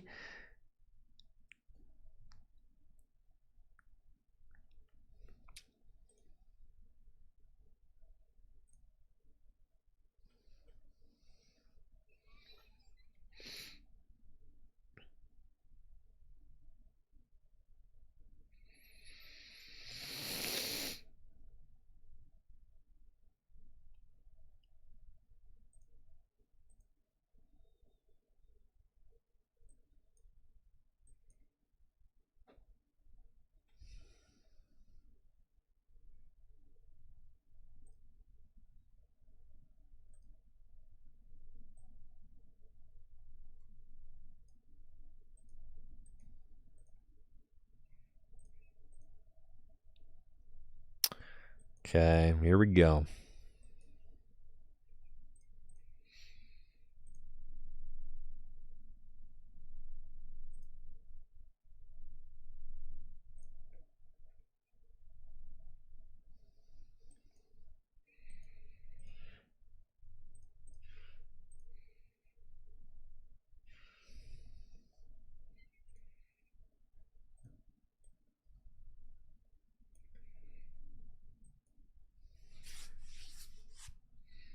All right, it's pretty good.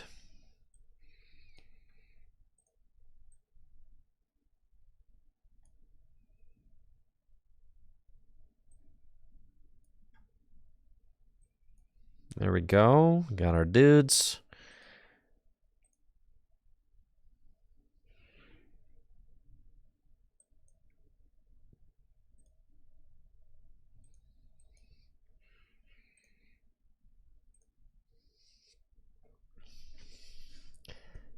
Soda King, how do you blame the TCG Live Shuffler for RNG that you get in real life? How does that work?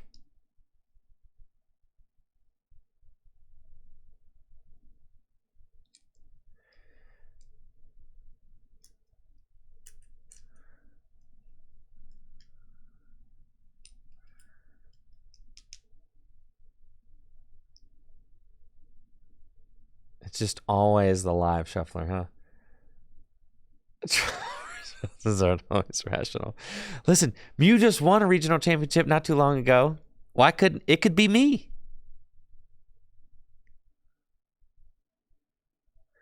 All right, why don't I just play Gardevoir? Gardevoir seems like the most broken deck.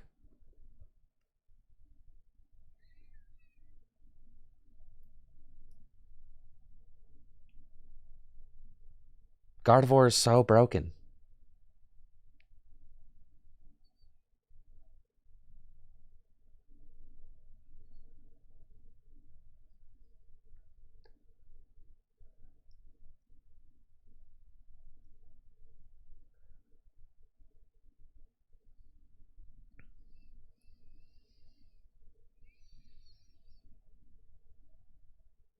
Escape rope. You can have my Greninja.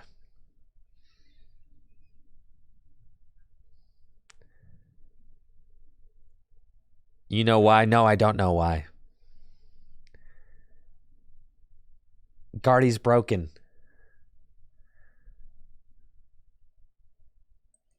They got 3 prizes left. Oh, we win this. It's over for you. Just gotta have Gust at the end of the game. That's it. I own them to 3 knockouts. Pretty smooth sailing. I've only got 1 dark patch in the discard pile. Oh, yeah.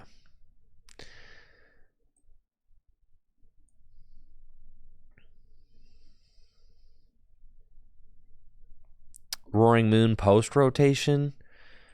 Roaring Moon isn't the best post rotation, unfortunately. No! No! No! Not like this, bro. No. Why'd you discard both my boss? What are the odds? All right. It's fine.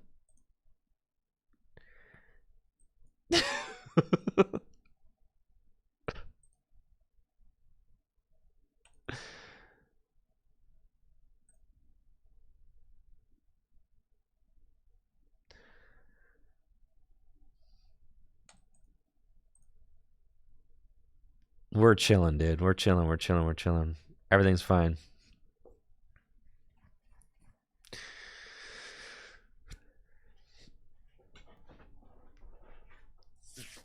Man, would have just top decked a boss here. Probably just don't hit the stop there. I was enticed by the fact that I had more dark patches in the deck, but I didn't even need them.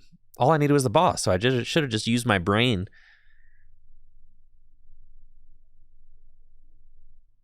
But I wasn't using my brain.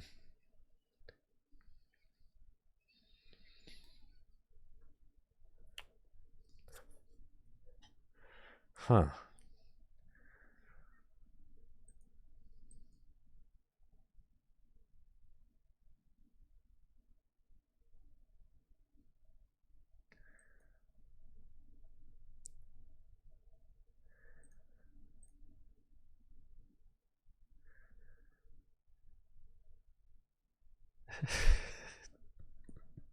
No sweat. Okay, God.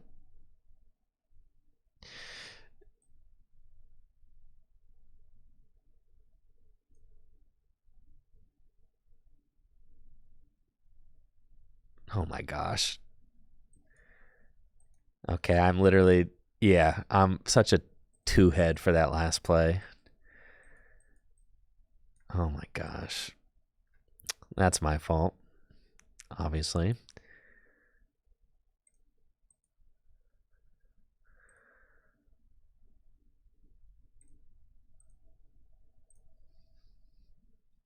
Maybe they don't have it.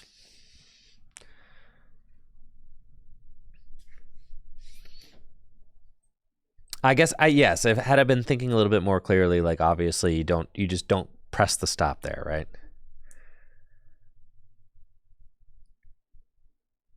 Because you know that the game-winning boss that you need is like right there at the end of the deck.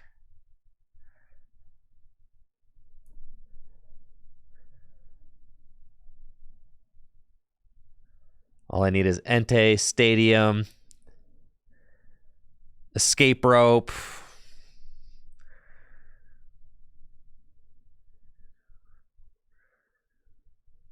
Well,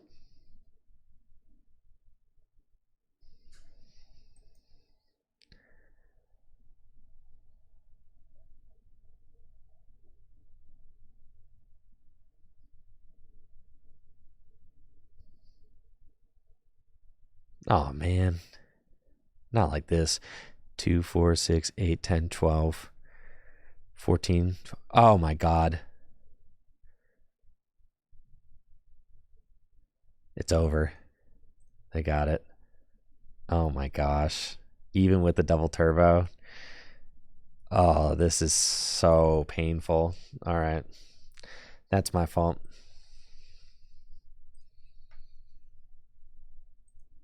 Yeah. Oh my gosh. I guess, I mean, my hand was really jammed up, right? So, like, my decision to play the stop, and I was like, maybe I can find some cards that can help loosen my hand up so that I can draw into the game-winning boss, but then I just ended up discarding both boss, which is, like, obviously terrible.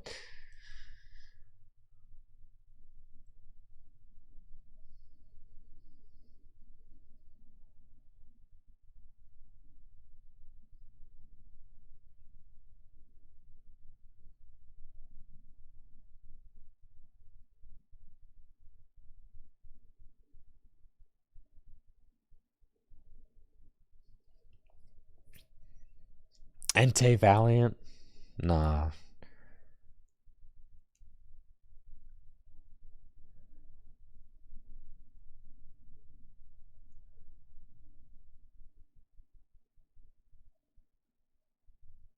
Dang, dude.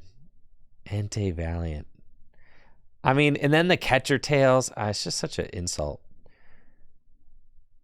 It feels so bad. That's why I do like the 2 boss in the deck.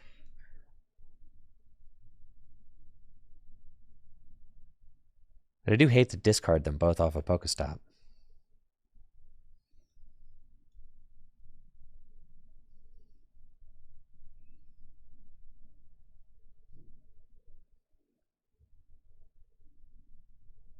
I think you got to play the 2 box of Disaster. And I mean, that's the thing, though, too, is like my favorite version of Mew to play is Double Turbo Mew, not Fusion Mew. So, like, I don't know that it's a great time to play Double Turbo Mew. I don't know that it's ever been a great time to play Double Turbo Mew.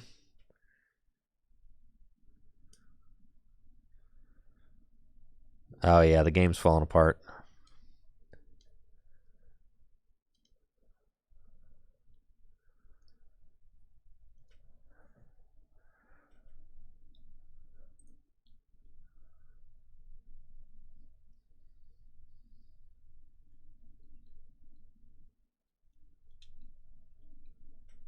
I could play Miraidon. But man, I mean, my buddy Joe was playing Miraidon in our testing over the weekend, and that deck is so bad against Charizard. And just like there's no hand disruption. And at least in the Peony builds.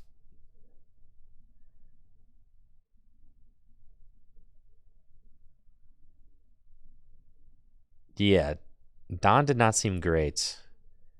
It's cool. Let's just redeem that L with a nice, good old-fashioned donk, and then we're so back, you know?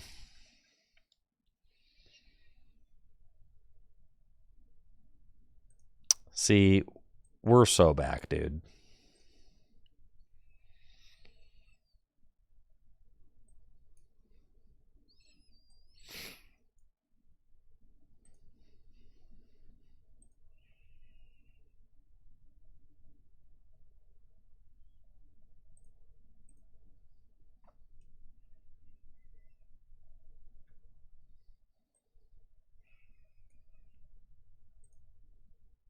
Let's go.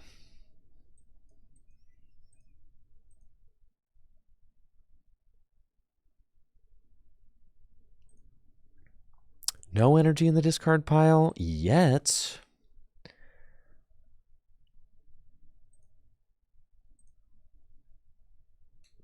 I don't love Charizard.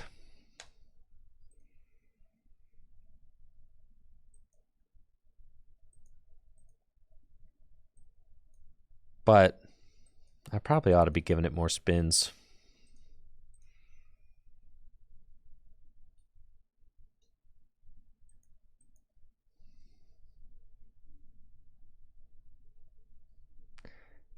Yeah, JD, I think the Don has not felt like the move.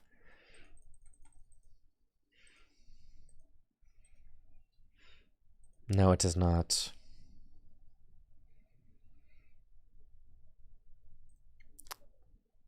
Baxcalibur, Seapow. 2 cross switchers can't be it, right?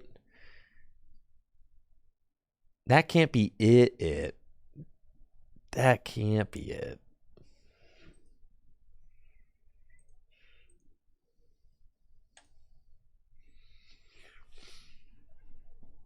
Any hope for Miraidon post-rotation? I just don't think so.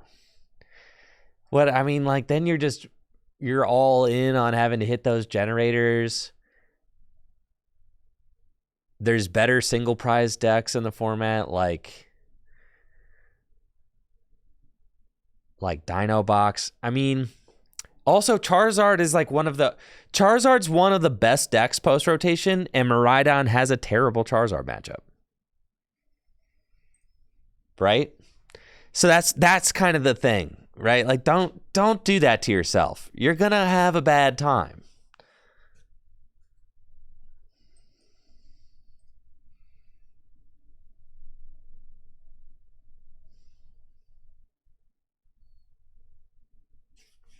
I got to say, playing Chen Pao, if the deck just operates for you, I mean, that feels pretty good, right?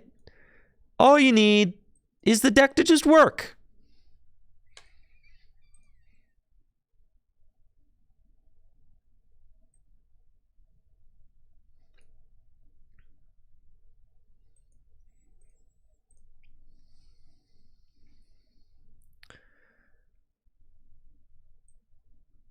Broken deck.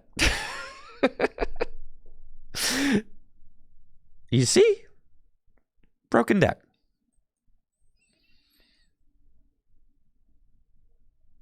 Like, what if I can rod the hands back in? I don't actually think I want to get anything else. Yeah, no.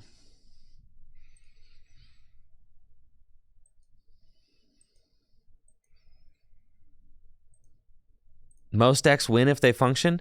Well, is that really what standards boil down to? Is like if your deck sets up, you win, and if your opponent's deck sets up, they win? I mean, I guess so, huh?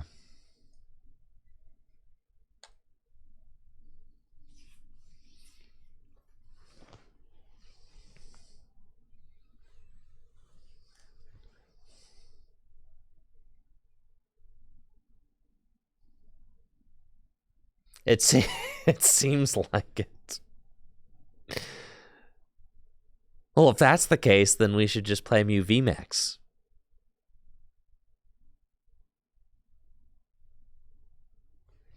Yes, the Battle VIP Pass situation is pretty atrocious in Standard right now, yes.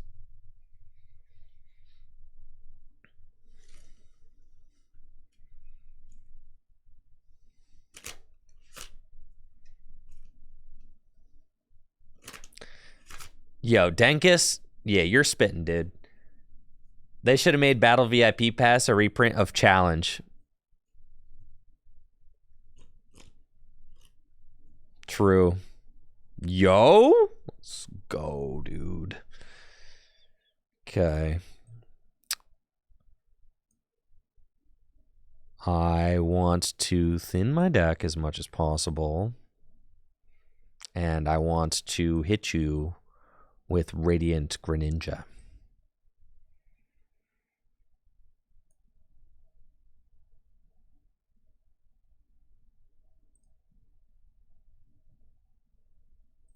That would be nice.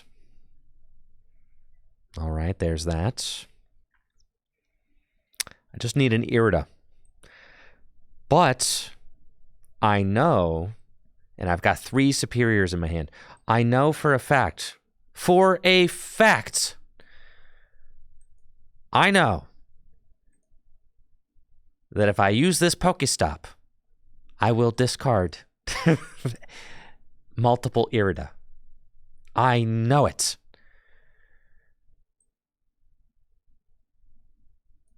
I know it to be true in my heart.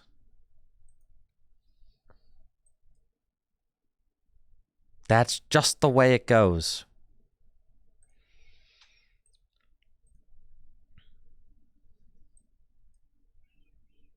Okay, incisors for 2. See? I told you.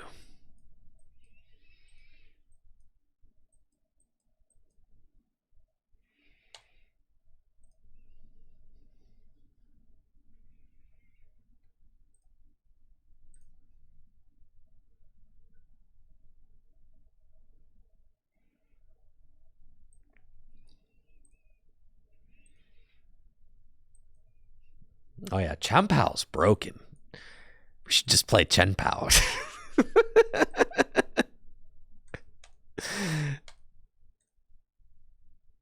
Oh yeah, I could be a Chen Pao gamer. Sure. Full circle.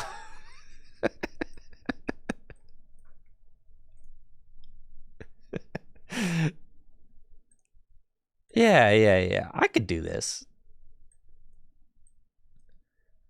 Look at me.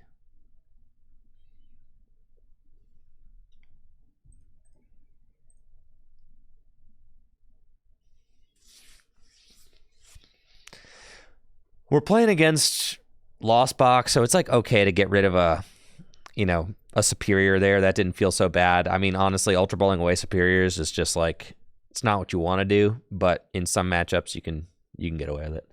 You do play multiple rod, and it's all good.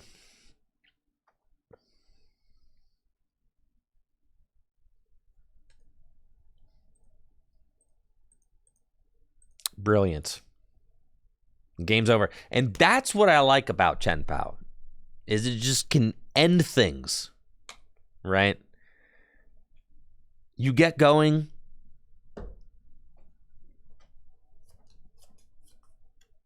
it's lights out.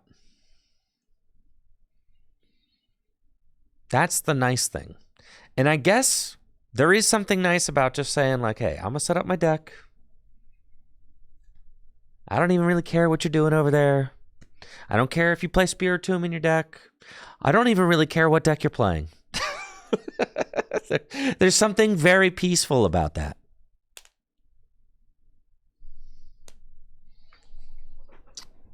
Because Chien Pao doesn't really care what the opponent's playing.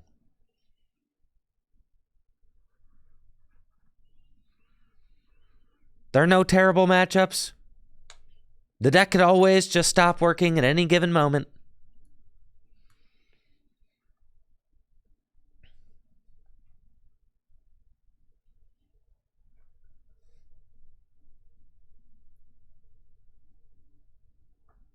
I do feel like Guardy with the Averys is not even, I mean, Chien Pao can just get destroyed by that. But if you go quick Iron Hands, they're probably wrecked.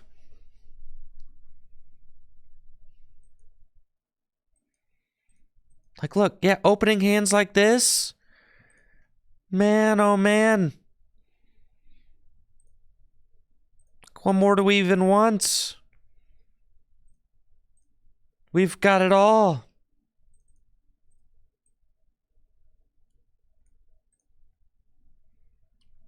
My Hans is prized.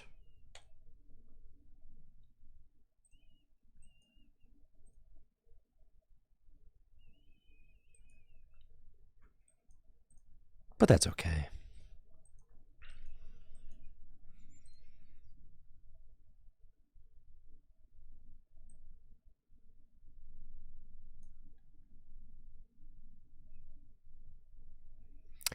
What do you say, Pow heads? Do you just slam that stop there? I don't really feel like we do. I feel like we just wait.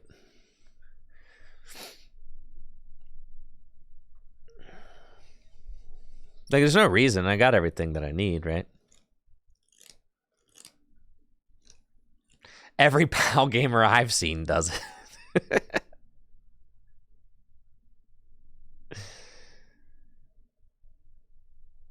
Second battle VIP pass off the stop.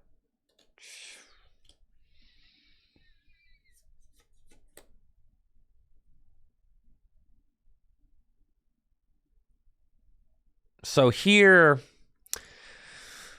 in an ideal world, we go, we want to initiate the trade, take out the Rotom. That would be sweet.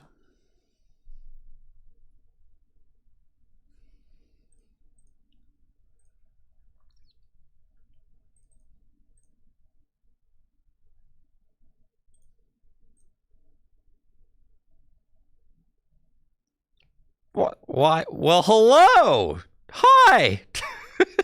Wow. Man, that's crazy. What's up? Okay. Do you actually just like not? No, because they could gust up and knock out your Baxcalibur, right? So I prized the hands, but I could just go get the hands. Yeah. So we go get that with the, yeah. Cool. We get Hisuian Heavy Ball and probably a Nest Ball.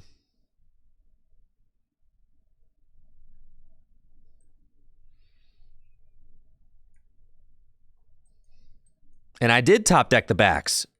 Yes. Everybody out there saying that I should have slammed the stop. No way, Jose. So we go get the hands.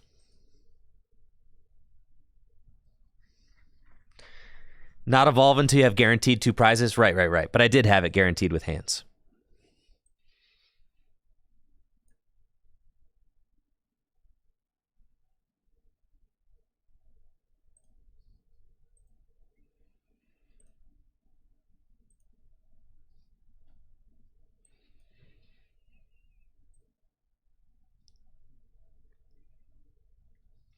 Okay, and then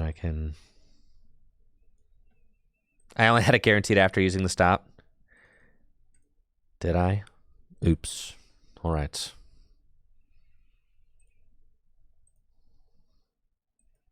Okay, I think I have a backs in the discard pile. I do. 5 energy there. This is fine. Get rid of these. And I think I'm just trying to protect my board, right? In case my opponent like knocks out my back's caliber or wants to do something cheeky.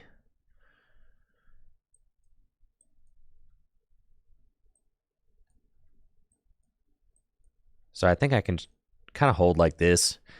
That way, like if they bring up Charizard, knock out my back's caliber, I just promote Chien-Pao and I still got the knockout no matter what. So we'll do that.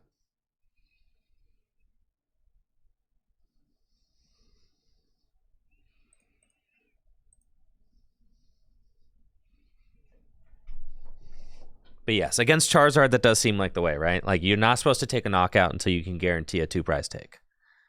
So that makes sense. Because they can't do anything. And you probably shouldn't evolve into Back's Caliber then either. Yes, don't evolve into Back's Caliber until you can guarantee a 2 prize take. That makes sense. Right? Because you just need to initiate the 2-4-6 trade.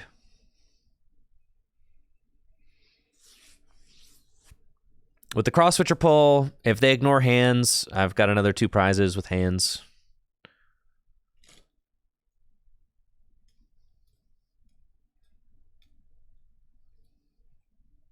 But yes, I think Rigsy, you're right. That does make sense. You know, Charizard has a very capped damage output early on in the game. It is, I mean, it's 180. 190 with Vitality Band. And they don't really have a way to, like, you know, if they swing 190 into a Chien-Pao, like, they don't have a way to...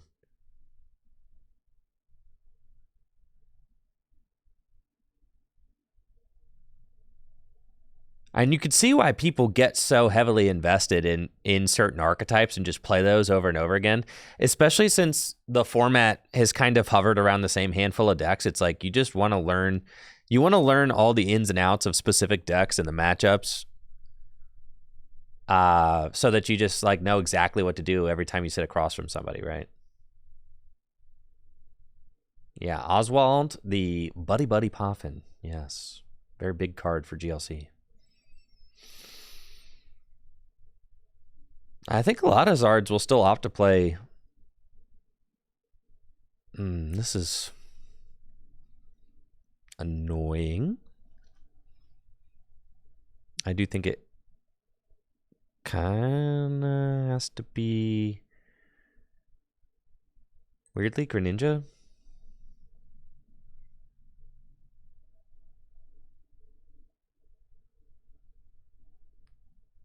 All right, they swing for 240. Okay. I would really like to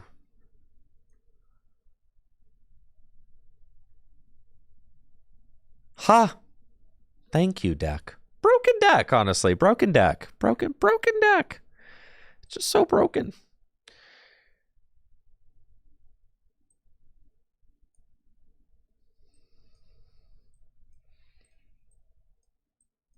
Just want to go set up my Bibero. That's it.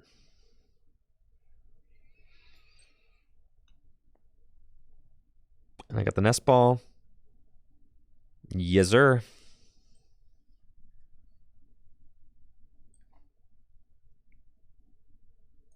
Okay, so we're just going here. I don't even need the cross switcher. I mean, I guess I do. Yeah. Yep, we do. Okay. So get rid of that. No, I discarded a Bax earlier in the game. So.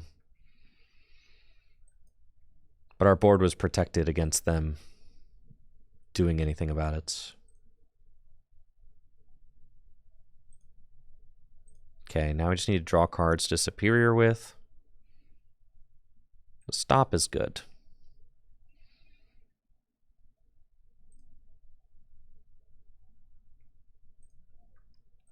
And I can do this thing where I rod and then Shivery Chill, which is fun, but I'll do that after the stop. Cool. Okay. And then we want to rod back in the Bax Caliber.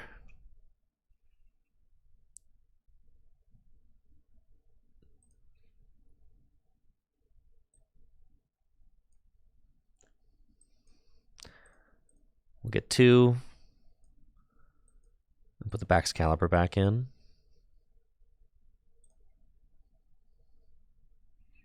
And then Shivery Chill, just increase cards in hands. And then Superior. And get all these. And then just blast this thing and say, okay, all right.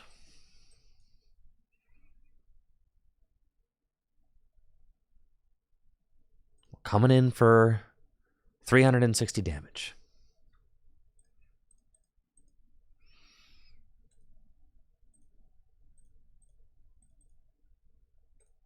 Skadoosh.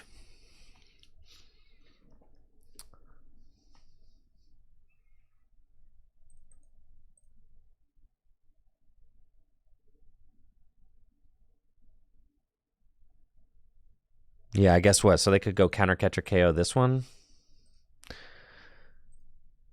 I've got 2. The Bieberell, I guess, makes sense, right? Because then I'm just bodied. Whew! Yikes. So I need a Superior. This feels bad.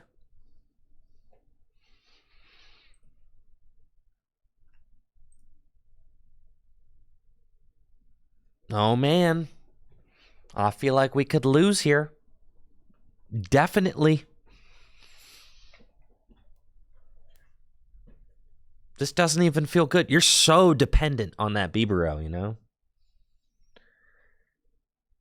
Well, every time I've played against, I mean, because I've played a significant amount of Gardevoir versus Chien Pao, and it's the same way. You're always trying to just like limit their bench, knock out their guy, right? Limit bench, knock out guy. And then like eventually something sticks. And if I find Superior, it's instant win on Superior find. But okay, so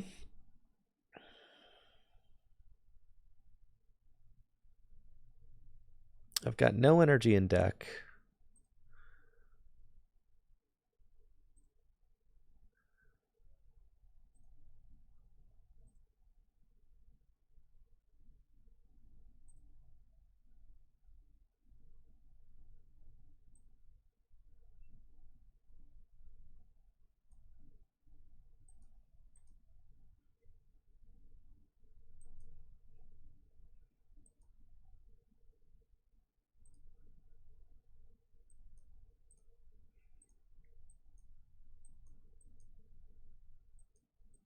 It's not great.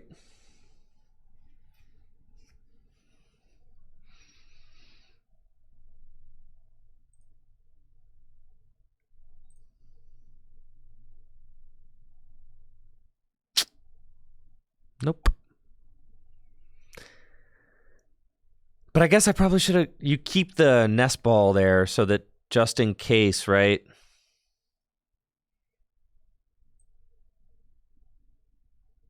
Yeah.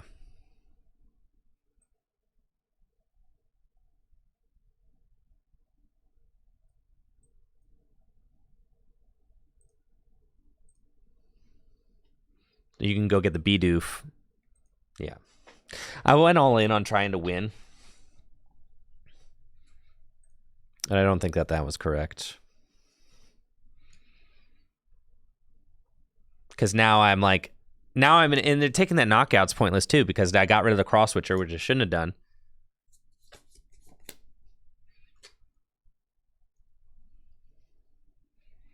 And now I'm in a situation where I have basically no win con, right? So I think I had to, like, you keep your chill.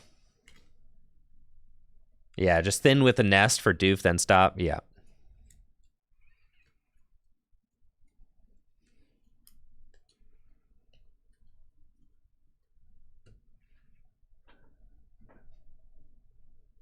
It feels like Charizard's able to play this matchup in the same way that Gardevoir does.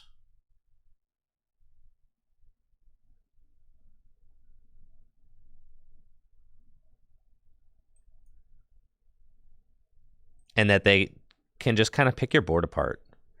Which doesn't feel great. Especially with like counter catcher and stuff like that.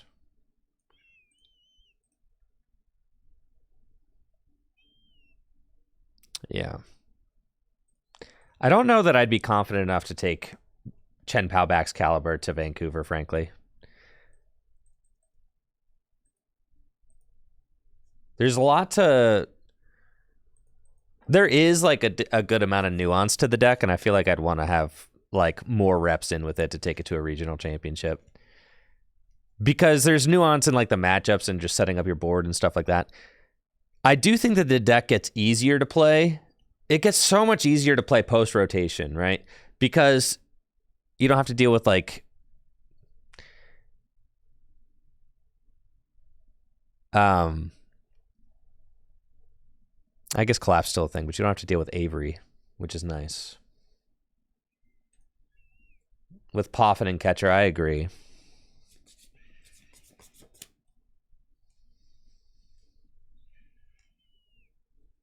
Dang, it feels so bad to be so close right there, right? Like all you needed...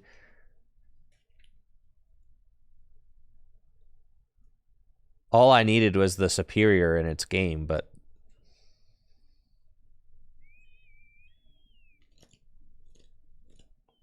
It's this deck, it just feels like it constantly wants... Sick. It feels like it constantly wants like a 5-card, you know, a full 5-card bench. And when your opponent like disrupts that with like Avery or Collapsed, it feels so bad.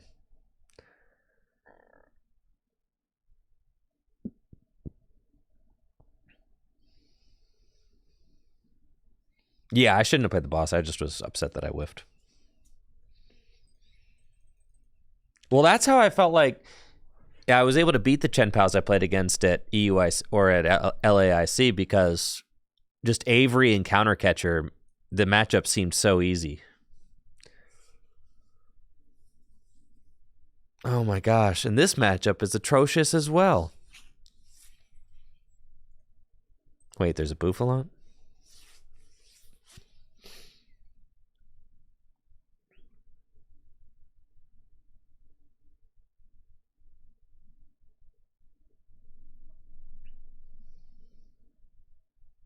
We're chilling. We can beat this.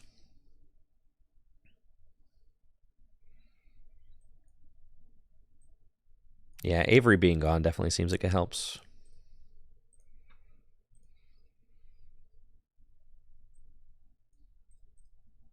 At least they can't airy my superiors away. Yet. I know the Boufflant. Yeah. I guess I do. I haven't played against the Boufflant online, but I have heard about it. I think maybe I've played against this card once online.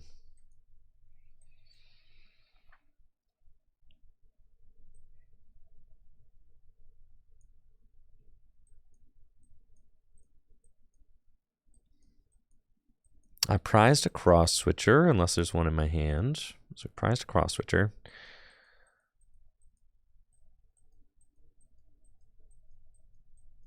And I've got my boss in the deck.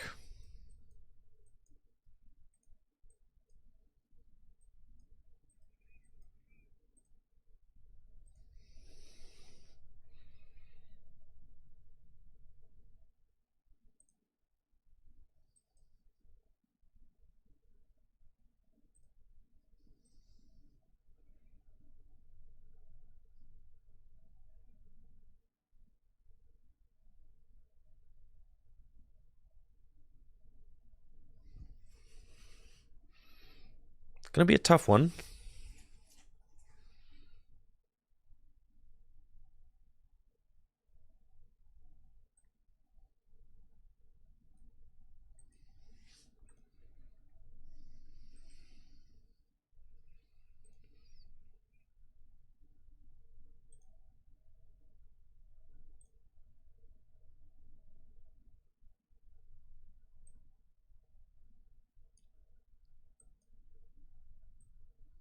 Don't really want anything else.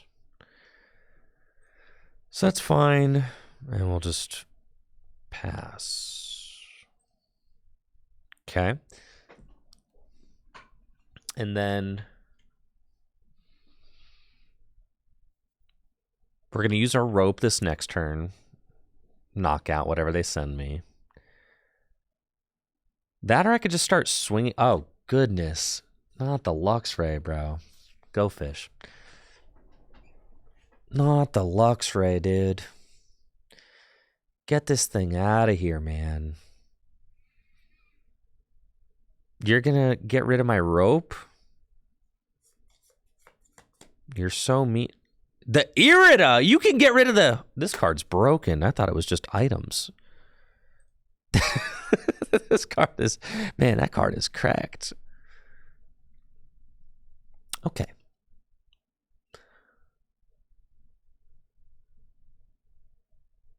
Well, that's not good.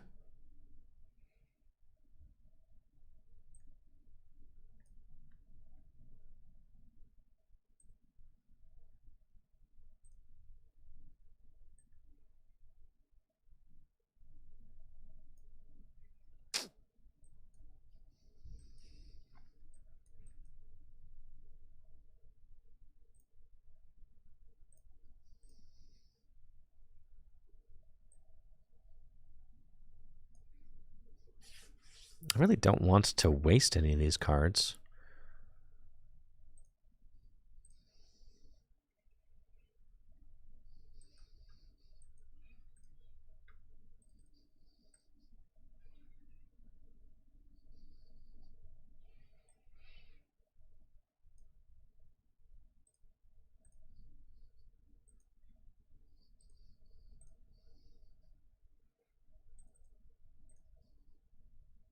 Do I never ninja the... I mean, yeah, if I could set up, maybe.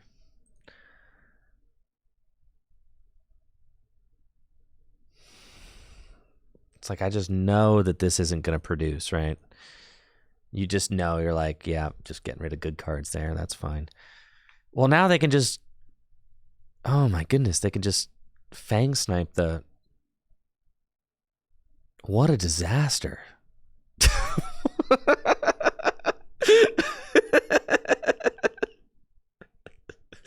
What a total disaster. This matchup is... Man.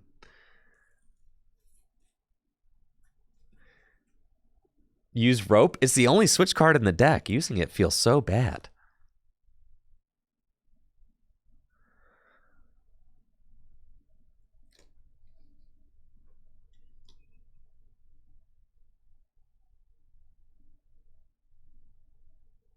The Superior.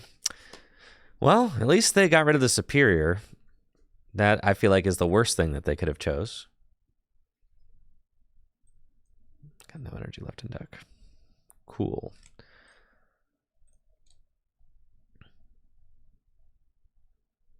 Nice. All right. The deck provideth.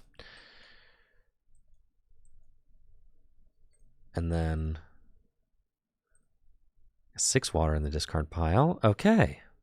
All right. Okay. I'm going to blast this thing. Fantastic.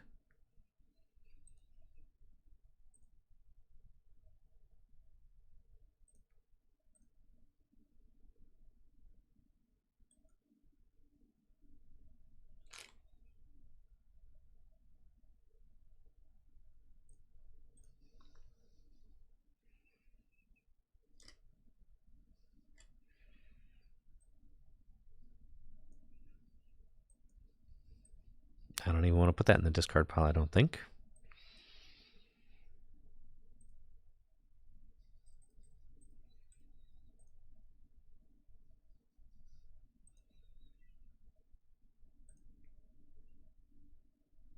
Okay.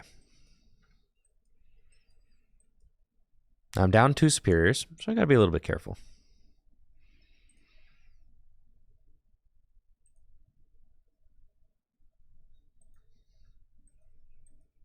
Now just imagine if you thought that was annoying. Next format, they don't even have to have Luxray in the active. They just area you for 2. Next format, they're just like, oh yeah, the superior and the rope.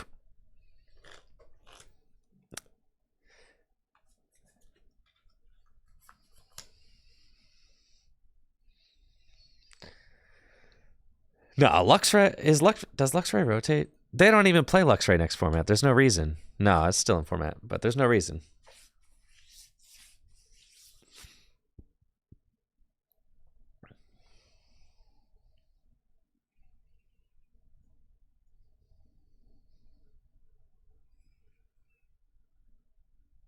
All right, here's the bird.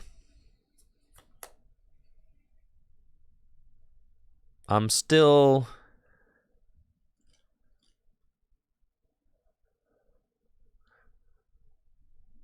prize my other. You're not gonna Fang Snipe again, right? No. All right. Just gonna get my Bieberell into the active. Okay.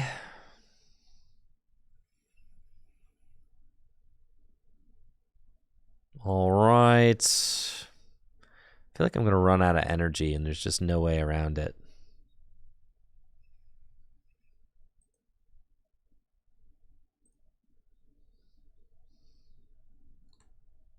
Iono. That seems like not a great play, but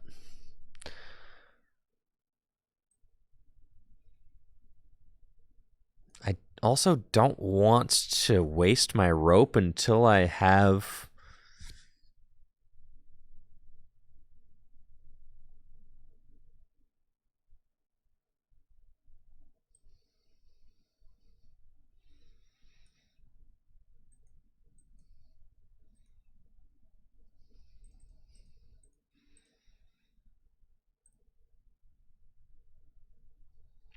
Well, I want to save the rope in my hand. I don't want to Iono because that puts the rope into my deck and the cross switcher. My opponent could discard them.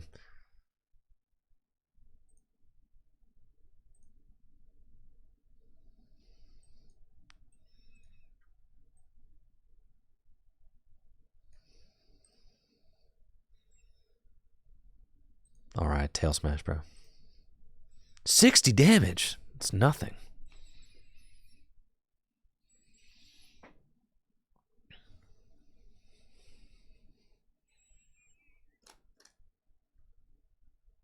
I have a boss in the deck, so I think I want to rope boss in the same turn.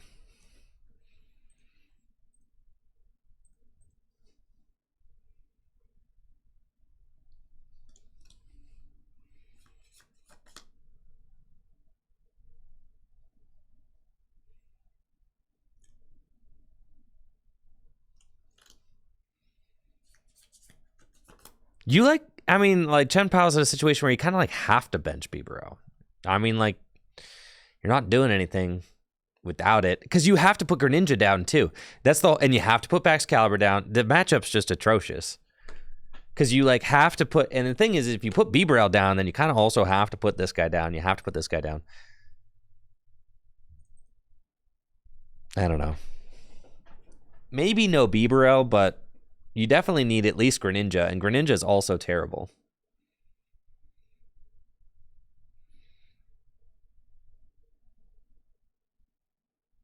Okay. So I have rope, but no boss.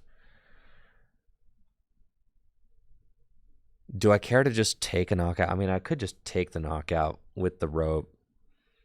But then, because I have rod in my hand, it's just not great.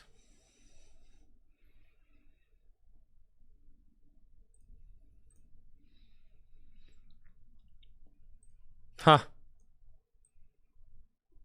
There's one superior left. There's one water in there.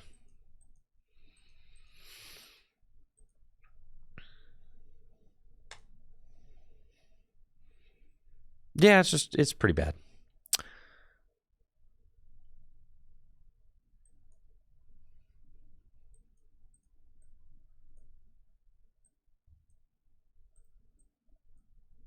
The boss is not in the deck. Okay.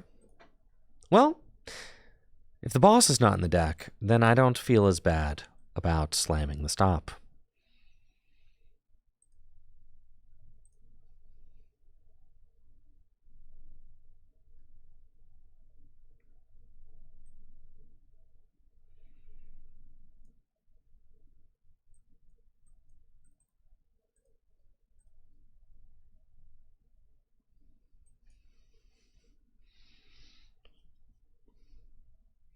Bouffalant, huh?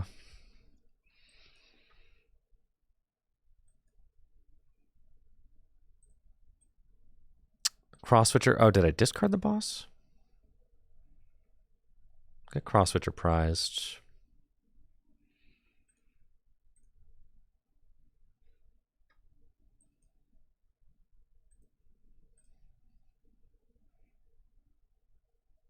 Now we have that safe, which is nice. I could also protect the superior if I'm able to get it into my hand, which would be nice. So I'll try. We do not. So now we say, okay, Mr. Control Player, please don't, you know.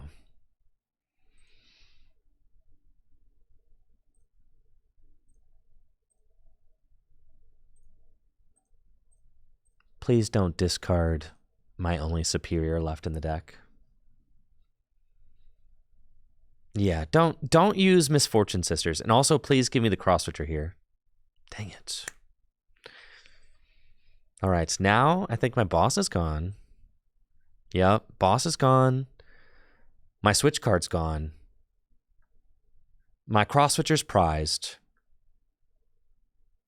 There's no hope of survival here. It is just over.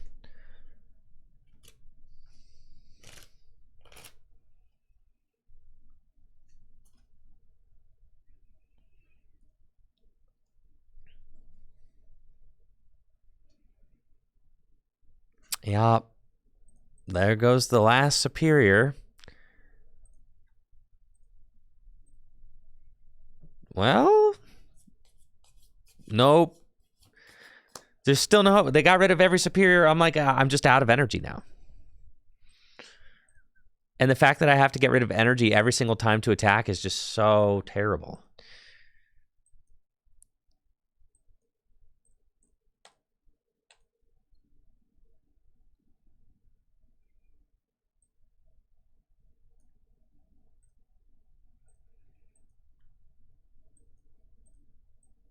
There are just 5 energy in the deck. Oh. I think I'm like 10 damage short of potentially being able to win. Is that correct? Because if I take 2 here, then that means that I could potentially take this one knockout, right? That's pretty funny. And if I take the switcher off the prize,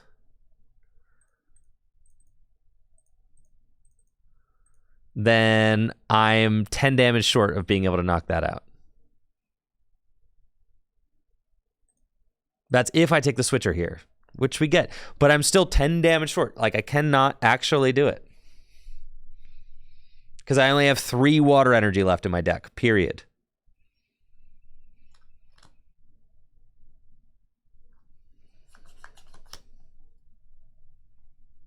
So I am maxed out at 180.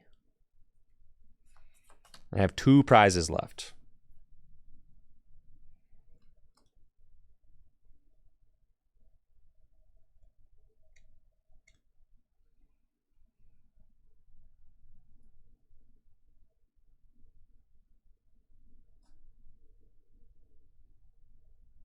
There are 3 water energy total left in the deck. All 4 superiors are down. And here they're just going to hit me with Luxray, and that's like GG's.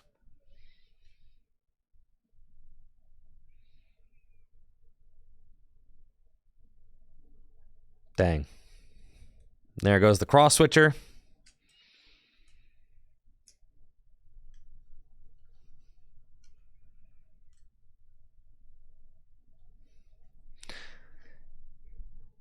And I suppose but the thing is, okay, if you open Baxcalibur and nothing else, and you say, all right, I'm just going to try and attack Baxcalibur, eventually they're going to, they're going to Erica's Invitation, or they're going to Echoing Horn you. Like, eventually they'll get you, right?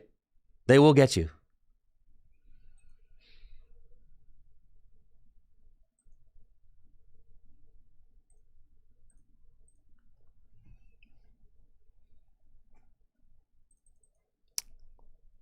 Dang, look at those tan lines.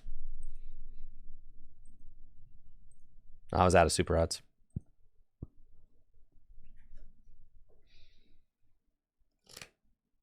All right, back to Moon. I think I'm going to save Chen Pao for post-rotation. I ain't going to worry about... I've actually had more success with Roaring Moon against Stall than I have with Chen Pao against Stall, which is pretty crazy. Honestly, yeah, and that's what I've heard Chen Pao players say, is they don't tech for the Stall matchup. You just take the L and move on. Like, there isn't actually fixing it. It is just the nature of the beast is that matchup is bad. And I don't think that there's a way to, like, adequately fix it. At least that's what I've seen, like, that's what the Chen Pao heads have said on Twitter.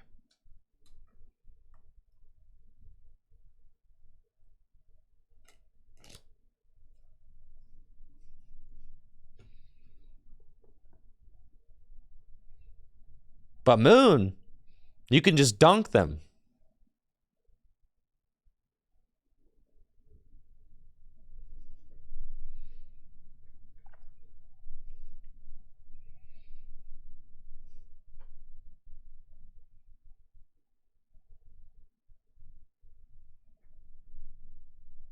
Oh, for sure, Hoagie, man. When I say a matchup's a lost cause, I mean, nothing's ever a total lost cause.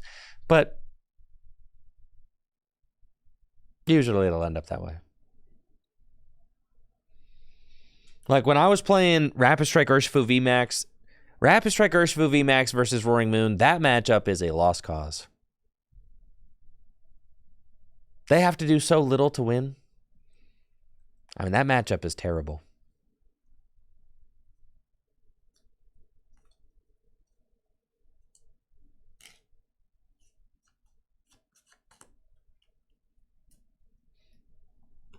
Aries good. Aries really good. The crazy thing is you could just like play Airy and win on the spot against some decks by just simply playing the supporter.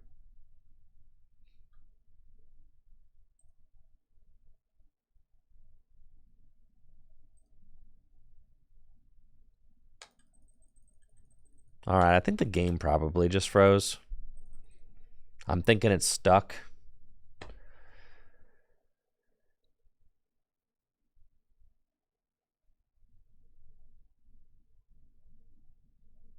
Yeah, it's looking like that's a sign anyways. So that'll be it for the stream. I'm going to be back on tomorrow. I don't know quite what I'm doing yet because it's supposed to be under maintenance tomorrow. So we'll do something. Figure it out. We'll talk Vancouver. Maybe we'll talk post-rotation lists. We'll figure out something to do. Talk about the raccoons. Yeah. But I do only have 3 days of streaming this week because I am going to be going to Vancouver on Thursday. So I'll plan on bringing my camera though. So maybe I'll get some cool like vlog style stuff from Vancouver to bring back and show you guys on YouTube. But anyways, thank you for the wonderful stream. We had lots of gifts and things like that, and I'm very thankful for that. So thank you guys so much for the gifted subs, the bits, all of that, for the hangs. I know I won't get to play GLC this week, which is so sad. I'm gonna miss it. But yeah, so we'll be back tomorrow, and I'll update you on the critters in the attic situation. Let you know what they are. You'll have a good one. I'll see you tomorrow.